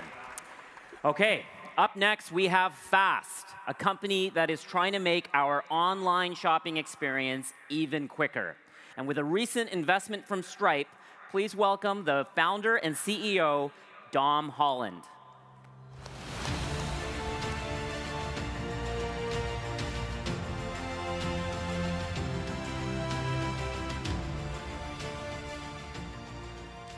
The company I'm about to present was born in Australia at a Brisbane kitchen table. 2 years ago, I was the first and only full-time employee armed with nothing more than a bold vision, hoping to change the face of e-commerce forever. I got on a plane from Australia to Silicon Valley. And now I'm proud to be leading one of the world's fastest growing companies just 2 years later with over 300 employees in 4 continents. Hi, I'm Dom. I'm the co-founder and CEO of Fast. Our mission is to make buying online faster, safer, and easier for everyone. I started the company after watching my wife's grandmother sitting at our kitchen table, ordering groceries, forget her password, and just couldn't check out. Preposterous. And it's a problem that I'm sure all of you have faced. Even this week, you forgot a password, your wallet was at the other end of the house, or you just couldn't be bothered going through pages of endless checkout forms over and over again. And for business, this is billions of dollars a day in lost revenue, trillions of dollars a year, because people just close the tab and go elsewhere, typically Amazon. And so we set up to solve this. We built Fast, the one-click checkout for the entire internet with no passwords. We built Product Page Checkout. We're the pioneers and the giants of Product Page Checkout. Because there's no need for customers to click Add to Cart, View Cart, Checkout, and then go through some long flow. Just let them buy with a click.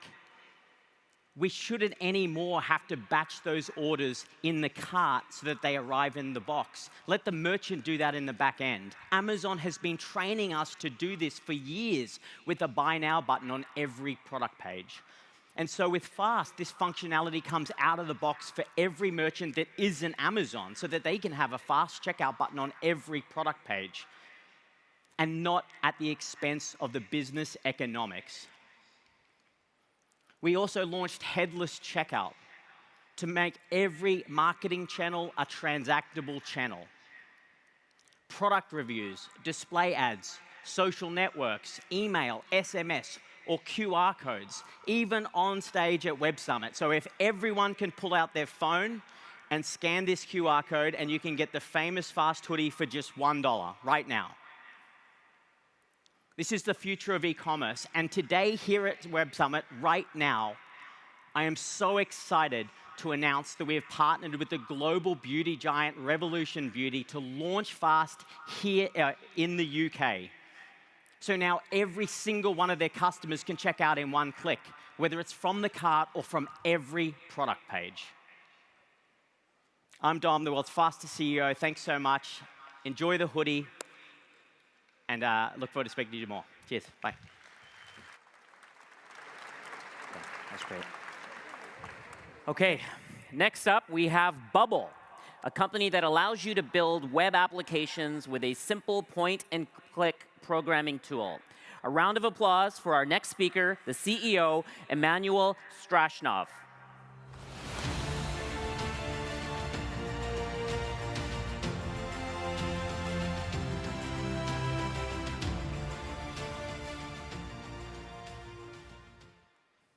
Good afternoon, everyone. It's great to be here 2 years later, where I presented at Web Summit Bubble for the first time.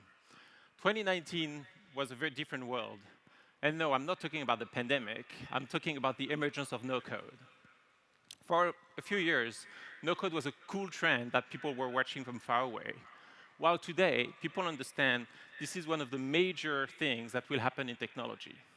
And the reason is because this will basically help solving one of the most important problems the business world faces today, which is that creating software is hard, slow, and expensive. From the solo founder to the biggest organizations, creating software to respond to business needs is a very complicated endeavor. And no-code, and Bubble in particular, solve this problem by expanding dramatically who can build software through a visual interface.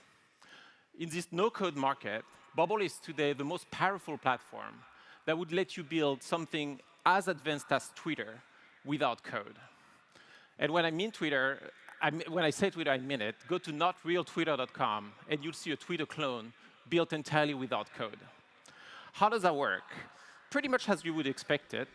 You drag your interface, you draw your interface by dragging and dropping elements, and then you program it by defining a workflow like you can see on this screen. One of the things we hear often about no-code technologies, and new technologies in general, is that that is good for prototyping, but not for scale. Well, let me share a few stories. The biggest user that we had in terms of financial success has raised over $300 million on a Bubble build platform. We've seen companies get into accelerators, Y Combinator. A few of them are actually presenting today in Web Summit Alpha. Bubble apps are actually built for scale. We had a little bit of a non-traditional journey. We started 9 years ago, bootstrap our product for 7 years to make sure we would actually build the right feature set to enable people to build something like Airbnb or Twitter. We raised the very first round in 2019, and we recently closed a $100 million Series A earlier this summer. The goal for us going forward is to invest very heavily in education and evangelization to make the message that it is now possible to build software without code loud and clear. Today, Bubble counts more than 1 million users. About 13,000 organizations are using us for their entire IT, and we have an extremely engaged community and ecosystem. So the last thing I want to leave you with is, why is this important? Why do we care about this? We care about this because computer literacy is one of the biggest issues technology will have to solve going forward. It is not OK to live in a world where less than 1% of the world population creates a tool that everybody uses. We need to create more inclusive tools. And what we've seen in history over the decades is that visual tools are actually the way to do this. So I really hope you can help us join and accelerate this movement. Thank you very much. Amazing. So our final breakout speaker today has traveled all the way from San Francisco. Please welcome to the stage the co-founder and CTO of Nihilus, Christine Spang.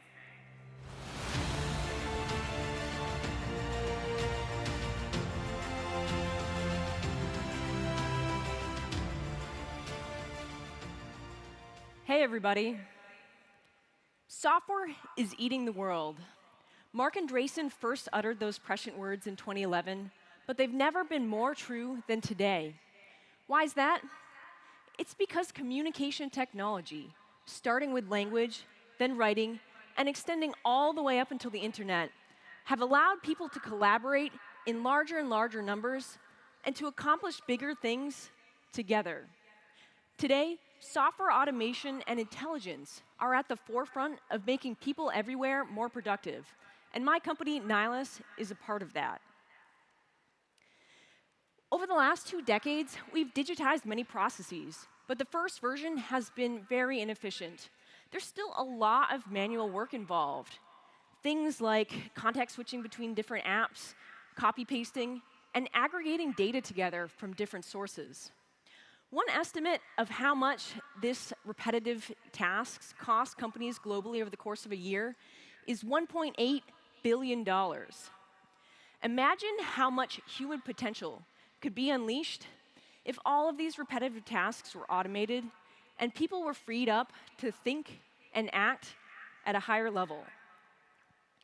Nihilus makes people more productive by providing simple communication APIs that abstract away the complexities of dealing with bidirectional communication data. This saves time both for developers who are implementing those automated workflows, as well as for the end users that interact with the results. We've worked with hundreds of leading companies, automating and streamlining everything from scheduling workflows of all types to things like extracting and structuring important information found in email data. These workflows are embedded directly into our customers' applications and internal tools. Nihilus runs behind the scenes, letting our customers' applications shine. How does the platform work? We've built a data engine that connects to communication channels. It parses and transforms the data and provides developers with simple, universal data objects, think JSON, that they can connect their applications and things like data pipelines. We also provide other building blocks, things like pre-integrated UI components that people can customize and connect directly to front-end applications. When a developer builds versus Nihilus, they end up writing 100 times less code than if they had built from scratch. This means that customers can take to market much quickly features that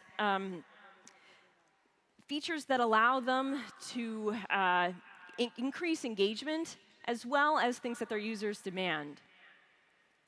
It's super fun for me to be up here on the big stage at Nihilus. The company's come a long way since the last time we were here. We've recently raised over $100 million in Series C financing. Our revenue is over doubling year over year. And the thing that I'm most proud of is that we've built and maintained a world-class culture while growing quickly. Check out our booth E330 in Pavilion 3, or check out our website if you're connecting remotely. It's nihilus.com. Thank you. Hey, that was awesome, Christine. Okay, so that's a close. I want to say thank you to all the startups who are pitching just now. And if you want to meet them or take a meeting with them, please do connect with them on the app. They're all here to meet with you. That is it for breakout startups. Don't go too far. The afternoon sessions are going to start here on center stage in 15 minutes. We have the Washington Post, Yahoo News, and Reuters up first. So we'll see you in 15 minutes.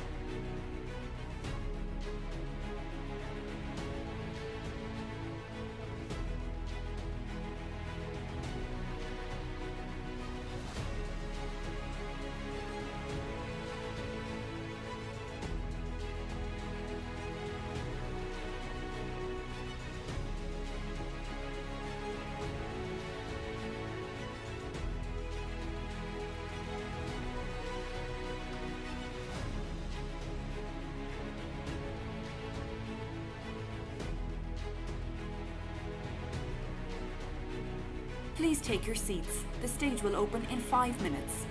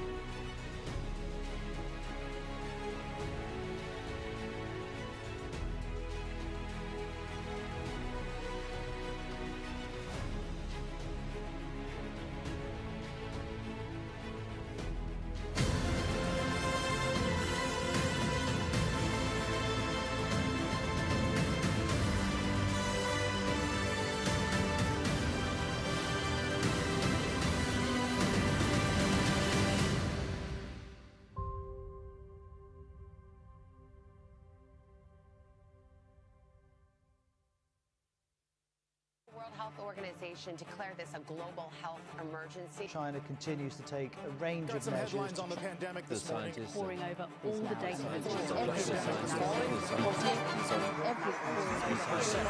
Web Summit pulled off a monster of an online committed event. to raising the profile of women. By far the best streaming entertainment of the week. Web Summit confirms return to in-person event in Lisbon.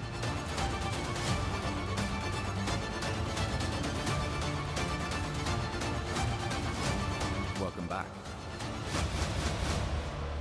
to Web Summit 2021.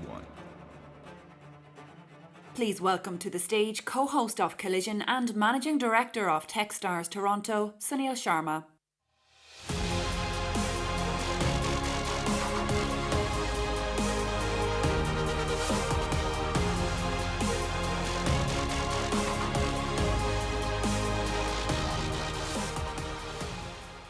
Bias, spin, and hidden agendas. The charges made against the mainstream media have never been so many. But how do the leading editors plead against the cries of fake news? And what can they do to fight back against the wave of anti-media attacks that threaten the industry's legitimacy and perhaps its very survival? Please welcome to the stage Erica Allen of Vice Media, Kat Downs-Mulder of The Washington Post, Daniel Kleidman of Yahoo News, and Reuters' Alessandra Gaglioni.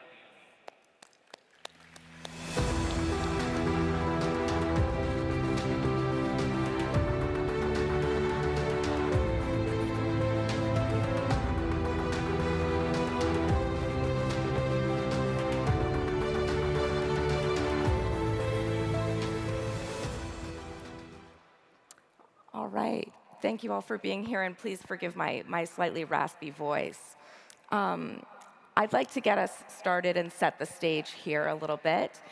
A recent Reuters Institute poll found that actually, of 46 countries polled, more than half of them have less than 50% trust in the news. The US, where a few of us live, had the lowest percentage of trust in news at 29%. The highest was Finland at 65%. So I'd like to start and just ask the question of this panel, why do you think there is such great distrust in news today? Alessandra, why don't you start us off? Well, it's a great, big question. Maybe I would raise two things, polarization and disintermediation. As the world has become more polarized, politics has become more polarized, society has become more polarized, some media has become more polarized too, and I think that has eroded trust. At the same time, this is not a recent event clearly, but over the past decade or more, social media and other platforms have allowed a disintermediation so that governments, institutions, individuals no longer need to go through the press to get their messages out. And so you have this sort of cacophony of news, and perhaps that has eroded trust as well. At the same time, I think it's a great time to be a journalist as a result. So I think it helps us chart a path forward. Dan, do you have a perspective? Yeah, well, I agree with everything that Alessandra just said. And I think there are other factors as well. I think you can't look at distrust in the media in a vacuum. We are part of a larger phenomenon of distrust in institutions, whether it's government or business or NGOs, in fact, and the media, and in particular distrust in institutions that are considered elite institutions. And I think that is part of the problem with media these days, is we are generally considered elite, and there are these populist forces out there that are arrayed against people and institutions that are considered elite. And I think it offers an opportunity for the media to do some interesting things going forward. I will say, just very briefly, that to earn back trust, which I know we're going to talk about, this isn't going to happen quickly, and it's not going to happen just because of what we in the media do. It's a much larger proposition, and I think we have to think of it in that context. Yep, just to add to that, I think the idea of more things coming in between us and the audience is a really important one. Many years ago, decades ago, we all had a shared context. Whether we looked at the same newspaper in the morning because it was part of our community, or whether we watched the same news at night. And that shared context has eroded over time as we have more and more that cacophony that Alessandra mentioned, more and more things competing for our attention, and the ability to construct our own verticals of information, select the creators that we directly go to for news, select the institutions that we do trust to, I think that idea of things kind of coming between us and the audiences is a really important one. Well, you've mentioned it a little bit, but I wonder sort of what barriers to building trust back up exist. I mean, I think we've talked a little bit about the self-selecting and technology and partisanship, but what do you see as the main sort of challenges that we have to overcome as an industry? Should I jump in? Yeah. Well, I think that this, it's just sticking on the theme of sort of a lot out there, right? And I think the role of media organizations is to help find that path through. I mean, I can speak best, obviously, for us and for Reuters. I mean, what we try to do is we try to follow the path of strictly fact-based, rigorously fact-checked journalism. That we believe that is one of the reasons that we are considered one of the most trusted news organizations in the world. And at a time when there is this polarization that we've talked about, telling it straight, telling it down the middle, and being very careful to hear the other sides and to reflect the other sides is a really important part of that. So I think a lot of the way to sort of erode these barriers is, a lot of it is in on our news gathering and news production and what we do every day. And that includes, as I said, being rigorous. That also includes acknowledging when we make mistakes. One of the reasons I think that there has been this erosion of trust in the media is that, and it ties into your elite argument, is that journalists have often put themselves as the story, whereas we need to put others in the story. We need to take ourselves out of the equation. And part of that means acknowledging that sometimes we are only reflecting the first draft of history and that actually it may be wrong. And when it's wrong, we have to be sure to correct it as fast as possible. Yeah. I want to follow up on that just quickly, if you don't mind. I think that I have seen a lot of audience people saying that they are looking for that straight down the middle, unbiased news gathering and reporting. But I think that an interesting element is that when you see the numbers and traffic and what people read, they are also after something that's a little bit more emotional and maybe even sensational. So I wonder how we sort of navigate those challenges of what people are actually clicking on or tuning in to watch, and what we know and have a responsibility to deliver. Well, if you've heard that here, I hope some of our sales executives are here just getting business. No, but you. Well, that is a big problem, and the incentives in the business are obviously to get people to click and read your stories, and emotion does well, but you have to be disciplined about that. I want to pick up on Alessandra's point about facts and fact-based reporting, which is so crucial. The challenge is that we're living in an era where facts are under assault. And so one thing I would add to that is we have to find ways to make and encourage people to embrace the facts. And one way to do that is, again, picking up on what Alessandra said, is to listen to people, is to be able to tell their stories.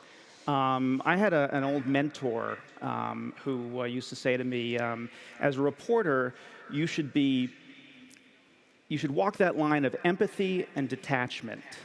So, for example, just very quickly, there are a lot of, talking in the American political context, I think there are a lot of people who are, anti-elites, who are Trump supporters, who maybe are going down some of these conspiracy theory rabbit holes. And we have to do a better job of reflecting their stories and understanding them. And we write a lot about climate change, as we should. This is happening as the Glasgow conference happens. But it's also important to write about some of the economic impacts of climate change for people in certain communities who are going to be losing jobs. We have to hear those stories, and we have to have some level of empathy when we write about them. Yeah, I mean, I think that the metrics can lead us in the wrong direction, as you said. It's really important for us to combine raw numbers with insights about the impact that the journalism is having. I mean, I think that in this environment where this idea of fake news is just so prevalent. I mean, 10 years ago or 15 years ago when I started in journalism, that phrase wasn't part of our common lingo, and now it is. Every time you come in contact with a piece of work, you wonder, is this real? And if we feel that as journalists, then I think that the audiences are feeling that to just an extensive degree. And so we have to do more, and we're very focused on this idea of being able to help people understand the information that they're coming in contact with. Is that original sources and documents that they can dig deeper into? Is this transparency through footnotes and annotations about the ways that we did the reporting, who did the reporting? I think those kinds of signals are absolutely essential for getting people to understand that the information does have value, that it's not a commodity. And obviously that also plays into the idea of getting people to pay for news eventually, because they understand that it's not something that sort of, just pick up and put it down. And I think we're just very focused on trying to build some of those trust signals into our everyday experiences. We would like to think that those trust signals have impact, but what we've also learned as we've studied this is that it takes a lot of those signals to have any kind of effect. For example, most news websites have both news content and opinions content. So not just straight facts, but also context and analysis around the facts, debates and arguments around the facts. And we studied, people's responses to the article pages that we had for those opinions articles versus the news.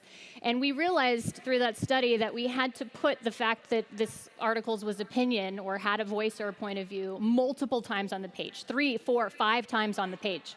So if you go to WashingtonPost.com and you look at an opinion story, the word opinion is in the headline, it's in the byline, it's in the body, it's in the there's colors and all that kinds of thing. Because the signals have to be very, very strong in order for people to perceive them. So I think that we have to be much more aggressive than we may be comfortable with in order to assume that people will pick up on anything, beyond the basics. I just want to... sorry. Oh, sorry. Go ahead. Oh, no, I was just going to say to your original premise, while I concede that people ultimately like to read or view what they already know. I mean, people like their own biases to be confirmed. I think that is true.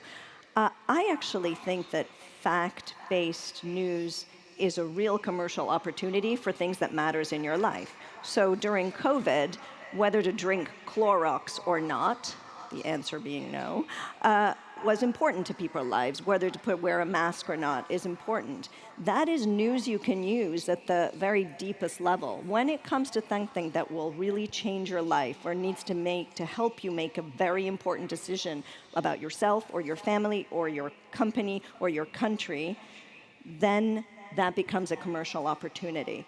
And also I think we need to look at it globally, because decisions of the world are really micro decisions of different people, in our case of the 200 locations where we operate. So I do think there is a business model there. That is 100% true. We found at Yahoo News that when COVID started and we realized how complicated the story was, conflicting information, science that was evolving, and we also did a lot of explanatory journalism. And those are some of our best performing stories. And similarly, during the election, when there were all these questions about voting, mail-in voting, and meanwhile, people were trying to undermine faith in elections and in voting, and we found that the more practical information we put out there about how you can vote, and where, and all of that news you can use information performed really well. It is a real service, and it was and deeply relevant to the lives of people. And that relevance point is important. I want to take the last few minutes that we have here to talk about the next generation of journalists and what you all would give in terms of advice to people who are entering the journalism profession right now, the industry, knowing that the trust levels are at pretty much an all-time low, and what they can do to continue pushing toward that, and sort of how they should think about entering the industry. Kat, do you want to start? Sure. I mean, I think that focusing on the facts is absolutely essential. I think the integrity of journalists and journalism is paramount to continue, to sort of coming back, if we ever can come back fully from this sort of crisis in trust in the media. I think that's very important. I think that's sort of in keeping, we have to make sure that we develop authentic connections with audiences. So how do they see us as people who have processes that we follow to produce great work? That means that we need to go to the places that they are, and we need to explain who we are and what we do. And I think if we keep the facts at the heart of our work, and we show people how we do it, and we emphasize why it matters, that over time we will be able to build back up that credibility and that trust. Learn to report. Reporting is the foundation of good journalism and factual reporting, as we've been talking about. I would limit the amount of time you spend on Twitter and social media because it distorts what's really going on in the world. In the United States, I think about 20% of adults are on Twitter, but there's a very small subset of those people who are disproportionately influential. So if Twitter is shaping your views of what the most important stories in the world are out there, then you're not serving your audience. So that's one thing I would say. I'll say one thing, but before there's one thing that we didn't mention, which I do think is important. I'm sure the both of you will agree. One other thing that has eroded trust in the media is that often the media does not look like the people we are covering. And that's why we are not considered credible. So it's really imperative upon newsrooms to become like the world that we cover, to become more diverse in our, not only in who we are, but in what we cover, and to expand our horizons in the sorts of stories we cover them and how we cover them. We could talk for days about that. In terms, I totally agree with facts. I totally agree with shoe leather reporting. I think journalism is a mission. So I would say, follow that mission, break glass, have fun. I think we have time for one more question. I guess I want to really drive home what we're talking about here. What are the stakes if we don't correct course here and get trust back in news and what we're putting out and what people are reading on the sites and the papers that we all work for? I mean, the stakes are incredibly high. I mean, in order to have a functioning society and functioning democracy, we have to have underlying facts that we can agree on and debate in order to figure out what policies and practices we should have as a culture and a society.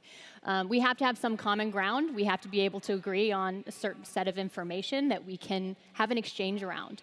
And so I think being able to engage on the same facts is critical to the continued functioning of government.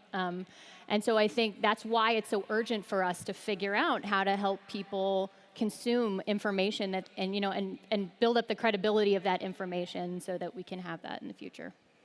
I mean, credible information is the coin of the realm.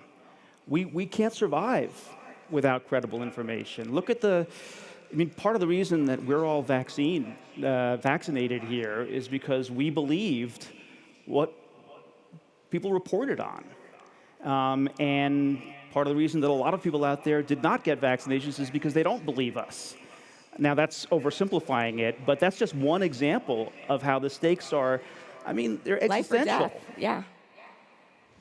Yeah, I was talking the other day to a dear colleague of mine who spent a year and a half in jail in Myanmar because he and his colleague were telling truths that the government didn't want them to tell. And even from jail, they both insisted that we continue publishing their work.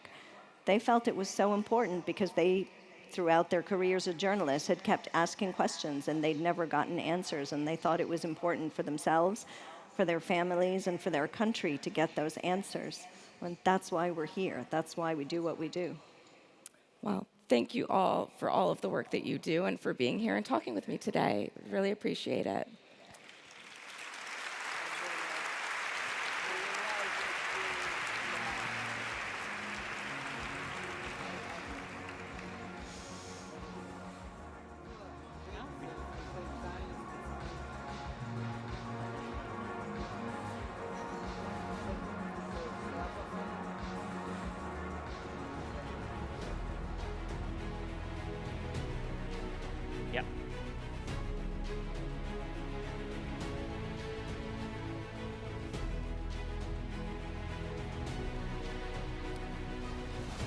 So it seems as humans we are perfectly happy to be sleepwalking into oblivion when it comes to climate change. And without radical action, we could be facing the end of the world as we know it. So to continue to discuss the fight to ensure that global goals are successful for everyone, please welcome to the stage Matthew Garahan of the Financial Times, Mick Tobu-Carlson of Mindpool, and UNDP Ambassador Nikolai Coster-Waldau.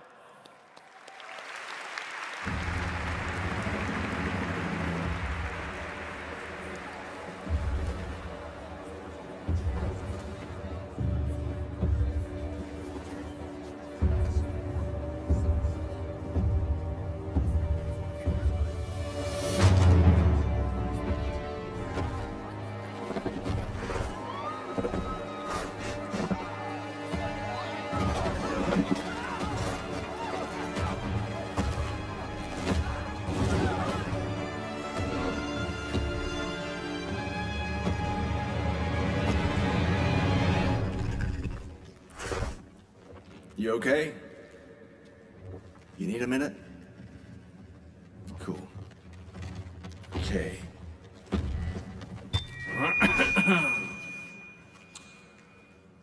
Listen up, people. I know a thing or two about extinction. And let me tell you, you'd kind of think this would be obvious. Going extinct is a bad thing.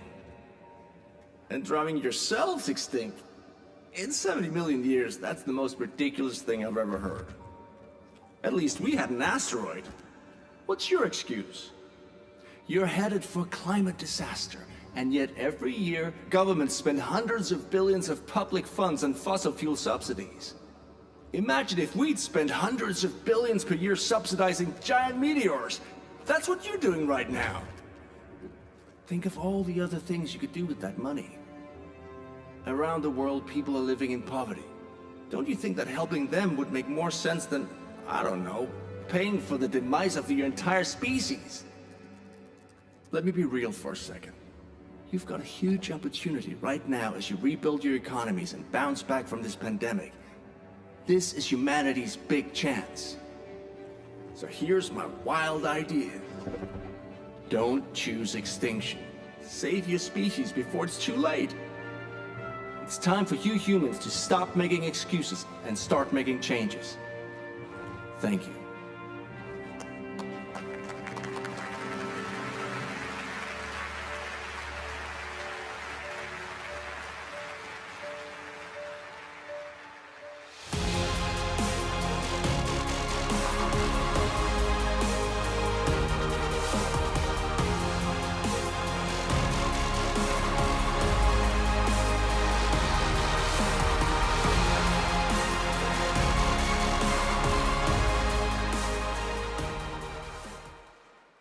Wow. I told you it was a lot of people. That's a lot of people. Hello again, everybody. I'm delighted to be joined by Nick, who many of you will know, Mick, who many of you won't know, who are working together on a big project which was alluded to in the video there, voiced by you, I think, with the Velociraptor. Do you want to tell us a bit about Don't Choose Extinction and tell us about the partnership? Yeah, no, hi. I'm an actor, but I've been a Goodwill Ambassador for the UNDP for the past 5 years. And this is the start of a campaign. And the idea was to reach as many people as possible. Sometimes it's difficult to get a message out because there's so much noise and there's so much fear when it comes to this talk about climate action. So we tried this thing where we thought maybe let's try something new for the United Nations, which would be a sense of humor about it, make people laugh, and talk about it. You know, once you laugh, you relax, and then it's easy to engage in a conversation. So that was the idea, and then of course the hope is to draw people in to the website that's been created. Where there's a lot of great things, and there's also a thing called Global Mindpool, which is basically trying to use collective intelligence to engage people. And that's where Mick is the genius behind that platform.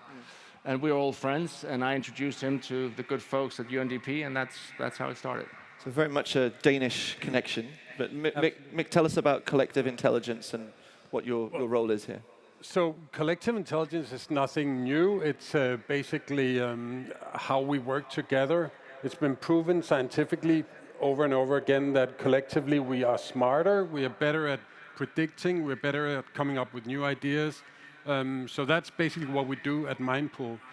So I talked to Nikolai, and then later on, obviously, Boas and everybody at UNDP, and we figured that if we wanted to create a conversation and get the input and the experiences from the large crowd of people, then we needed to build a platform. So it seemed like a perfect match between the campaign and see if we can drive people to the platform so we can start the conversation between the real people. Yeah. So the goal is very much to draw on public responses, and then you can have data which you can then present to to the policymakers. Yeah, exactly. And also, it's I mean, what the dinosaur is talking about is a pretty big subject. I didn't even know this, that we spent more than $400 billion every year in subsidies for the oil industry, which is absurd when we all know that the biggest cause of climate change, of the heating of the planet, is the way we use fossil fuels. So what about just starting a discussion about could we spend this money in a better way? And let's hear what people think. And then gather that data, as you say, and then the UNDP can pass that on because they have the direct channel to the policymakers. And how urgent is it, a message, given there's the COP taking place in Glasgow, policymakers gathering? Well, I mean, obviously it's urgent. And I think we all know that climate change is happening. And I think for us here in Europe, this past year has been kind of an eye-opener, because up until then we might have felt like, yeah, it's happening, but it's probably somewhere else. And then, of course, this year we've been hit by horrific fires, by the flooding in Germany and all over Central Europe was just devastating. And action has to be taken. At the same time, I don't think anybody believes that everything will be done after the COP26 in Glasgow. This is an ongoing thing. This is we don't have much time, but this is an ongoing thing. And the point is, we have spent so much time. We're at a time now where I think everybody's very good at pointing fingers at each other. And what we're trying to do with this is say, let's focus on dialogue. Let's include everyone. We're all in this together. We all created this mess, but obviously we have, and clearly in a place like this, so many brilliant minds. We have to find solutions. We have the solutions there. And what kind of responses are we talking about that I mean, because the campaign has started, right? You've already had people get in there. So the plan is that the platform is, you could say, evergreen. It's a platform that's supposed to be there forever, where people can provide data, can help with figuring out new ideas, can predict what's happening locally, and then we can give all that data to the UNDP, and with the UNDP network, they can pass that information on to the politicians.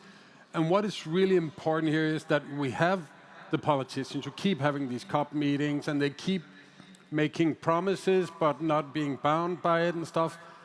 If there's one thing that politicians listen to, it's the voters, basically. So if we can tell them that this is actually something they're interested in. If you take, for example, in Nigeria, you find out the fossil fuel subsidies could be used for something else, something more useful in Nigeria.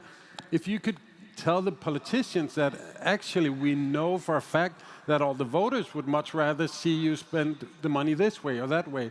So slowly we can hopefully make an impact, because it is insane that we spend more than $400 billion a year on fossil fuel subsidies. And that's money that could be used for all manner of other things. It could eradicate extreme poverty.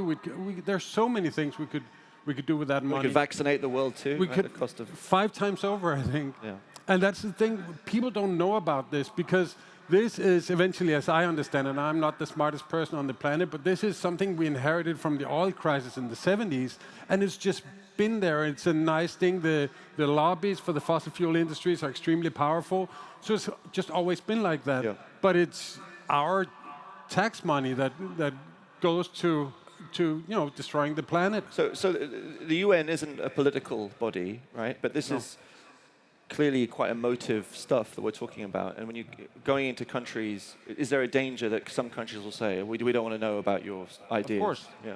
Of course, some people will say that, and that's fine. Like, all of us in here, we don't agree on everything, that's fine. But what we say is we have to have the dialogue. And I think we can all agree that we want to have a better future. We want to have a future, also for our kids and our grandchildren. So that's what this is all about. And sometimes change seems impossible. If you take one big thing that happened recently, is like, as long as I can remember, we've talked about tax havens around the world, how billionaire multinational companies will put their money in Ireland because there's low taxes, or in shelter places. Finally, the whole world came together and said, no, enough of that. Right. That's not okay. So that actually happened, even though, there's been incredible power of lobbyism going on behind the scenes. But that's because most people, when you ask them, said, no, that's not okay. Yeah. And the same now, when you talk about climate action, over just the last 5 years, you've seen a real shift. That this is now, you don't really have like the 50-50 with people saying, oh, is this really a real thing or not? No. Most people know that it's happening. We need to do something about it. We actually like this planet, and we want it to be there for our kids. Yeah. So I think it's possible. It is possible. So the campaign runs from COP to COP? Yeah. So how will you measure its success, and what will success look like for the both of you? Well, basically, so the success is I guess, mainly a question of numbers and KPIs. That's how it always is. But the real success is if we can mobilize large groups of people, hopefully globally, then now you're asked about what do we do with those countries who are not interested or working against the solution.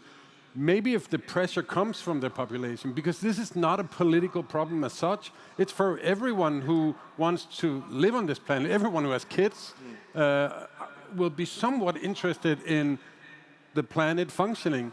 So if the pressure comes from the population or the people, that can be a way to move even the I want to say weirdest politician who have their own agenda that I don't really understand. The deniers. And we talked before we came on stage about moving the spectrum along, right? If there's a spectrum of views about this stuff, you want to shift it. No, I mean, also we want to reach, I mean, obviously you have people that deny this even exists, and then of course you have the climate activists that are already going at full speed.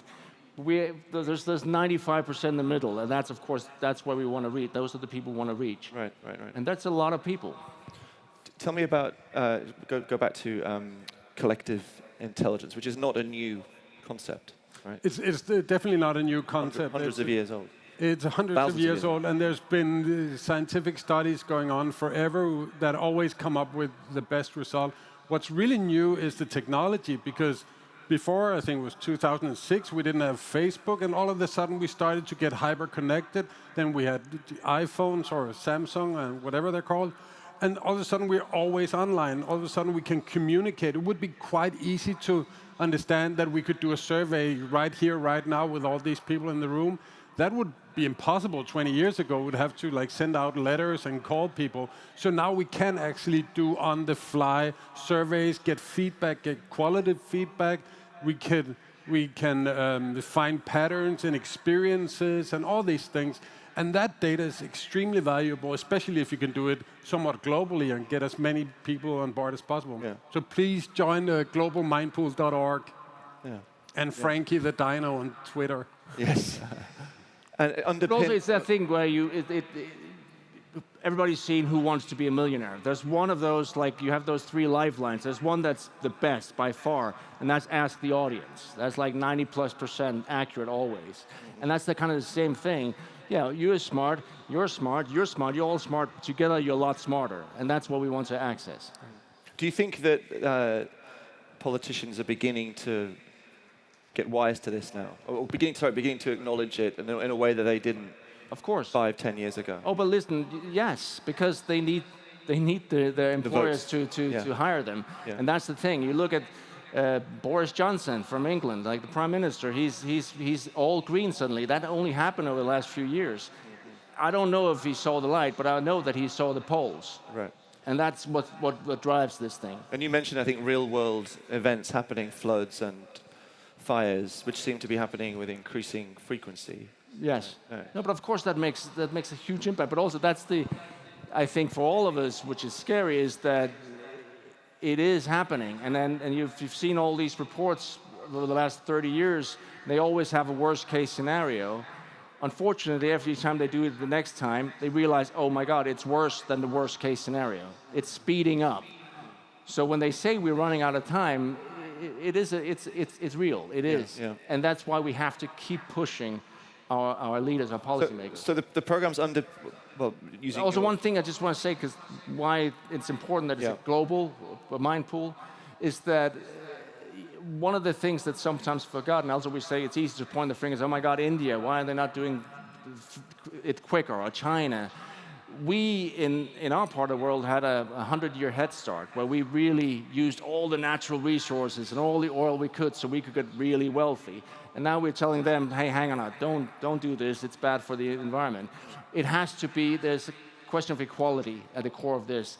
So to go back to those $400+ billion a year, that could also be used to make the world a bit more equal. Right. So the program is underpinned by the UNDP, United Nations Development Program. Can you tell us a little bit about how you came to be involved? Well, I did this television show which had a big appeal. So obviously they thought it would be great if they could, and I wanted them to use me as which is why I'm sitting here talking to you now, which is fantastic. So I can use my job as an actor to something that has a lot of meaning for all of us. That's just great. But what I didn't know about the UNDP before, I knew it was an agency. I didn't know it was the biggest in the world, and it's ours. It's part of the UN, and they do everything from building wells in a village to nation building. And what's so cool about this is that we will gather this data so we can give it to the policymakers. But then we also, within the UNDP, has all these energy reports, so we can actually help the government saying, well, this is actually, we have a report here to help you to change your system into a more green future. Can we talk about some of the actions people can take, or some of the suggestions that you've seen so far, or that you're... Yeah, exactly. So right now it's very simple. We want an easy onboarding process. You have to remember a lot of this has to do with usability, because we're all too lazy to spend 5 minutes understanding anything. So we need to make it as easy to get into it as possible. The idea is basically, in Denmark we have these phasers from Amnesty and at one point my office was in the middle of the city, so I had to kind of get through that crowd every day.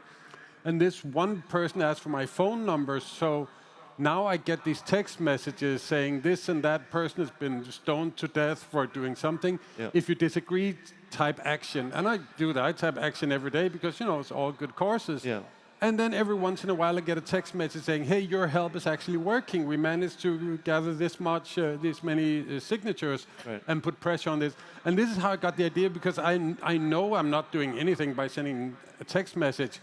But still, I feel like I'm part of something, and it sparks a conversation. When I get that information, I kind of look it up. There's always a link, and then I start talking to my friends, and I thought, if we can do that globally with the real problems that we're facing, and for me, it's mind-blowing that a fact like we're spending $423 billion a year on fossil fuel subsidies, that is such an insane number. The fact that I didn't know about this before we started working on this campaign, that's scary. That's insanely scary that we don't know, we don't care, we just watch reality TV and wait for the world to go under. Yeah, but there are things, practical things people can do, right? Small things, big things. Absolutely. So we can measure where's the impact. So one of the things with collective intelligence is that we can understand the experience, the tacit knowledge, the intuitive understanding, and the gut feelings, not necessarily the rational knowledge about things. So we can actually get a picture of how people feel about this and the frustration and all these things. But ultimately, we can also get the ideas. What can we do? How can we put more pressure on governments? how can we spend the money differently and all these things. So we can get all the qualitative input and find the patterns in there with algorithms and machine learning and all that jazz. But also that thing you said about, of course, we all have personal responsibility when it comes to changing our behaviors. But I think it's easy to get distracted from the bigger picture where it ends up being saying, why do you eat? You shouldn't eat meat, or you shouldn't do this. Change your lifestyle, do this. Yes, we all have to do little things. But the fact is, this crisis is about fossil fuels. Right. The CO2 emissions is really what's causing the planet to heat up. And the only way to change that is through our policymakers, our politicians. It's massive changes that needs to take place. And the truth is there's strength in numbers. So the more people who can put pressure, the quicker it will happen. Well, plenty of people in this room who I'm sure will be jumping into the website and helping you. Yes, please do. As soon as we finish talking. And just to Also, wrap I would up. just say the reason we're here is, of course, because you are all influencers, you're all experts in your field, and I know you all have your own thing that you're passionate about, but I also think that everybody understands the importance of this issue. So it's a very simple thing to do. Log on to, what's it called again? Globalmindpool.org. Globalmindpool.org. Just take those 5 minutes. Please, we need your help. Thank you so much. And share it with your friends, please. Yeah. Share it far and wide beyond the conference and the wider world too. The light is flashing. We're out of time. Gentlemen, thank you so much for joining me. Thanks very much to Thank you Nick so and much. Nikolai. Thank you. Thank you. All right.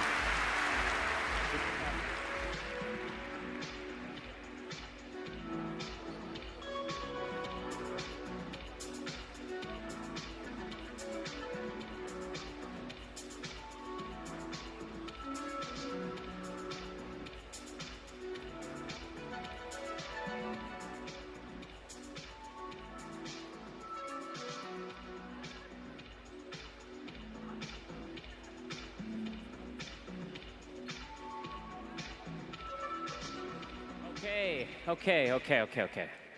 So, cryptocurrency's extraordinary run has attracted so many new investors. They are drawn by the potential for huge profits and a culture that is soaked in rumor and risk-taking. So what's next for an industry that has been so volatile in the past?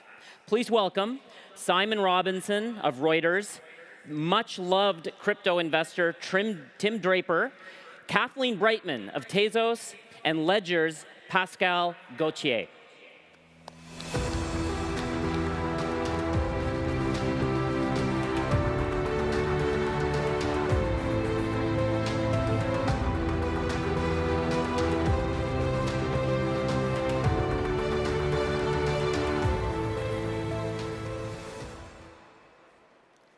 All right.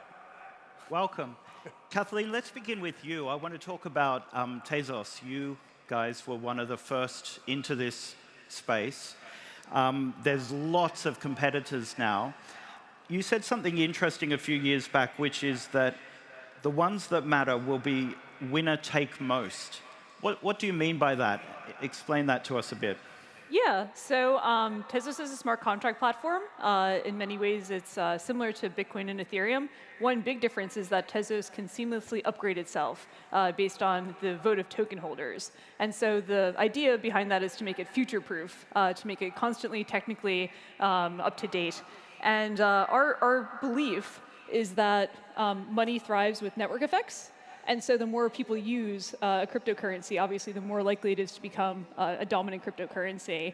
And so that's what we mean when we say that, basically there'll be a few dominant players and then a bit of a taper off. There's only so many cryptos that can have a strong network effect. Okay. Before we go any further, actually, let's just test the room but to see if it's what the audience is. How many people own cryptocurrencies in the audience? Okay, maybe something like more than last time. More than last time. We did this last time. This is sort of a part of the This is what we do. program. And how many have those cryptocurrencies on ledgers? Pas mal. This is About much half, better maybe than 2 years a ago. third, Much half. better. And how many own Tezos? All right. Nice. All right. Hey. So Tim, let's come to you. It's a good crowd. Well, it's also a crowd where there's lots of people who maybe want to know more about cryptocurrencies and how they work.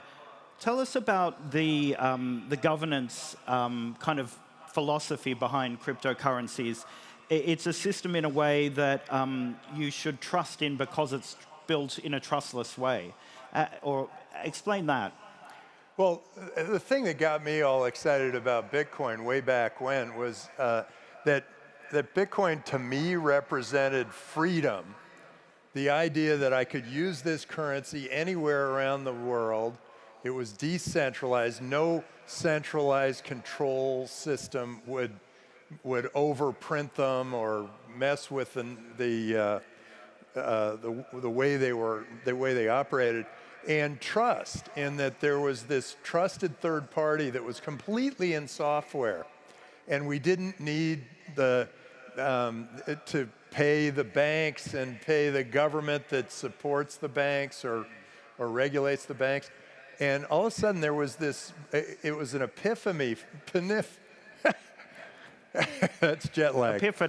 Epiphany for me, where all of a sudden I thought, oh my gosh, this isn't just a new currency. It's just not just a global currency. It's an anthropological leap forward. We, as humans, are now going to have a currency that can be used anywhere around the globe. It's going to make these geographic borders less and less important. And we're going to all build a wealthy society all the way around the world. And that, to me, was the beginning, and that was so important. And then I backed both of these guys because, well, for one, Ledger was the one place where you could hold on to a currency, and it was in your hand. And it gave me this feeling like, oh my gosh, I don't need the bank, I have this. And that's what got me going on Ledger. And Tezos was the first currency that was proof of stake. And it made it so that you didn't need as much energy to run it, and the governance of it was an evolutionary governance of the token, and I felt like that was kind of a new breakthrough. And so yeah, I'm with two of my favorite entrepreneurs right here. Pascal, let's talk about security, because one of the notions is that in this system, there is no middle person, and that the security, in a sense, is built into the system itself, right into the software. But nevertheless, security around cryptocurrencies is becoming a bigger issue. How are we going to kind of, as more and more retail investors come into the space, how do we address that issue of security?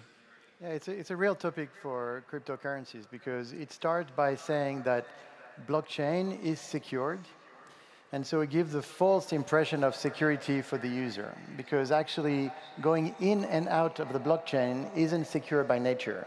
This is where you need to sign with your private key and prove that you're the owner of a coin. And this is where the attack is happening.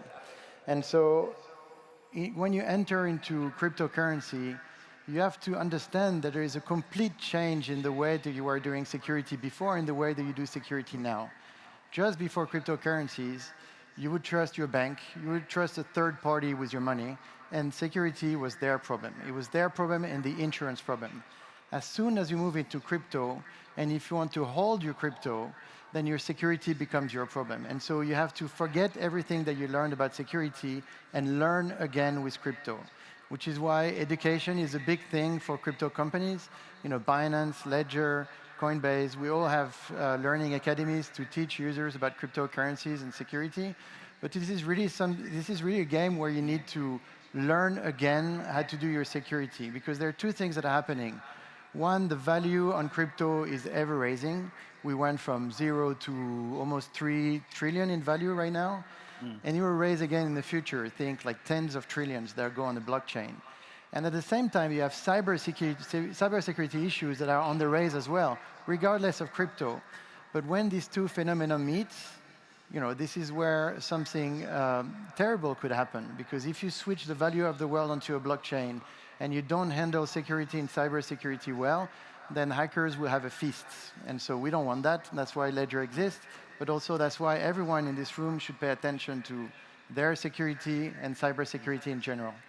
So you mentioned how much money is flowing into cryptocurrencies. Last week, $1.5 billion came into cryptocurrencies, which was the biggest inflow week. And I think many weeks this year has been. The record keeps being broken. I want to, though, touch on two topics which may challenge that to some extent. One is China. China, in September and earlier in the year, kind of began to crack down on the use of cryptocurrencies. And in September, declared all activities related to digital coins illegal. Are we going to see, let's begin with Kathleen, are we going to see more of that kind of thing from other governments? I mean, I take any contempt earned from China as a great endorsement of Bitcoin and the mission. You know, I think that if you're getting the attention of global governments that are trying to ban you, you're probably doing something right, in the sense that, you know, this is all about, as Tim said, empowering people. And if a pernicious actor sees that as a threat, that's a tremendous validation. Okay, Pascal, do you agree? Oh yeah, 100%. And also I feel that we shouldn't look at China too much. I mean, I don't think they're a beacon for the free world. And I think we should focus on, you know, what we do and, you know, growing free economies, you know, free access to the market. That's what we're all about. And so China is exactly what not to do, and we should focus on what's right to do. And, you know, like Tim said earlier, you know, Bitcoin is freedom. So, you know, if you care about freedom, I think, you know, you should think about that and build towards that, not against it. It's also a good test for Bitcoin because it's meant to be censorship resistant, right? Right, right. Tim, I think what's your they've thinking made on China? the biggest mistake ever. This is the equivalent of in 1999 for a government to ban the internet. It's just stupid. And he's trying to control everybody, and we've all got to go back to communism, and it doesn't work. It didn't work. It doesn't work in North Korea. It doesn't work in Cuba. Didn't work in China before. I don't know what he's thinking other than he wants to have self-aggrandizement at the sacrifice of his own people. I mean, that's a billion potential entrepreneurs out there that are now have gotten their wings clipped, and it makes no sense. Okay, let's touch on another issue which is challenging for some people. At the moment, obviously, world leaders are gathering in Glasgow to talk about climate change. And one of the great criticisms of cryptocurrencies is how much energy it takes to produce them. Is this a reason that people should not invest in cryptocurrencies? Is this a reason why governments should step in? No, actually, what's interesting is the miners have found new sources of energy that weren't even there before. And a lot of that's happened, and the overall cost of energy has continued down this slope because of all the innovation that's happening because Bitcoin requires energy. The other thing is that over time, the amount of energy to throw a switch continues down because it used to be a 5-volt switch, and then it was a 3-volt switch, then it was a 1.8-volt switch, 1.3. It keeps moving down this pattern, like Moore's Law.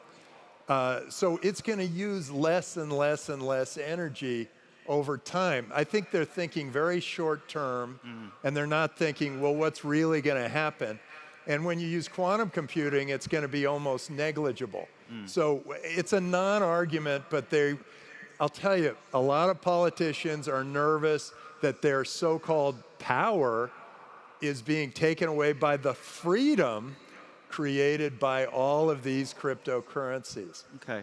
And that is, those are politicians that are very short-sighted. I mean, freedom works. God, it worked in America. It worked in South Korea. It worked in Japan. It worked in all these, it worked throughout a lot of Europe. Kathleen, what are your thoughts on how much energy it takes to produce? Right. Well, I'll just. Tezos is a proof of stake token, so we don't use the proof of work mechanism that consumes a lot of energy.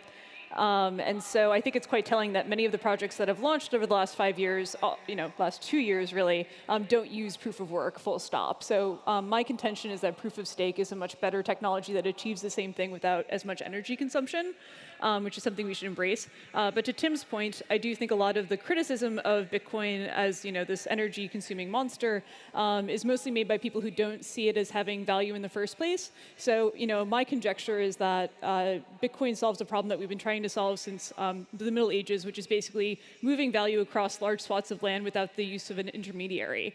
This is a huge problem that is solved very elegantly by software in Bitcoin and in Tezos. And I think it's great that there's an alternative that doesn't use as much energy, but just from face value, I don't think that's the most, most honest criticism of the space. I don't think the banks use less energy than Bitcoin does. I think Bitcoin will be a far more green system of financial, the world financial system than if we go back to the national banking currencies. System. Okay. I mean, all those people, they all drive to work, they build big fancy buildings on the backs of our credit cards. It doesn't work as well as a good software system. Pascal? Look, it's a big topic. I think energy crisis, climate crisis, in general, I think will be fixed by technology, will be fixed by taking people out of poverty, will be fixed by education, will be fixed by better behavior. So everything that goes into that direction, I think, is good. I think, a global financial system that helps people accessing directly the network compared to where we are today, where most people are actually unbanked, don't really have access to the financial system. I think it's better in general. And, you might be consuming energy today, but like Tim said, it will not in the future. There is innovation already in the market that prove that you can do this without energy. So I think overall it's good, and we shouldn't be trapped into, always trapped into this type of discussions, because then it means that any innovation is wrong because it always consumes energy. And so, and finally, why? Why would we do something new? Why would we do something different? Why not go back into a cave? So I despise that. I think, au contraire, we need to invest into technology, future, and wealth, because that's how we solve the bigger problems. Okay. So to wrap up, I'd just like a minute from each of you. I think for a lot of people, the main use of cryptocurrencies is as an investment, right? They're buying them to hope that they go up in value. But I'd like to hear this year, where that's become much more popular, what are the uses of cryptocurrencies that are beginning to emerge, the kind of the way we can use them actually, not just as an investment, from each of you? Maybe we begin with you, Tim. Yeah, I went to a barber in New York City, and I always test, are you using Bitcoin? And he said, and I said, do you accept Bitcoin? And he said, yes. And I went, what? I didn't want to give up my own Bitcoin for it, but I kind of wanted to, just to test the system. OpenNode has been using it for a lot of different retailers, and that's exciting. But here's the moment that I think is going to be a real cataclysmic event, and that is the moment I can buy my food, my clothing, and my shelter all in Bitcoin. There is no reason for me to ever use fiat currency again, because it is at the mercy of all of these political forces and government systems, and it usually inflates over time, so its value decreases. Right. Whereas Bitcoin, there are only 21 million, and that's all there ever will be. But you put your finger on something, and Pascal, maybe we can come to it. As long as cryptocurrencies keep going up in value as quickly as they have been over the last few years, why would you use them to spend? You'd be smarter to hold on to them. That's why you didn't spend your cryptocurrency in your Bitcoin in the Barber, right? So because we don't all live in the United States or in Europe. Some people live in Lebanon. We have a show on Ledger called Down the Rabbit Hole, and we just did a show on Lebanon. Lebanon, there is real economical crisis, real fiat crisis. Actually, the fiat is not backed anymore, so it's worth zero. And so, what is the choice that these people have? They either have like dollars in their hand and or cryptocurrency. So Lebanon, is thriving on cryptocurrency right now. And, we have a show, you can look it up, go on ledger.com, find Into the Rabbit Hole. But this is one use. El Salvador this year went full crypto, and now you can buy your Big Mac with Lightning. And it's important, like we have to understand that not everyone lives into the dollar, the euro. Like the dollar and the euro, dollar is Tim's currency, euro is my currency. For most people in Africa, it is not their currency. So they need something else. Sorry. Yeah, I think what's been cool to watch this year in particular is the rise of non-fungible tokens, which are basically a way to have a certificate of ownership that lives in the blockchain. That's really taken off for a lot of digital artists, for example. And I think that's great because for many of them, they were struggling to monetize their work for many years, and now they have a clear path to do so. And so I think that's like internet at its best is when people can find their tribe and support things that they like far away. Great. Okay, Kathleen, Tim, Pascal, thank you so much. Merci. Merci. All right, good job. Thanks.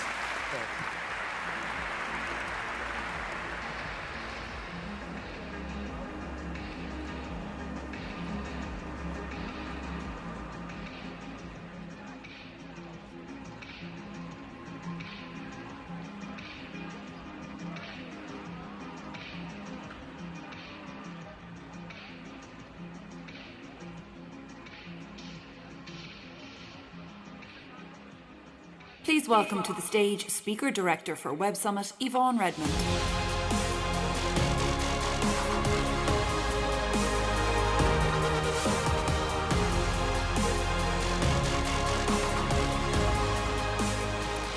Shell is one of the world's leading energy providers, and like all energy providers, it's under pressure at the moment to prove its commitment to transitioning from oil and gas to a more renewable future. With all eyes on global climate change targets right now, we're asking in this next session if becoming carbon neutral by 2050 is a realistic goal.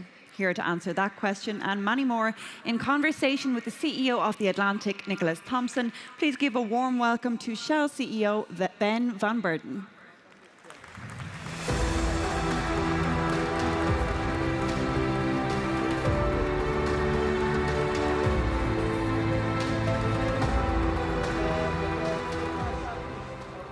Ben, it's a pleasure to be here with you. Same here. It's good to be back. Ethical disclosure to begin with. Shell is an advertiser at The Atlantic. But let's get cracking. First question, Ben. Lisbon is beautiful, but why are you here and not in Glasgow? Well, I actually quite like the vibe here. Good to be back, as I said. But listen, the energy transition is the single biggest mega trend of this time. It is going to be the single largest technological revolution known to mankind. And for us, that's a huge opportunity. And this seems to be the place where people come together to talk about innovation, about technology. And that is at the heart of this challenge in my mind, Nick. And that's why I think we need to be here as well. Absolutely. Well, let's get to some of the innovation questions in a minute. But first, let me ask you a little bit about Shell in the news. So the last time you were on stage, you had a bit of a confrontation with an activist named Lauren McDonald. There was a letter from Daniel Loeb, an activist investor. And both of them were making, strangely, a similar point. They were saying, you can't be a hydrocarbon company and transition out of hydrocarbons. Loeb is saying, split the business up. So let me ask you that. Why do you not break Shell apart and say, we have a hydrocarbon business and we have a clean business? And your life would be a lot simpler then, wouldn't it? Yeah, but I don't think we will necessarily help the planet with the energy transition. The energy transition is just that. It's a transition. So you have to go from one to the other.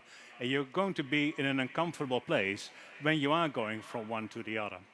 Now, we need the legacy business to fund the business of the future. If I need to build my hydrogen business just with the income from our current hydrogen business, it's going to take me a century, Nick. So we have to be able to fund that transition to the business of the future. And if you think about the innovations that we are going to need to build this electrical hydrogen bio system of the world with carbon capture and storage, nature solutions, etc., it needs the interdependency of the component parts that currently make up Shell. If you break it all apart, we're not going to be able to make some of these transitions. So you need the legacy business to fund the new business, or you need the legacy business because you need to be in all kinds of energy in order to help drive innovation forward? It's a bit of both. So the funding mechanism is an important macro component, but there's also the interdependency component. So if you want to build a biofuels business, for instance, for sustainable aviation fuels, it is great if you can build that right in the middle of your existing infrastructure, whether that's a refinery, but it's the 1,000 airports that we are operating at, whether that is in conjunction with some of the renewable hydrogen businesses that we are building that are linked into our renewable power businesses.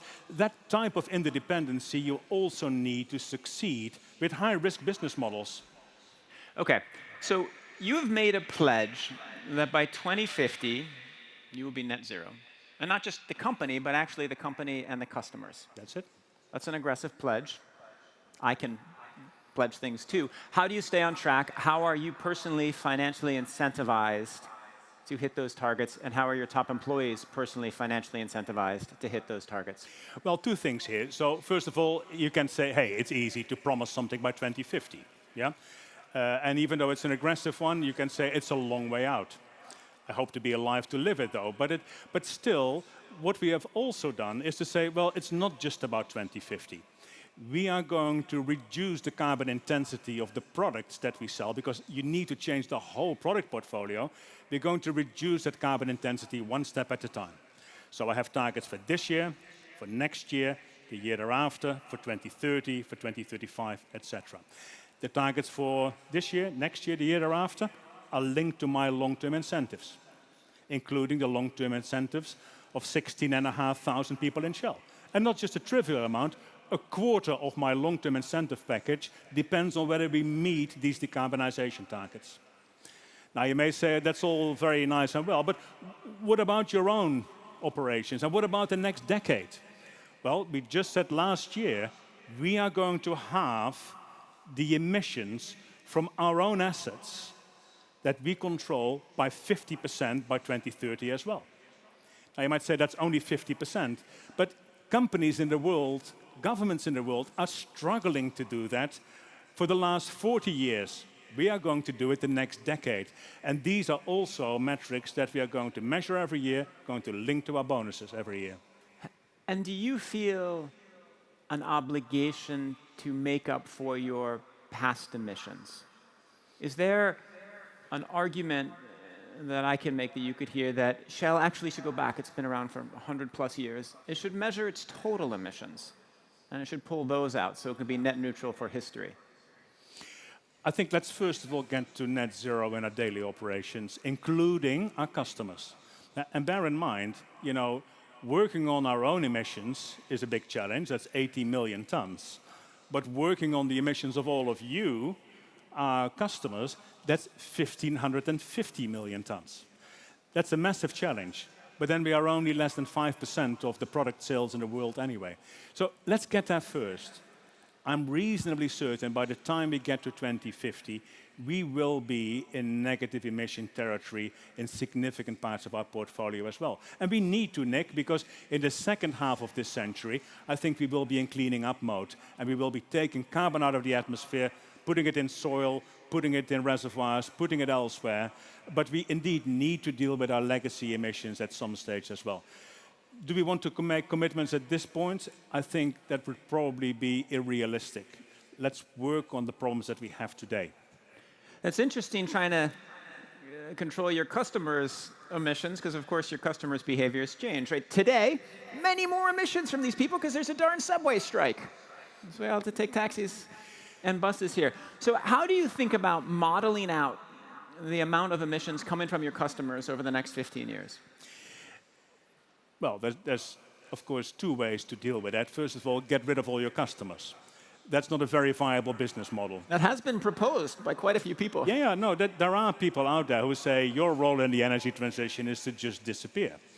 But we would say, no, this is not an energy disappearance, it's an energy transition that we are talking about. So we need to make sure that all our customers that are out there, particularly business customers, but increasingly also individuals, who say, hey, I want to be net zero as well. How do I do this? So we need to have a strategy, and that is what we have, to help our customers get to net zero in a purposeful way, but also in a profitable way. Now, the way to do that, Nick, is to actually give them different energy products. And that means giving them products that are low carbon, no carbon, but are still economically sensible for them to buy. Or to work with governments and to make sure that the rules change so that these products will become economically sensible. We can make clean jet fuel, no problem whatsoever. Technologically, not an issue. We can even make it at scale. The only problem is it is 3 times more expensive than petroleum-based jet fuel. So how are we going to solve that? We can work with companies like Amazon who will say, this is so important for us, we are going to buy your sustainable aviation fuel. But if you go on holiday, you may not be so inclined. So we have to make sure we work with governments to put mandates in place for these fuels. And we will be there to invest in them, to make sure that we work with airlines, with airframe companies, with turbine manufacturers, with airports, 1,000 airports that we have, to make these things happen. That is how we get to net zero. All right. So that raises an interesting question, and it's a question that's kind of come up in the subtext of a few of your other answers. A lot of smart people out here, a lot of great inventors. Sounds like we have a real need for biofuels that are reasonably cheap in airplanes. What is the thing we need to invent that we don't have right now that'll help us get from where we are now to where we have a chance to not have a catastrophic climate disaster? The silver bullet, you mean? Or 12 bronze bullets? Well, I think, okay, the 12 bronze bullets, there's quite a few things that we need. So in terms of technologies, they are different bullets for different sectors. So we talked about aviation. Indeed, it's going to be sustainable aviation fuels. Not necessarily biofuels, by the way. It would be great if we could make these fuels from municipal waste. And we can do that these days. Yeah? But for the aviation sector, that's probably going to be the answer. The brown bullet that we need for heavy-duty trucking is probably going to be green or blue hydrogen. That's a different challenge, but we are working on it. We're planning and building the largest electrolyzer in the world. Yeah? And we already have the largest one, but this one will be 20 times larger. That's a massive challenge as well. What is it going to be for shipping? Maybe it's a combination of hydrogen again, or it's going to be ammonia. What is it going to be for cars? Most likely it's going to be electrification at scale. But then it's not just providing the electricity, but can we actually turn the whole car fleet into a network system, a gigantic battery that we can operate for the benefit of power systems, for the benefit of households, etc., etc. We're going to need things like nature as a solution as well. We need to store carbon in the soil in order to also mitigate the emissions that are not going to be captured and stored geologically, which is another solution that we need. So the point is, we need a whole range of solutions that all require innovation. That don't require invention, by the way. The technology is invented, but to make it commercially viable is the biggest challenge. To make it work at scale, Nick, that is it. We don't need invention for carbon capture? You feel like the technology is there, it's just not at scale? But doing You don't think there's a much better way out there? In 10 years, we'll have come up with a new creative way to solve this problem? Well, I hope so. I hope there will be many other ways of doing it. But at this point in time, capturing carbon from concentrated sources and sticking it into empty gas fields or into aquifers or into other geological formations, we do at scale. We take every year hundreds of thousands of cars off the road, metaphorically, by carbon capture and storage. But it just needs to be done at a much, much larger scale. So you've been at Shell for 38 years. You've worked at an oil company for 38 years. As we've watched this crisis come in, as we've started to feel more viscerally the risks of the costs of our carbon economy, explain your personal journey on this issue and when it hit you that this was a catastrophe. Well, when I joined Shell back in 1983, I still remember that the vision of the world in the energy sector was oil and gas is running out. Nuclear is the future. And in the meantime, we have to have the bridge, which is coal. None of that worked out. So the energy system has ways of surprising you. But somewhere in that journey, and I think probably for me it was about 15, 20 years ago, when climate change, yes, in the back of my mind became to the forefront. When I was running the chemicals business in Shell, I realized this is one that is key for us to resolve. Working in chemicals, I saw the chemicals business as an enabler for that change. And then leading the downstream and now leading the entire company, I felt we need to be on the right side of history on this one. But not only that, Chris, it's not just, our reputation and its survival and everything else. If you think about it, the energy transition is the single largest opportunity that my company has in its history. And that's why we need to go after it, not because it's good for the world, because it's also, incidentally, a good business opportunity. Well, Ben, you do not have a boring job. Thank you very much for sitting with me. Thank you for answering all of those questions. And God willing, we'll get to net zero. Thank you very much. Thank you. Thank you. Can go back up this way.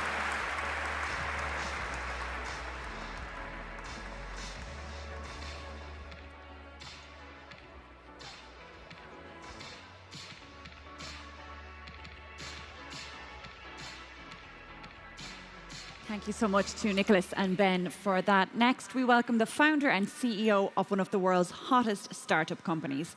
Once a college dropout, he's making waves as a new addition to the rich list of companies like Forbes, The Times, and Bloomberg this year. Here to talk about some dizzying fintech valuations, the road ahead, and much more besides, please welcome your moderator, Robert Hackett of Fortune, and the founder and CEO of Checkout.com, Guillaume Pouzaz.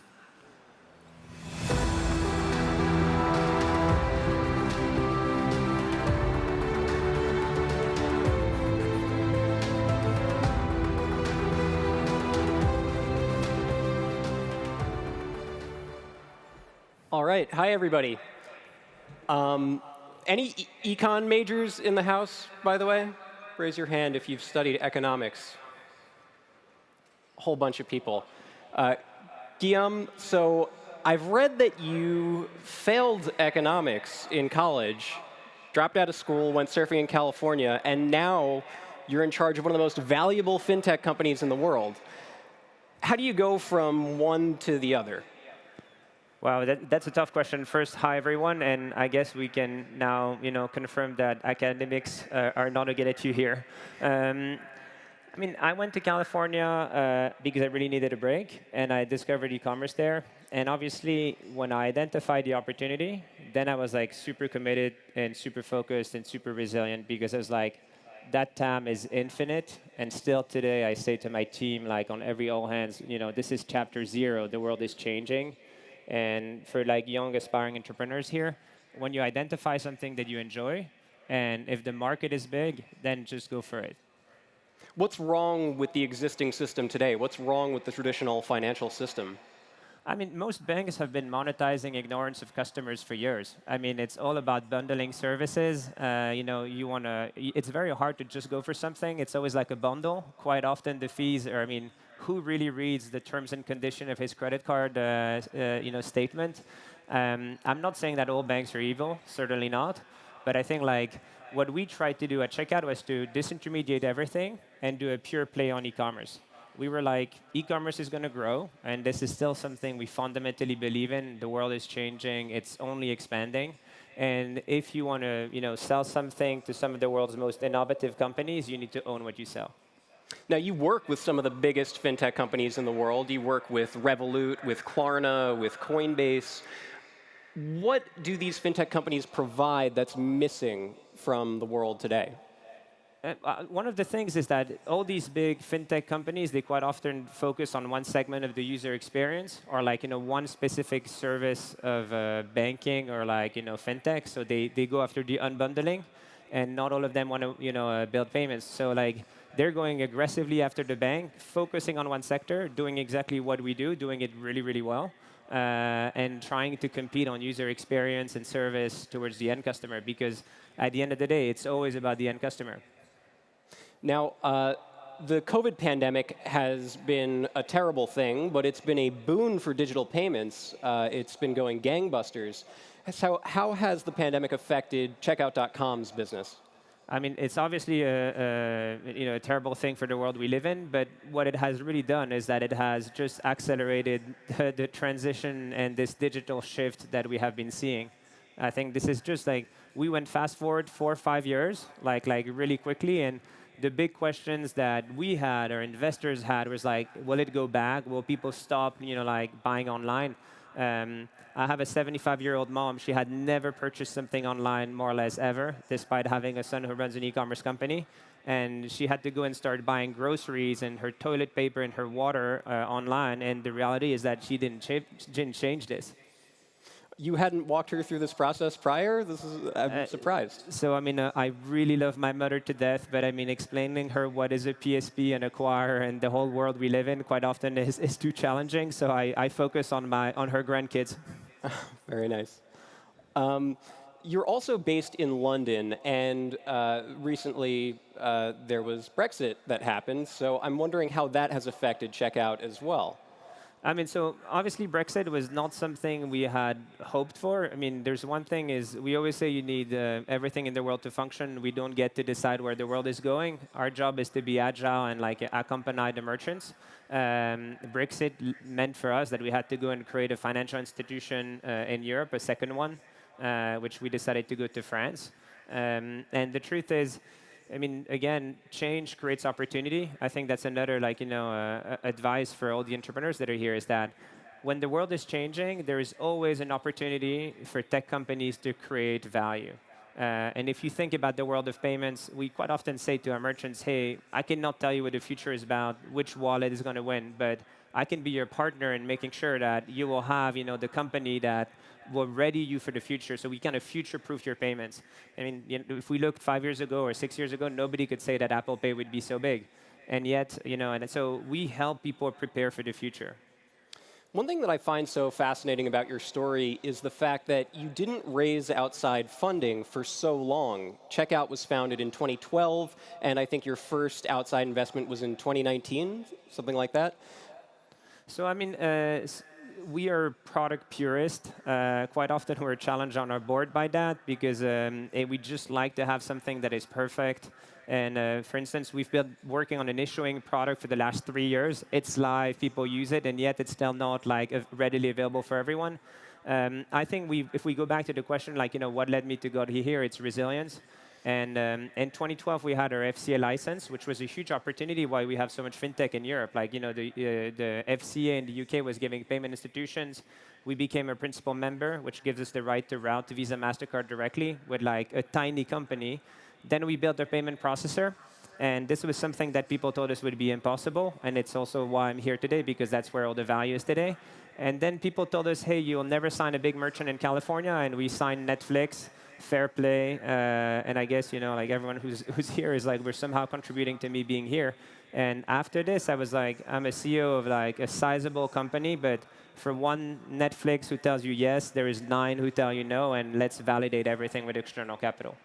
Now, when you're trying to bring a business like this into creation, how do you go about earning other companies' trusts, actually getting them to work with you? And so there was a bit of, luck, if I'm honest, because there was perfect timing for us. We're in the UK, we're a fintech, we're disintermediating payments, which most people think is, not say boring, but not really interesting at the time.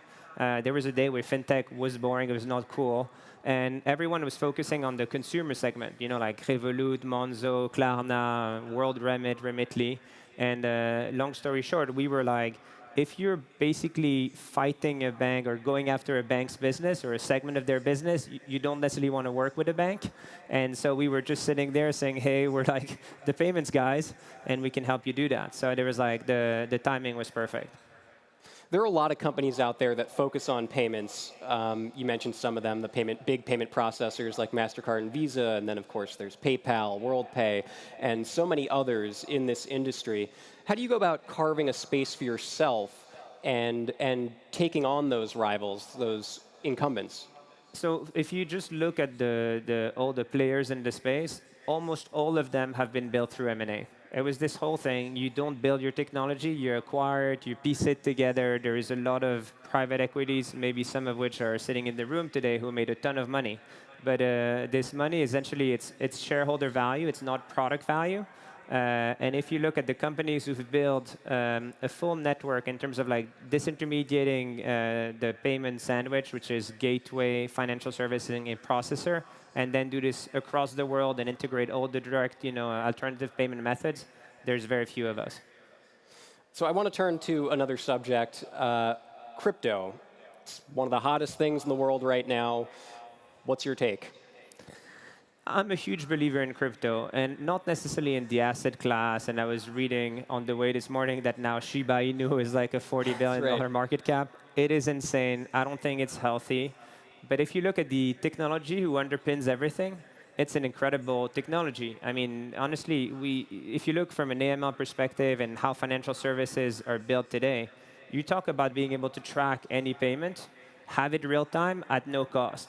And like a ledger that will be there forever, assuming no quantum computing and but I say the technology that is underpinning everything is incredible, and I think there's absolutely a world, in 10 years from now where stable coins are running everything. I mean, honestly, it's just better technology. You mentioned maybe not so much the asset class, but the technology. But I have to ask, are there any coins out there that you are interested in, that you are personally invested in? So each of my kids have one Bitcoin and one NFT. And then we run it more as an experiment. The reality is most of these coins have no usage at this point. There's a few people who are trying to, but like finding a coin who's actually being used meaningfully, and the non-stable coins, I'm saying stable coins have a purpose, but for the ones that have volatility, for now I'm just watching from the sidelines. Stablecoins, which you just mentioned, there's a big paper out in the US right now from the banking regulators there, and they're saying that they believe that stablecoin issuers should now be regulated as banks. I'm wondering if you're tracking the regulation that's developing around this space and whether you have an opinion on it. So, I mean, obviously we're tracking because we're a large fintech and we care about, future of financial services. The other thing is that we are a member of Diem, and I'm still going to mention it because Diem started as an idea between Shopify, Facebook, Netflix, like Spotify. Formerly known as Libra, just for people who might not know. Which are like a many client of ours where we were just trying to put our brains together and saying, like, how do we build a stable coin that enable financial inclusion? I mean, that was the core business. So that project's had the ups and downs that we know, and we all read the same news. But the origin was very, very good. I will still say that, and I would sign on it any day. And then fundamentally, yes, there is a bit of a regulatory gap. And now I think it's being filled, and I told you resilience is what builds great companies, so we're not giving up on the topic. I want to ask a little bit more about Diem in just a second, but you mentioned NFTs earlier. How many people out here own an NFT? Let's have a show of hands. Okay, there's quite a few of you. Diem, so why did you end up joining it to begin with? I think the mission was super noble. I mean, again, it's like there's a ton of people that are unbanked in the world we live in. If you go back to the big banks that we're fighting, most of them care about their profits. Do you want to go and offer financial services in the remote parts of the world and some of the kind of really emerging markets? No, it's going to be costly. And fundamentally, it's not going to move your P&L if you're a big listed company. So you have tech companies that are trying to do good. And it sounds great on paper. And especially if you know these companies very well because you work with them and you facilitate the payments for some. there's just like a lot of upside to kind of create something new, especially in financial services. There was a lot of resistance to Libra, now Diem, this vision that sort of Facebook and the others put forward. I'm wondering, where it stands now. Is this thing going to happen, or is it dead on arrival? I will never say anything negative about Facebook. It's a good client of ours. Meta now, right? Meta now, and we really love them. I mean, I don't have a Facebook account, so I cannot really tell you about the usability. But the company is, it's a leading tech company, and you can love them or hate them. They're still there, and they create value in the world we live in. And so you're still a part of this organization. It's still working towards something? Absolutely. As you said, there is a lot of change right now. So fundamentally, we'd like to understand, you don't want to build something that is going to have to be scrapped. And I think you cannot build a good financial systems if you don't figure out the economics of that system. So like, how do participants participate? What is their upside? What are the financial returns? Because you cannot have the whole thing working on for free. You can reduce the fees towards the traditional financial system, but you need to make the system work. And to make the system work, you need to know the rules of engagements and rules of the games. So it sounds like you're pretty bullish on the long-term vision for crypto overall. Absolutely. Another question for you. When are you going public? You've raised a lot of money recently. I'm sure those investors want to see some return at some point. You wouldn't be a journalist if you were not asking me the question, so I'm going to take it. The reality is that we raised our Series A 2 years ago, as you highlighted. I'm a young guy. I have a very long-term vision. I think that financial systems are still mostly broken. And so fundamentally, we're executing against the mission and the vision. And yes, when you run a big company, we have 1,600 employees. We had 100 a month. We have 19 offices. These questions will happen. And one of the first things that being public allows you to do is to have access to capital market. But it's not something that we discuss in the boardroom right now. Right now, we're more about how do we solve complex payment problems for the world's leading companies. And yes, we will be public one day, but I think there's other payment companies that will be there before us, without referring to anyone in particular. You've also said that you're interested in potentially going public in New York, on the exchanges there. Now, since we're in Europe, I'm just wondering, why go to New York, and what can European exchanges do to make it more attractive for founders to, debut there? So I think, first of all, when you go public, you're gonna speak with a lot of very smart people who know this, better than you, and they're gonna give you the pros and cons of every single jurisdiction. And so fundamentally, you make a decision at that point in time. Because that point in time is pretty far in the future, I would not necessarily believe what the journalists are writing, because sometimes they just take a snippet of something and they make a big article out of it. But the reality is that, yes, I'm a huge believer. We are a European tech company. We're very proud of it. There's no question about it. Out of the 1,600 employees, 2/3 are in Europe, and we continue to hire with that European ratio. And we're a big believer that there is a European model that is different than the American model or the Chinese model with the BAT. And so fundamentally, yes, there's an opportunity for us to list in the UK or somewhere else in Europe, because like you said, you mentioned Brexit. But the reality is that it's impossible for me to tell you things now. Is New York attractive? Yes, it is. We are doing huge efforts to go after the US markets in general. I mean, the e-commerce market, because it's still the biggest market globally. And quite often what you see also is that the big US companies are the ones who are selling internationally. So it's not yet settled? It is not settled. OK. Since you've raised so much money later on, I mean, you bootstrapped this company from nothing. I wonder how your approach to management has changed as a result of taking that money on. Have you had to change your priorities, focus on scaling differently? So I was never the CEO of a 1,600 company, and certainly not a 500 or 100. So I learned along the way. One of the main benefits of having good investors is that they really kind of mentor you. So they kind of teach you things, give you a perspective that you don't have. You have a board. They will challenge your strategy. Are we changing? Yes, we're changing. I just changed most of my management team in the last 18 months. It's actually, how do we say this, well documented in the press. And the sheer size of the business, we process hundreds of billions of e-commerce per year at this point, and it's only increasing. So if you look at it, something like we were like a bootstrap tech company. We figured things on their own, and then we were like, hey, this is really becoming big, and we went to hire Oit, who was the CTO of Twilio, because Twilio sends 100,000 SMS per second, so he has seen scale. And same right now, we hired a CFO of T. Rowe Price, because T. Rowe Price is one of the biggest asset managers in the world, and they have financially regulated companies all around the world. So what has changed is that you have a core team and core mission, and then you adapt and enrich it with like smarter people who come from outside. And my job as the CEO is to find the right recipe between old and new, like historical checkout and the new people, and try to win in the long term. You've brought a lot of talent on board. We've got just under a minute left. So I want to ask you for a broad prediction about the markets, about fintech in particular. Are credit cards going to disappear in 5 years? Are banks going to go away in 10 to 20 years? Are you asking me two questions? So are cards going to disappear? I think plastic will disappear for sure. It will all be within a wallet. So I think this is something we all agree on.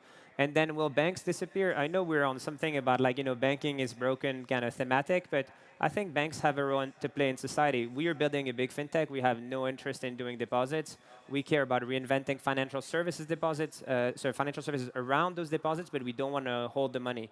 Banks have a role in society, which is transform capital, taking deposits and offering credit, and we have zero interest into that. So no aspiration to become a bank yourself? Not for now and not for the time being, but yeah, let's see. You never know. All right. Thank you so much, Guillaume. Thank you very much, everybody. everyone.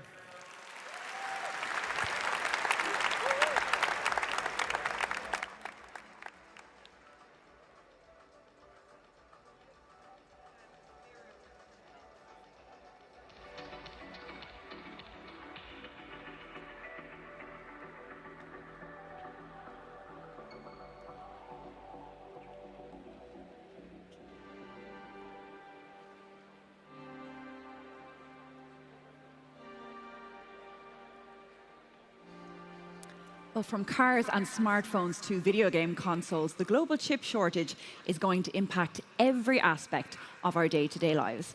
The CEO of one of the most influential chip designers in the world joins us now to tell us why he's optimistic about the long-term future of semiconductors. So please give a very warm welcome to ARM's Simon Segars.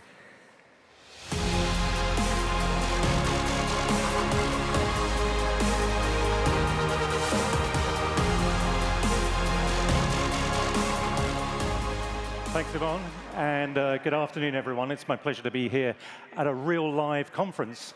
So I'm going to start with a number, and the number is 53. What's significant about 53? Well, this is the number of days there are until Christmas. And if you haven't done all your shopping yet, if you haven't bought all the electronic devices that you were planning on, then I'm afraid I'm here to tell you that you might be disappointed, because you might not be able to buy everything that you want to buy. And the reason for that is because of this global shortage of semiconductors that you may have read quite a lot about in the news recently. Now, what's going on is a mismatch in supply and demand like there has never been before. I've been in this industry a while, and I've never seen it as extreme as it is at the moment. But I'm not here to play Grinch. I'm not here to put a downer on your Christmas. What I want to talk about is how we got here, what the contributing factors were, and how to effectively spend the billions of dollars that it's going to take to get out of it. So chips are in focus right now because they are literally in everything. This is an industry that is notoriously cyclical. We've been in situations before where there's been, in some cases, oversupply, and in other cases, undersupply. But it's never been like it is right now. There are cases where if you went and ordered a chip from a chip company, they wouldn't fulfill that order for 60 weeks. That's more than a year, and that is just unprecedented. Now, our lives are dependent on silicon like never, ever before, and that's been brought to life through the pandemic very, very clearly. Silicon chips solve problems and deliver services that a few years ago we could have only ever dreamt about. All that streaming that you did during the pandemic, all of that online shopping, well, that was enabled by rooms full of computers stuffed with silicon chips that have enabled all of those services that have become just a part of everyday life. And that phone that probably most of you have in your pocket if you're not already holding it, that's gone from something that made phone calls and sent text messages to becoming a supercomputer in the space of just 15 years. And beyond that, silicon chips are helping stream images from the surface of Mars. AI is being used to detect cancers and accelerate drug discovery. It all starts with chips. Chips are everywhere. If you look around this arena, they're in all of those phones that you're holding. You might have a smartwatch. They're in these screens. They're in the AC system. They're doing all sorts of things. What these chips do is add intelligence to the devices that we carry around, from smartphones, baby monitors, the ventilators that kept people alive during COVID. They add intelligence to them.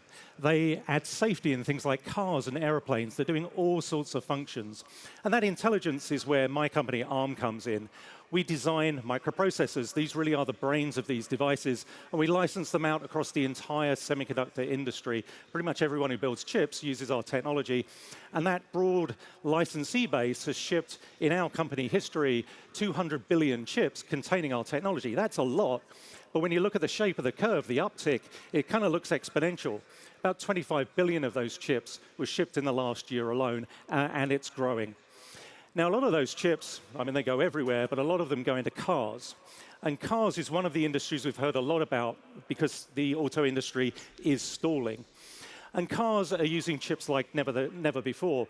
Once upon a time, if you put your car in reverse, what you did was look over your shoulder to see where you're going. Now, a screen might show you a 360-degree view of where you're driving. Parking sensors will beep if you're about to hit something. And this makes driving more convenient, but it also makes it safer.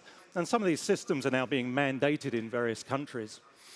So cars are getting a lot more intelligent. The car can warn you if you're about to veer out of your lane, or even stop the car for you in the event of emergency. If you went back 10 years, a typical car had about 100 chips in it, and that seemed like a lot.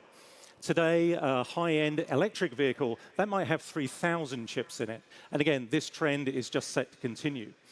So this shortage of chips has really hit the car industry hard. And one of the other factors involved here is the pandemic itself. When the pandemic started, lots of companies reacted very quickly.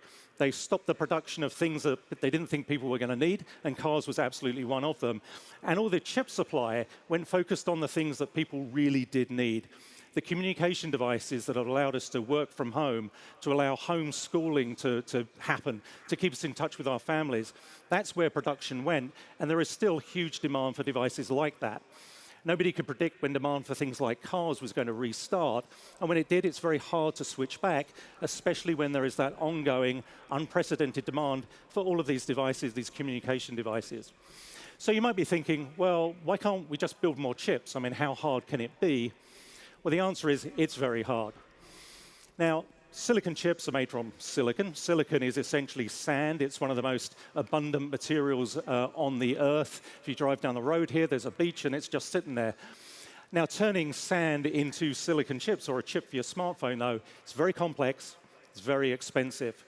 You have to take that sand, you have to purify it, you have to grow these very pure crystals in sand. It's a bit like an experiment you might have done at school where you grew crystals of sugar or salt on a piece of string in a beaker.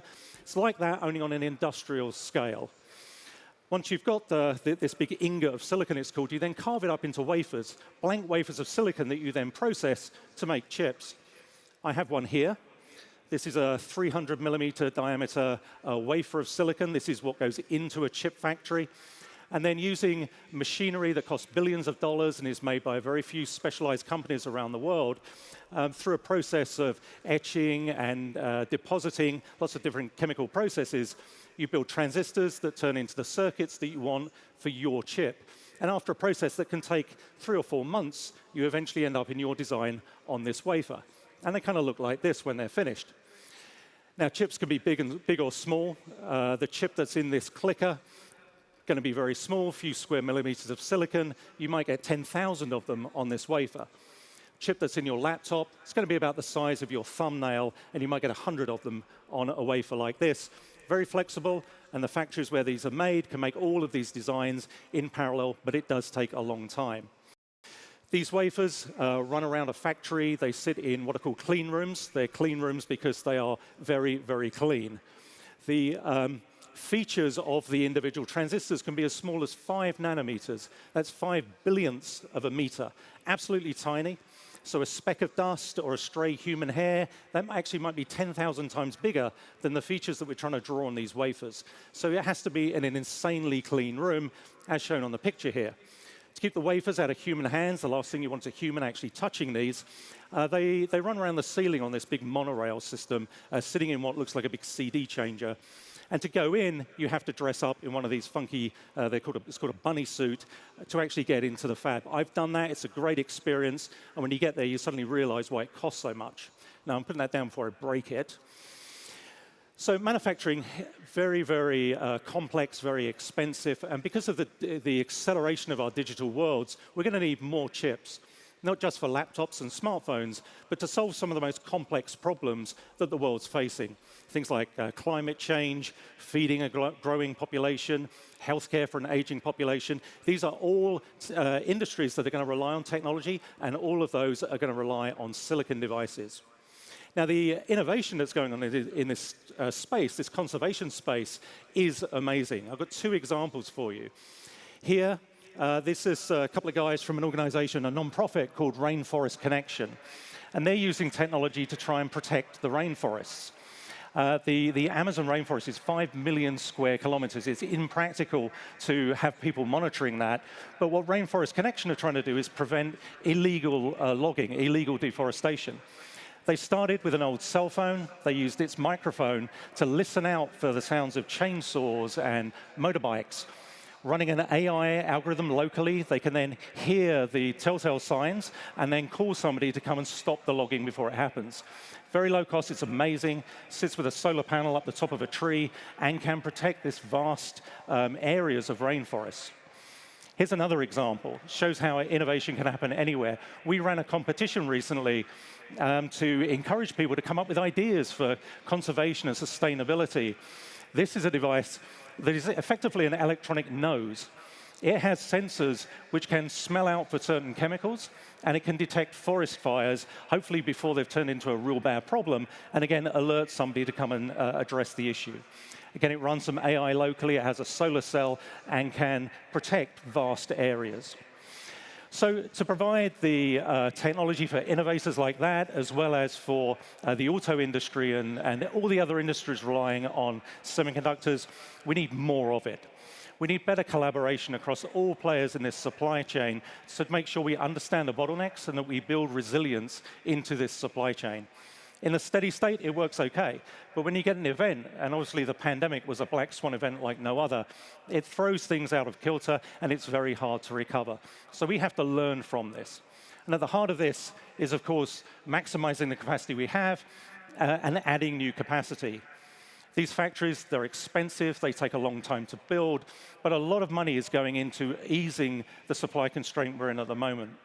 About $2 billion a week is going to be spent over the next couple of years to add new capacity. And that's going to add about 50% additional capacity over the next 5 years. Now, one of the big questions right now, though, is, OK, add all this capacity, but where are you going to add it? The technology industry is incredibly global. If you were to take your phone apart, I mean, don't, but if you were to, and look at all the components within it, you see they're designed in all different countries and continents all around the world. These components travel a long way. Your phone will have lapped the planet a couple of times effectively before it ends up in a store where you go and buy it, because the technology is coming from all over the place. But some of the sub-industries creating these technologies are very concentrated geographically. And the semiconductor industry, a lot of the manufacturing happens in Asia. Now, driven by the shortage itself and the impact on industries in other countries, as well as the geopolitical tensions right now, that is causing people to question about whether this shape of industry is the right shape for the future. And it's making people think about how do we invest in different countries to put manufacturing there. Now, that's fine, but there are actually very high risks involved, because just building more factories that produce these wafers, that isn't enough. There's a whole ecosystem that sits around them. Materials, lots of chemicals. I mean, virtually the whole periodic table is used in making semiconductors, and you need industrial scale, very pure chemicals to feed into these factories. Downstream, you need to test them, package them, you need to ship them. So you need much more than just a chip factory to address these supply chain issues. So when we think about this industry, it's very important that we get it right, that we don't inadvertently cause a financial disaster. So I started with one number, 53. I'll end today with this other number, 418. And that is the number of days until next Christmas. Where are we going to be next Christmas? I expect these supply chain constraints to be a little better, but they won't be completely fixed because this isn't a short-term problem with a short-term solution.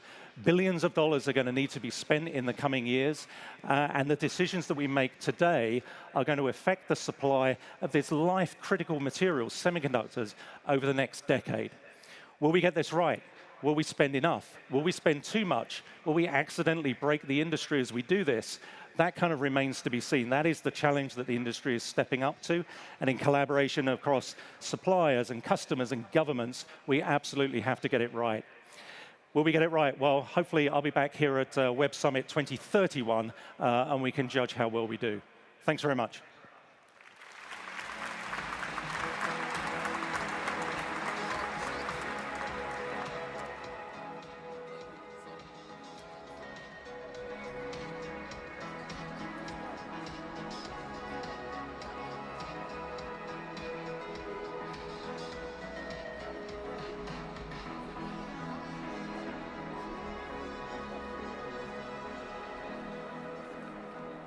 Thank you to Simon for that very optimistic talk indeed.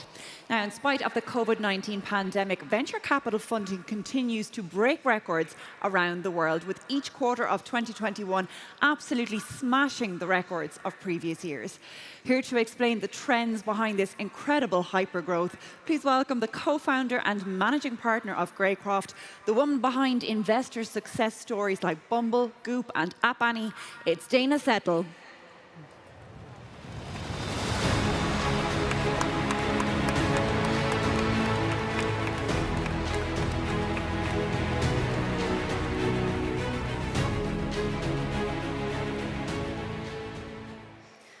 Well, hello. This is certainly a lot more people than I've seen in a long time. I'm sure everybody feels the same way, but it feels good. So, I'm Dana Settle.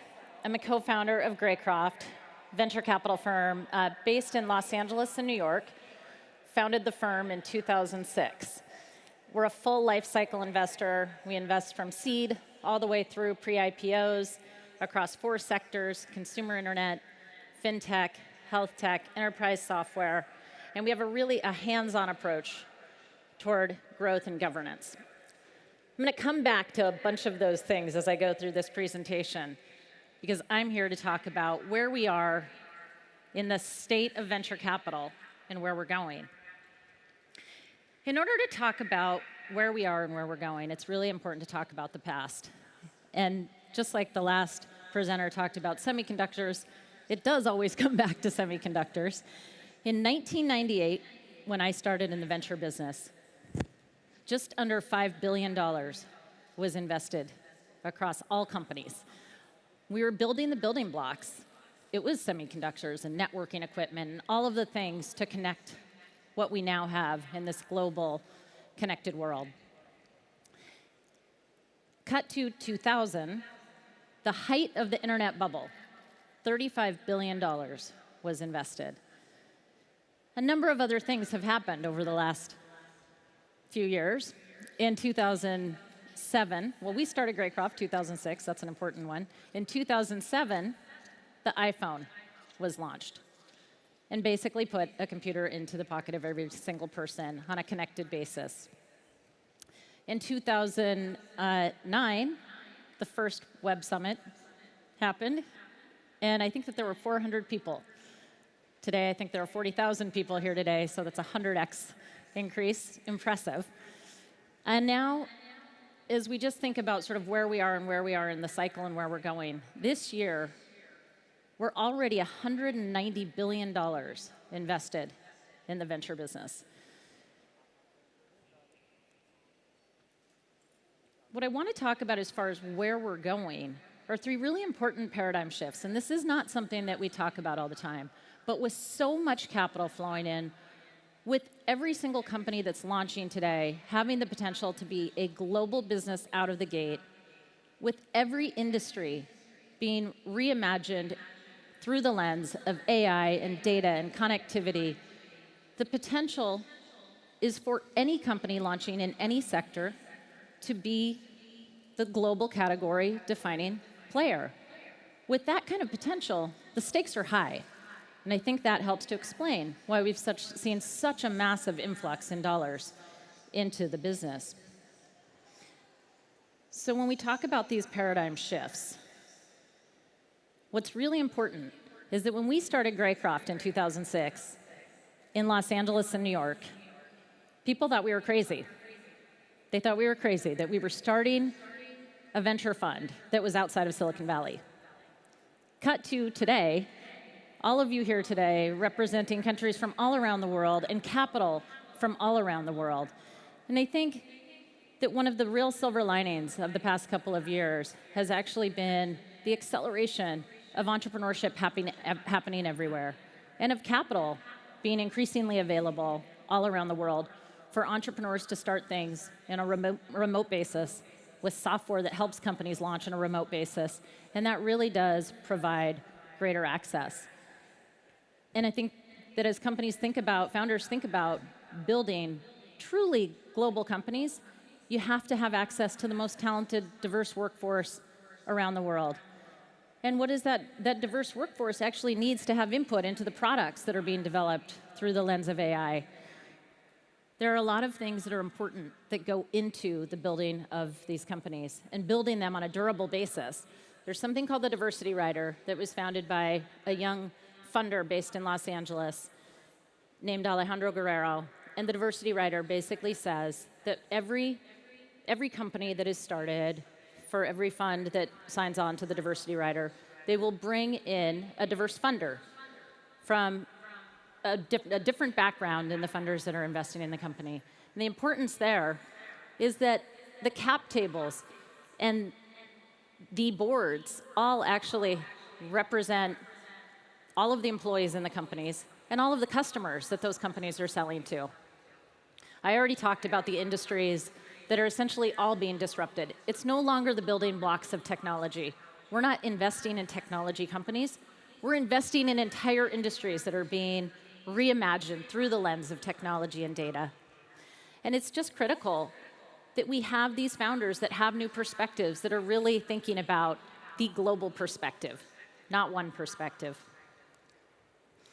The next point, and again, this is something that you don't hear about every day, but there is, and it's actually a good thing, that there's increasing scrutiny and that people are paying attention to building durable structures through a lens of corporate governance. If we want all of the great things that are happening right now in the venture world and in entrepreneurship to continue, the building blocks have to be sound.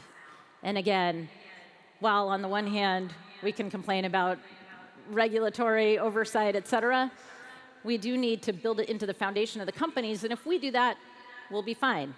We can face the scrutiny.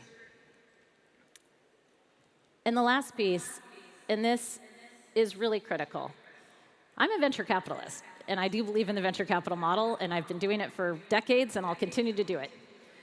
But the creative funding models that have come into the market over the last decade are really incredible, and they are what's helping to drive so much diversity in entrepreneurship, so much global access to capital. And I believe that, when you look at the sort of solo GPs that are starting all over the world, angel list syndicates, really collaboration that's happening at a rate that has never been seen before, I am optimistic.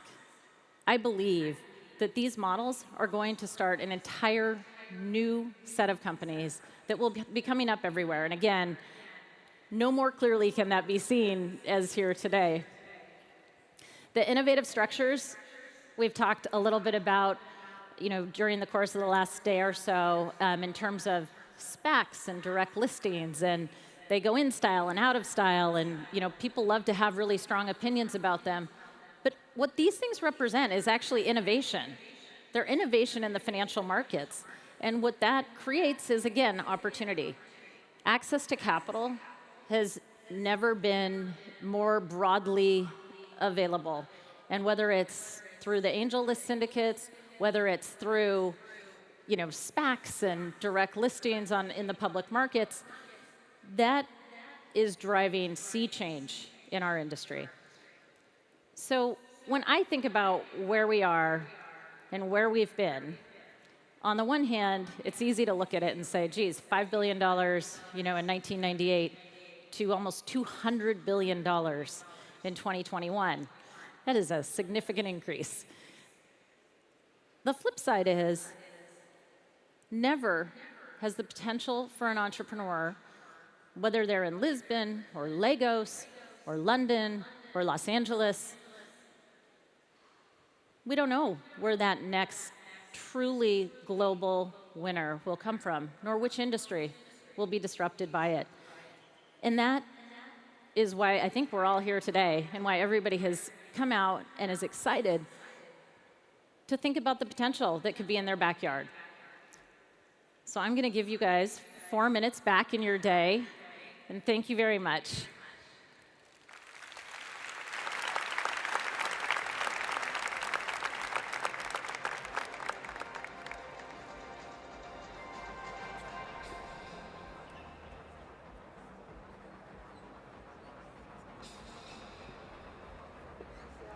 Please welcome to the stage co-host of Collision and Managing Director of Techstars Toronto, Sunil Sharma.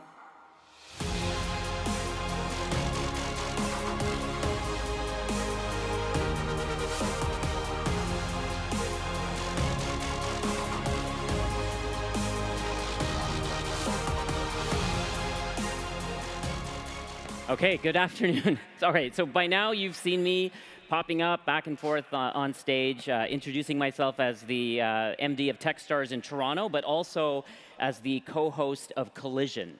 And Collision, of course, is the sister conference of the Web Summit. It's become the top event in North America. I'd like you to watch what we have for you right now.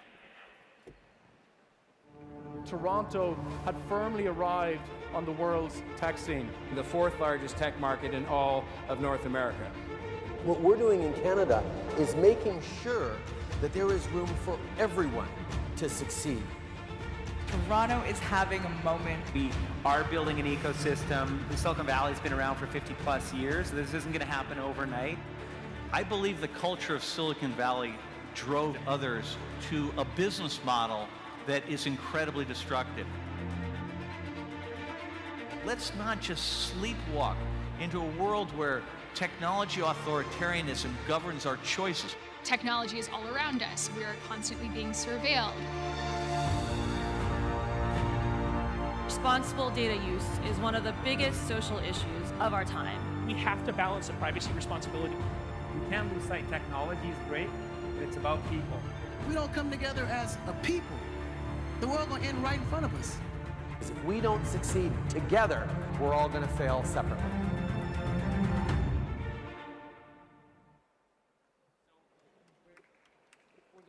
We're going to be holding Collision again live in Toronto in June 2022. I'm fortunate to be a co-host once again and to invite all of you to Canada next summer. I want you to take full appreciation of what's just a great event, but also is based in one of the most important and fast-rising tech cities in the entire world. Every week, we read news of yet another tech giant from around the world that is now setting up in Toronto. And in my view, the #1 driver for why that is happening is based on immigration. A full 52% of the city of Toronto is foreign-born. The United Nations declares it as the most immigrant city in the entire world. And while some countries are making movement of people more restrictive, Canada has been moving in the opposite direction, in fact, liberalizing immigration. Now, with me on stage are 3 tech founders that I brought forward. Eva Wong, who's the co-founder of Borrowell, and who, like me, has always called Canada home and is the child of immigrant parents. Hamoon Karami, who immigrated to Canada as a young boy from Iran and went on to do many things, including founding SmartBin.io. And Sam Badu, who's born in Ghana, has immigrated to the United States and may be possibly a future Canadian, and it's a current investment in our Techstars Toronto. So I'm going to turn to Eva to just introduce herself and tell us a little bit about what excites you about Toronto and about Canada. Thanks, Sunil. I'm Eva, one of the co-founders and chief operating officer at Borrowell. We're a consumer fintech company, and our mission is to help make financial prosperity possible for everyone. Today, we have 2 million members across Canada. We offer things like free credit score, credit report, a huge marketplace of financial products, and some of our own products as well. But the thing that's really exciting to me about Toronto is the tech ecosystem. I am not a typical startup founder. I had a sort of regular job. I think being the child of immigrants, sometimes it's like, get a good education, get a job where, accountant, lawyer, doctor, that kind of thing. And entrepreneurship wasn't really something that was part of my DNA or part of the sort of family or community that I was part of, where I grew up in. And one of the things I think is really terrific about Toronto is just the sort of scale of the community. It still feels sort of intimate enough that you can reach out to people. I found it super supportive as a first-time founder to come in, be able to rub shoulders and chat with just a whole host of people who are much more experienced than me. And I really think that building a successful company, you do it as part of a village. And Toronto has that sort of the exciting scale, but still the intimacy, the openness, the willingness to help and be supportive, as well as that sort of the velocity as well that is just going to take off. So definitely come to Toronto and check us out, and I invite you to be part of a tech community there. Oh, thank you so much, Eva. Ham Karami, introduce yourself and tell us what brought you to Canada and how it's been building tech companies there. Hey, my name is Hamoon Karami. I'm the co-founder and CEO at smartbin.io. We're building a robotic waste and recycling collection platform for commercial buildings. So we're trying to make the waste and recycling systems fully automated. And our smart bins are made from 97% recycled HDPE and can track how much waste and recycling is generated every single day. I'm the example of what it means to be a Canadian immigrant. My family immigrated when I was 4, right on my birthday. I grew up in Canada, studied in Canada, traveled to Taiwan, and then moved all the way back to Canada. We are a Techstars portfolio company as well. Canada is very near and dear, obviously, to my heart. It's my home country, and I can't wait to see all of you at Collision in 2022. Thanks, Ham. And Sam Badu, although not a Canadian yet, what excites me about Sam's company, and we invested in the company, is that it's really premised on serving the global diaspora, and we thought no better place to help build that company than in Toronto. So Sam, what's your experience been so far? So it's a lot of pressure from the Canadians trying to pull an American to Toronto, but it looks like they're doing a good job. My name is Sam Badu. And as an immigrant who left Ghana to the United States, my experience is shaped being an alien who goes to becoming a citizen. But that's not what's unique about it. It's the challenges that most immigrants, over 47 million of them, face in having to manage not just their own financial lives, but those of their dependents. And at Flurry, what we're doing in making sure that we're building the first financial wellness platform for immigrants, we help them move that needle towards financial wellness and helping them flourish, not just survive. And it just made sense that the country that we would expand into would be Canada, one that is known for friendliness, for being welcoming, and also taking the forefront on showing what success could look like when we have borders that almost do not exist. Okay, Sam. So shameless plugs are over. We know you're all here for Amy Poehler and Varsha Sharma. I'm going to call my colleague Yvonne out next, but we'll see you in Toronto, June 20th, 2022, live in person. It'll be as big an event as this, if not bigger. See you there. All right. Take care.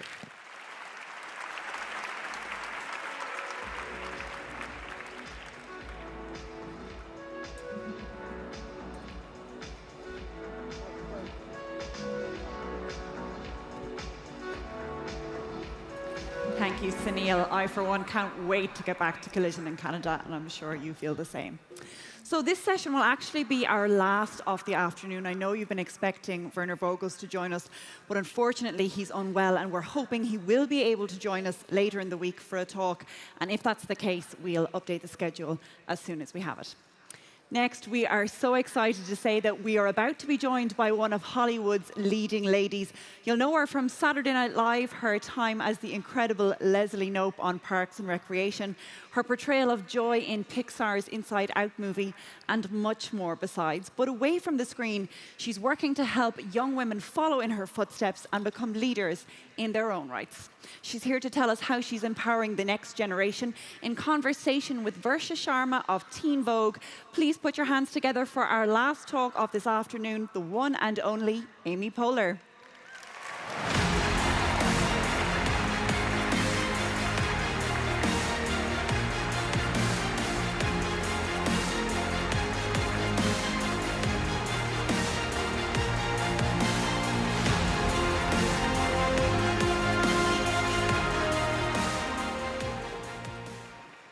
This is interesting. We've still got the social distancing I know. going on. Hello, everyone. How is everyone feeling? Welcome to Squid Game. The colors are right for it. I feel like we're ready. Yes, it's very American Idol meets Squid Game up here. First of all, thank you for being here. My pleasure. How are you? I'm thrilled to be in Portugal. It's my first visit here, and I'm absolutely in love with this country. It is. We were speaking backstage, and I really like that you know where you stand with the Portuguese. Yeah. So, I mean, we were getting ready backstage, and I have to say it was remarkable to see the number of people, especially women and young women, who came up to you. And we're just so excited that you're here, so excited to meet you.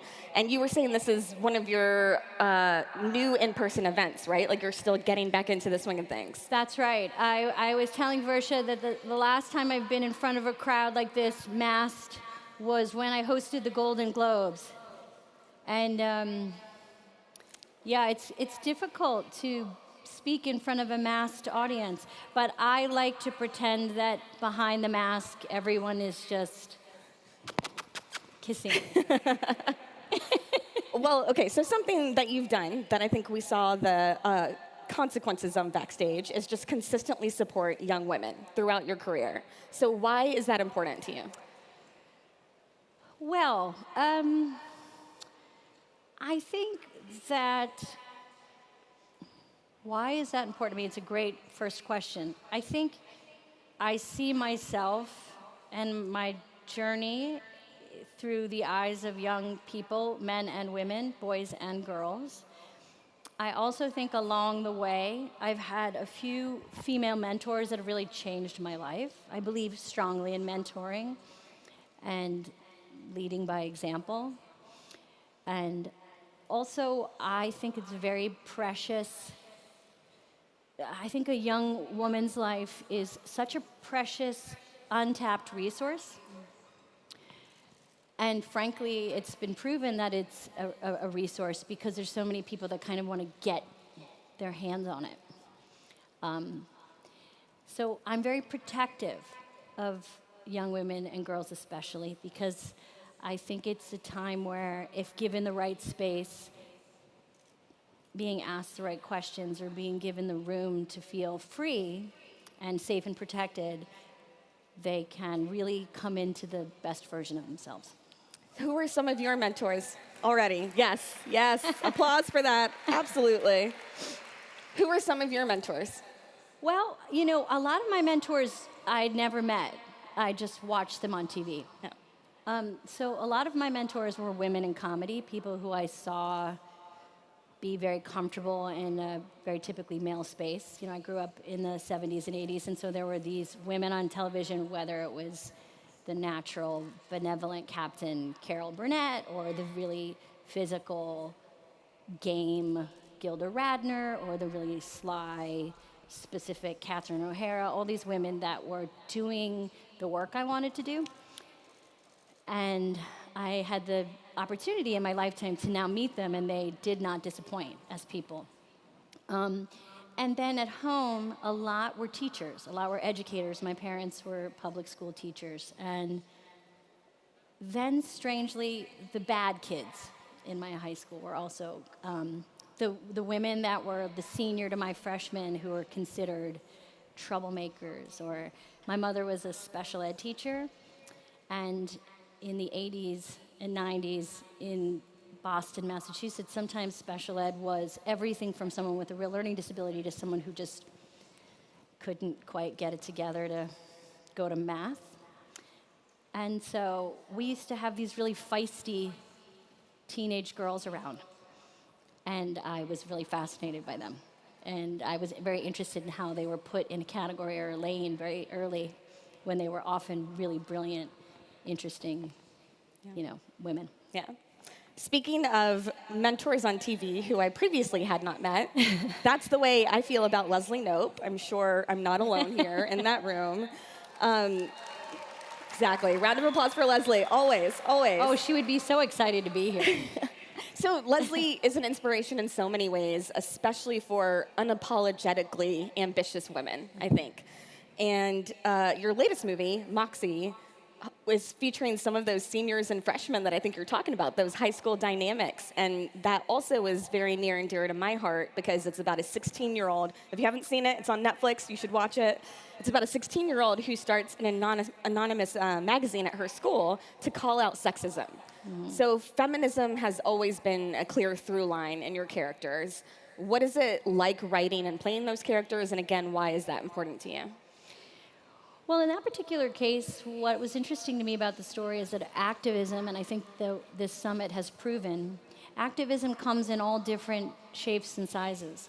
I think some people want to be truly in front of the camera, in the front of the house. Other people want to approach things from a legal perspective, from a financial perspective, some people want to be the people that ask big questions. Others want to be the people that, cross the T's and dot the I's. And I think that what we tried in that film to do was to show all the different ways that one can participate and how paralyzed one can feel at times when the waves feel really big.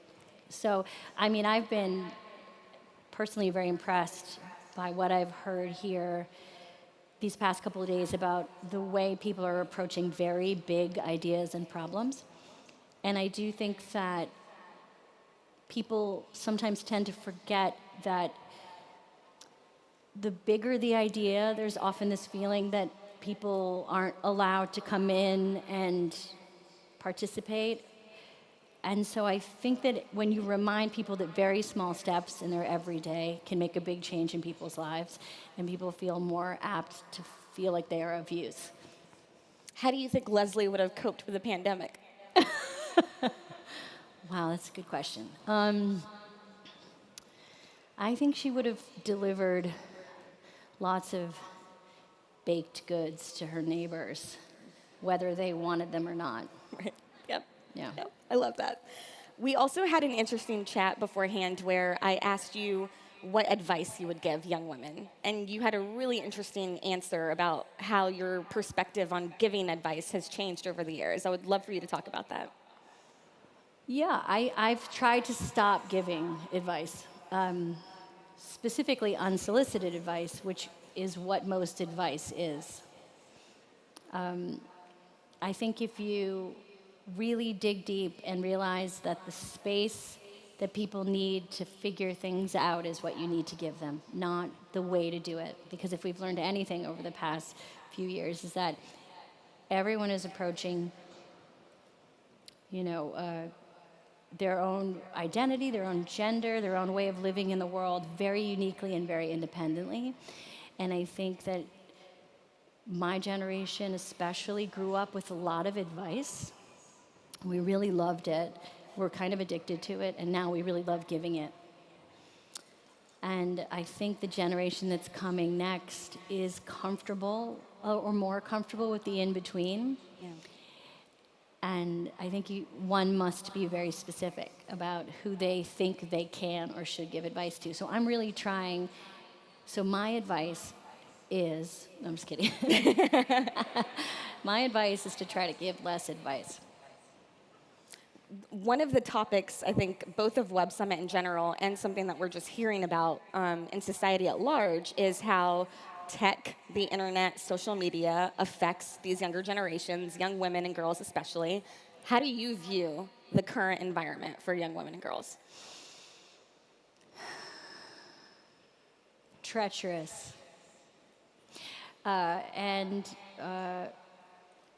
Empowering, both things at once. I think that young women and girls are very used to being viewed and watched. It's a feeling that young women and girls have from a very young age. And so what I think is amazing is that in the tech world, I find that young women and girls are very keen on making sure that the person delivering the message is authentic. They're really, really good at knowing when someone's trying to trick them or gaslight them or use them.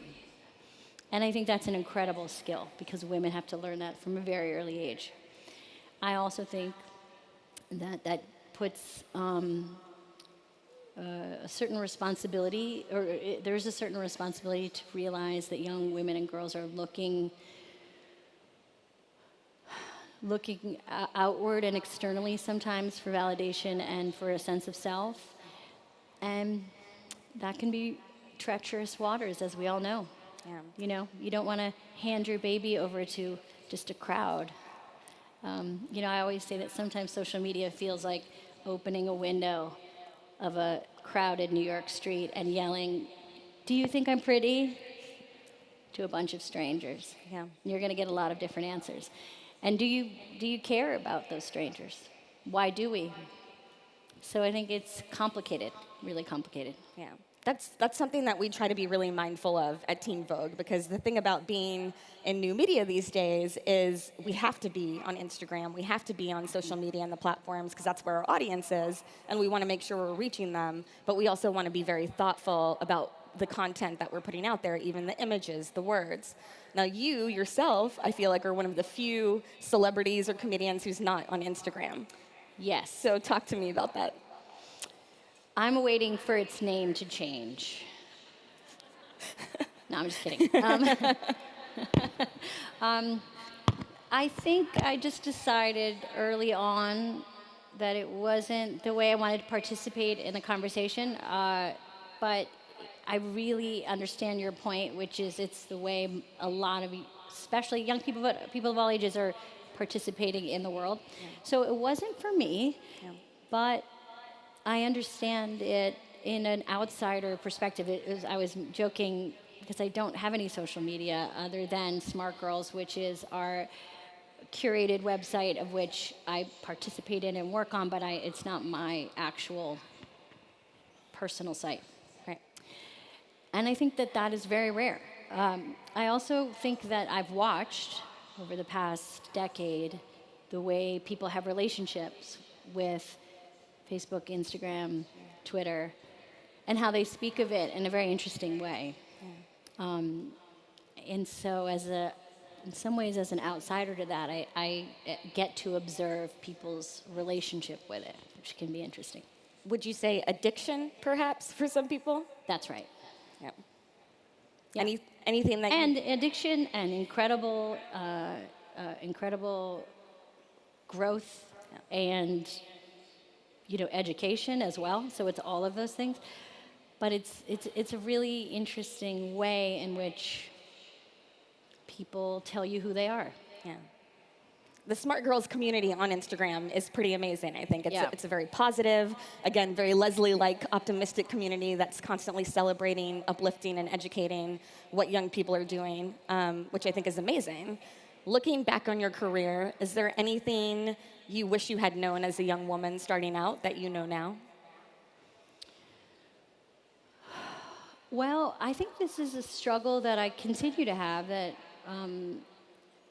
we live in a patriarchal society, so the way men and women, the way we interact with the patriarchy is like a constant evolving thing, right? So I was of a generation that was told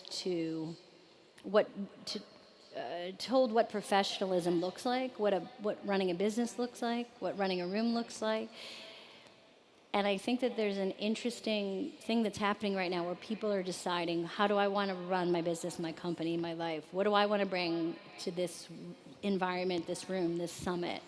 What do I want to bring of myself? What does success look like? What does all of this stuff look like? So I guess what I wish I knew is that there may be a time in my life where I would realize that some of the things don't serve me anymore that I thought were the reasons for my success. And so to stay flexible, I guess, would be what I would tell my younger self.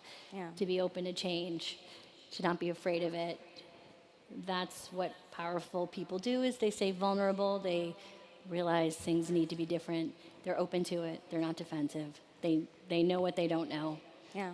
And I think that that's what's exciting to me, is when I watch people in real time slowly think about things. And be okay with the discomfort of being in the middle of the pool.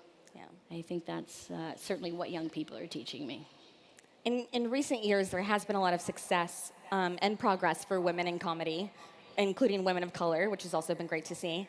I think there's still some challenges. So what do you see as the biggest challenges today for women in comedy, or what would you change if you could change something? I think it's still the gatekeepers, people making decisions about what you get to see. In many ways, my business has completely changed.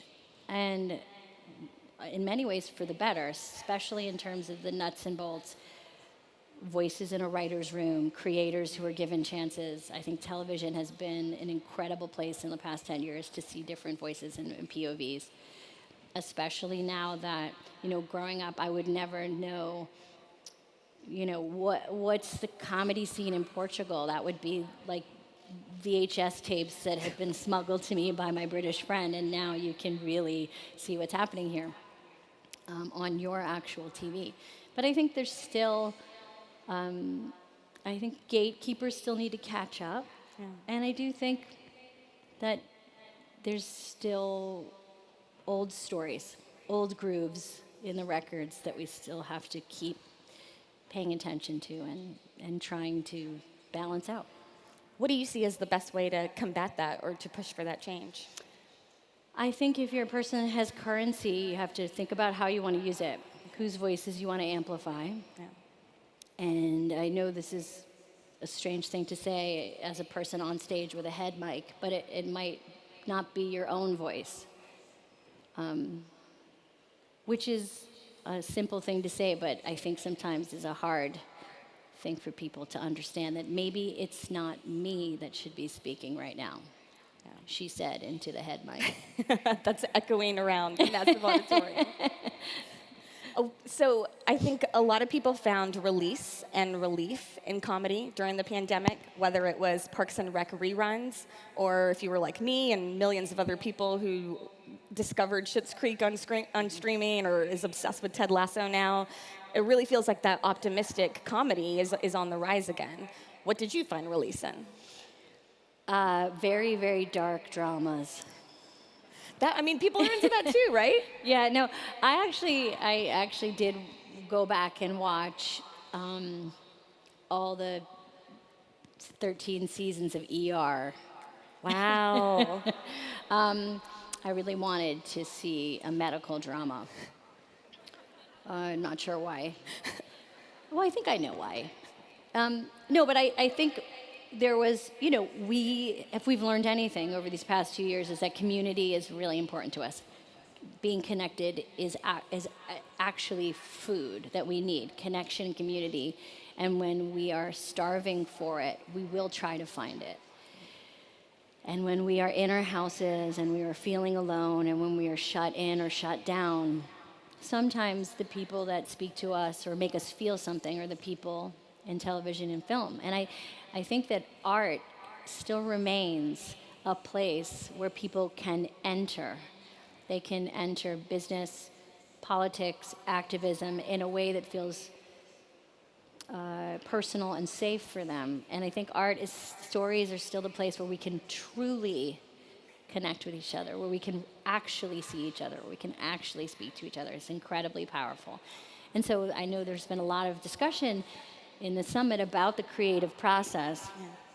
And I think it's really interesting to be talking about how all of these places can speak to each other and learn from each other, because that is still where we go. We go to the places that feel like family to us, whether it is something online or something that we watch or something that we engage with. We need that family. We are social animals, and that has been proven for sure. There is that weird tension, but especially I think in the early days and months of the pandemic, where it's like we're all stuck at home. We want to be productive. We want to be creative. There are a lot of these feelings that you're talking about that elicit that creativity, but then we're also just surviving day to day. And so there was kind of the pushback that you don't have to be productive right now. You're just surviving this crazy pandemic. Well, I've been trying to think of a term that is, we've been calling it the pandemic, and there's been people that have experienced immense loss. And there are other people that have really changed their lives.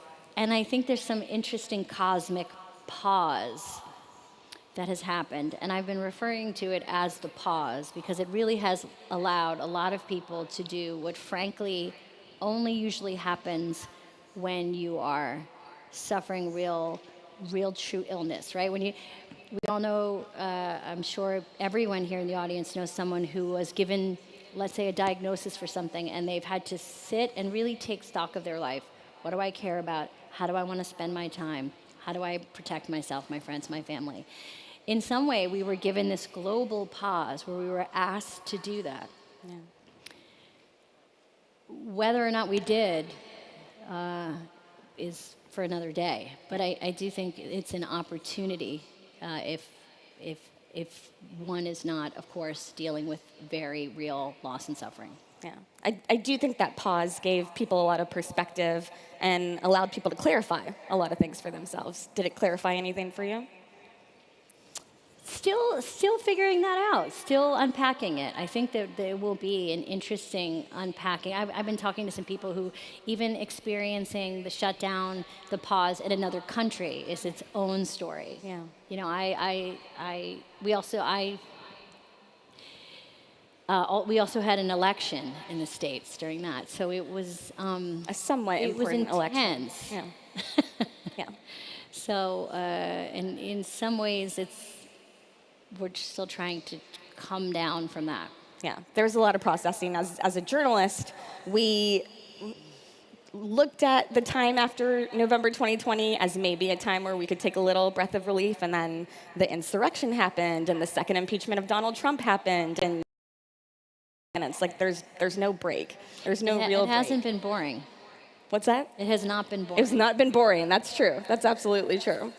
So you've also been really candid when speaking about mental health and some of these challenges that I think everybody has faced in the pandemic. Even just the simple act of speaking about therapy and saying, I go to therapy, which I also go to therapy. And I when you speak about it, I'm like, that still makes me feel better. So why is that important to you? What do you want people to know about mental health? Well, I want people to know that I don't know very much about it, and I don't have on it. But I do think that the way in which corporations, big companies, are speaking about paying attention to and putting mental health as a priority is incredibly optimistic to me. It is such a change from just a few years ago. Yeah. And, you know, again, growing up in the generation that I did, it was just, there was not forget resource, there was no discussion in the workplace about mental health. It was not a discussion that you had. And I think the stigma still remains. Yeah. So I think young people are really pushing us in ways that are really inspiring to keep it being part of the conversation, especially in this world where technology has become this place where we reveal a lot about ourselves to people who are not professionals. Yeah. I want to talk about real-life social networks and support groups. You're known for strong female friendships, whether it's yourself and Tina Fey or Leslie and Ann on Parks and Rec. Why is that important to you, and how do you find your people? Well, you know, I grew up, watching really funny comedic pairings on television. Lucy and Ethel, and Mary and Rhoda, and Laverne and Shirley. And I was really inspired by that conspiratorial element of women being dummies and getting in trouble together.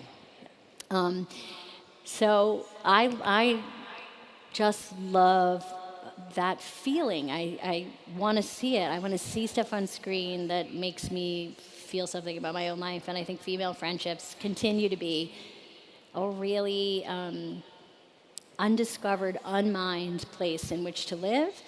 And I think all the women here and men could probably say that their female friendships are probably the most important, or some of the most important friendships in their life. So it's really, these kind of like female platonic friendships, I think, are really interesting to watch, just purely as an audience member. Yeah, Baby Mama, I think, is a great example of that, of the women being dummies on screen. Yes, I would say.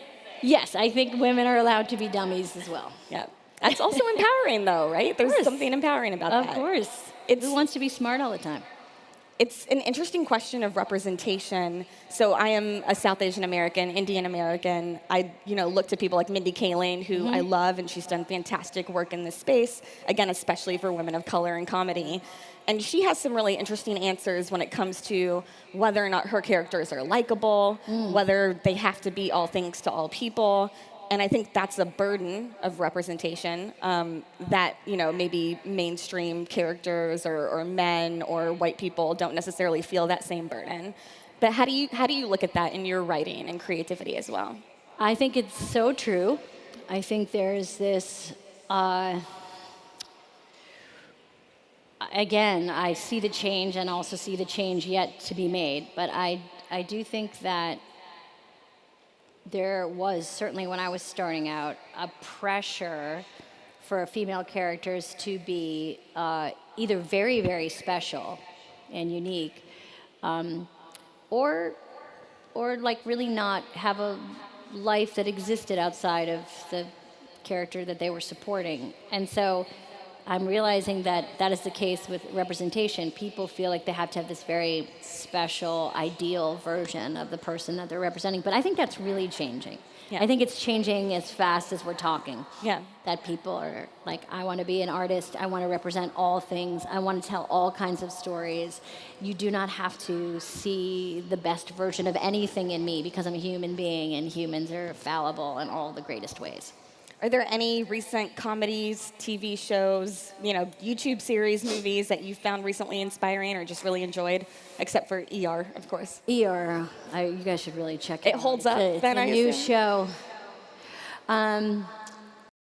Well, I'm really excited about the way in which streaming allows truly me to see shows from so many other creators in so many other countries. And I guess I love the fact that I cannot anticipate what will be my next favorite show. That's a really great feeling. I made a joke about Squid Game, but I loved it. Yeah, and didn't know it was coming. And I'm sure the next version of some big international hit will be something that I can't predict or really, and that is what is so special, I think, about art and creativity. I use this metaphor. The food is the thing. The food is the thing you can't go without. So someone can have a very fancy kitchen, and they can take a meeting with you, and they can say, you're not going to believe this kitchen. We have 4,000 stoves and the best knives and gleaming stainless steel countertops, and all we need is your food. And the artist says, well, I can give people my food out of the back of my mom's restaurant. No. You haven't seen this kitchen. It's so fancy. All we need is your food, and then we're up and running. The food is the thing. The creativity is the thing. The artist is the thing. The IP is the thing. That is the thing you need. The kitchen, we all know, you can eat the best meal in the tiniest restaurant. You can have the worst meal in the most beautiful kitchen. So the food is the thing. So the food is the thing to protect, the idea, the deep idea, and you have to keep that protected, and I try to do that as a producer, keep that germ of an idea and the creator attached to it protected as it goes through the kitchen. And I think that idea of perseverance as well applies to Squid Game, because there was this backstory that the creator had like shopped this idea around and been rejected however many times, and then it is this incredible global phenomenon that everybody watched. I loved it too. One thing my friends asked me, are you team dub or team sub? Did you watch it with subtitles or dubbed?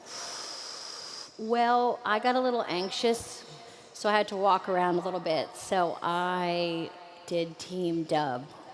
Sorry, I don't know, it was that bad. But I needed to like walk around and putter a little bit because it was a lot. Yeah, it was a lot. Yeah, it was a lot. So I had to hear it and listen to it and not sit and read the entire time. But I've heard both are wonderful. And I'm sure one is more problematic than the other. I want to be mindful of time here. What are you most interested in seeing from this next generation of leaders, or is it something that they're already doing? What am I most interested in seeing? I don't think that matters, what I'm interested in seeing.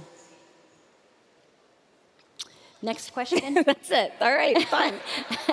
Wait, because I guess what I mean is what I'm imagining will be interesting for them to show me is limited in my experience and scope. And what I love is that the next generation of leaders are thinking about things that I couldn't even imagine thinking about.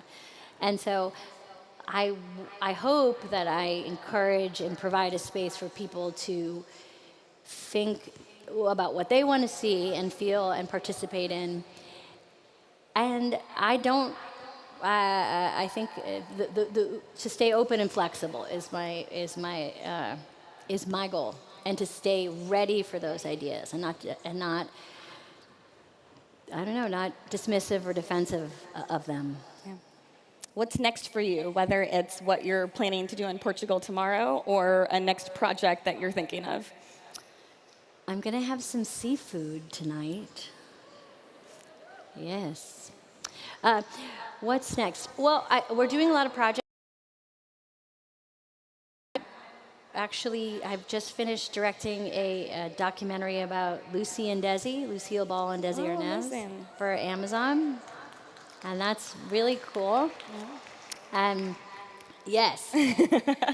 One major fan over here. Speaking of pioneers and women in comedy, and also Desi Arnaz is an incredible story of two outsiders who took over the industry and actually asked some of the questions we're talking about, which is, why not? Yeah. So that'll be coming out at the end of the year on Amazon, and I'm very excited about that. That's awesome. Congratulations. That sounds like a dream project. It is. It's so good. Mentor. I mean, it's wonderful. It's incredible. Amy, thank you so much for your time. This has been amazing. Any final thoughts to share with the crowd as we wrap up? Thank you so much for having me. It's been a real pleasure. Is there a question? Oh, looks like a note. Or a note. A gift.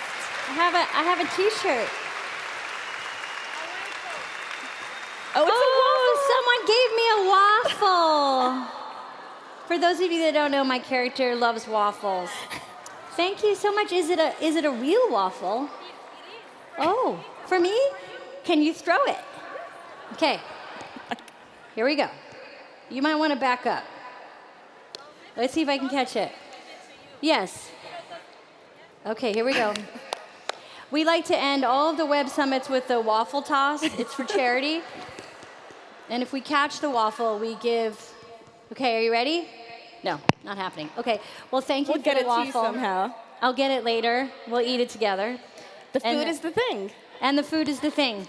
Thank you so much for having me. It's been a real pleasure. Thank you. Thank you, Versha. Wonderful. Oh, I love it.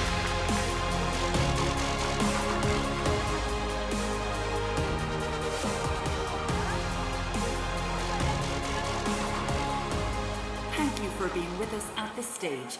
That concludes our program here today.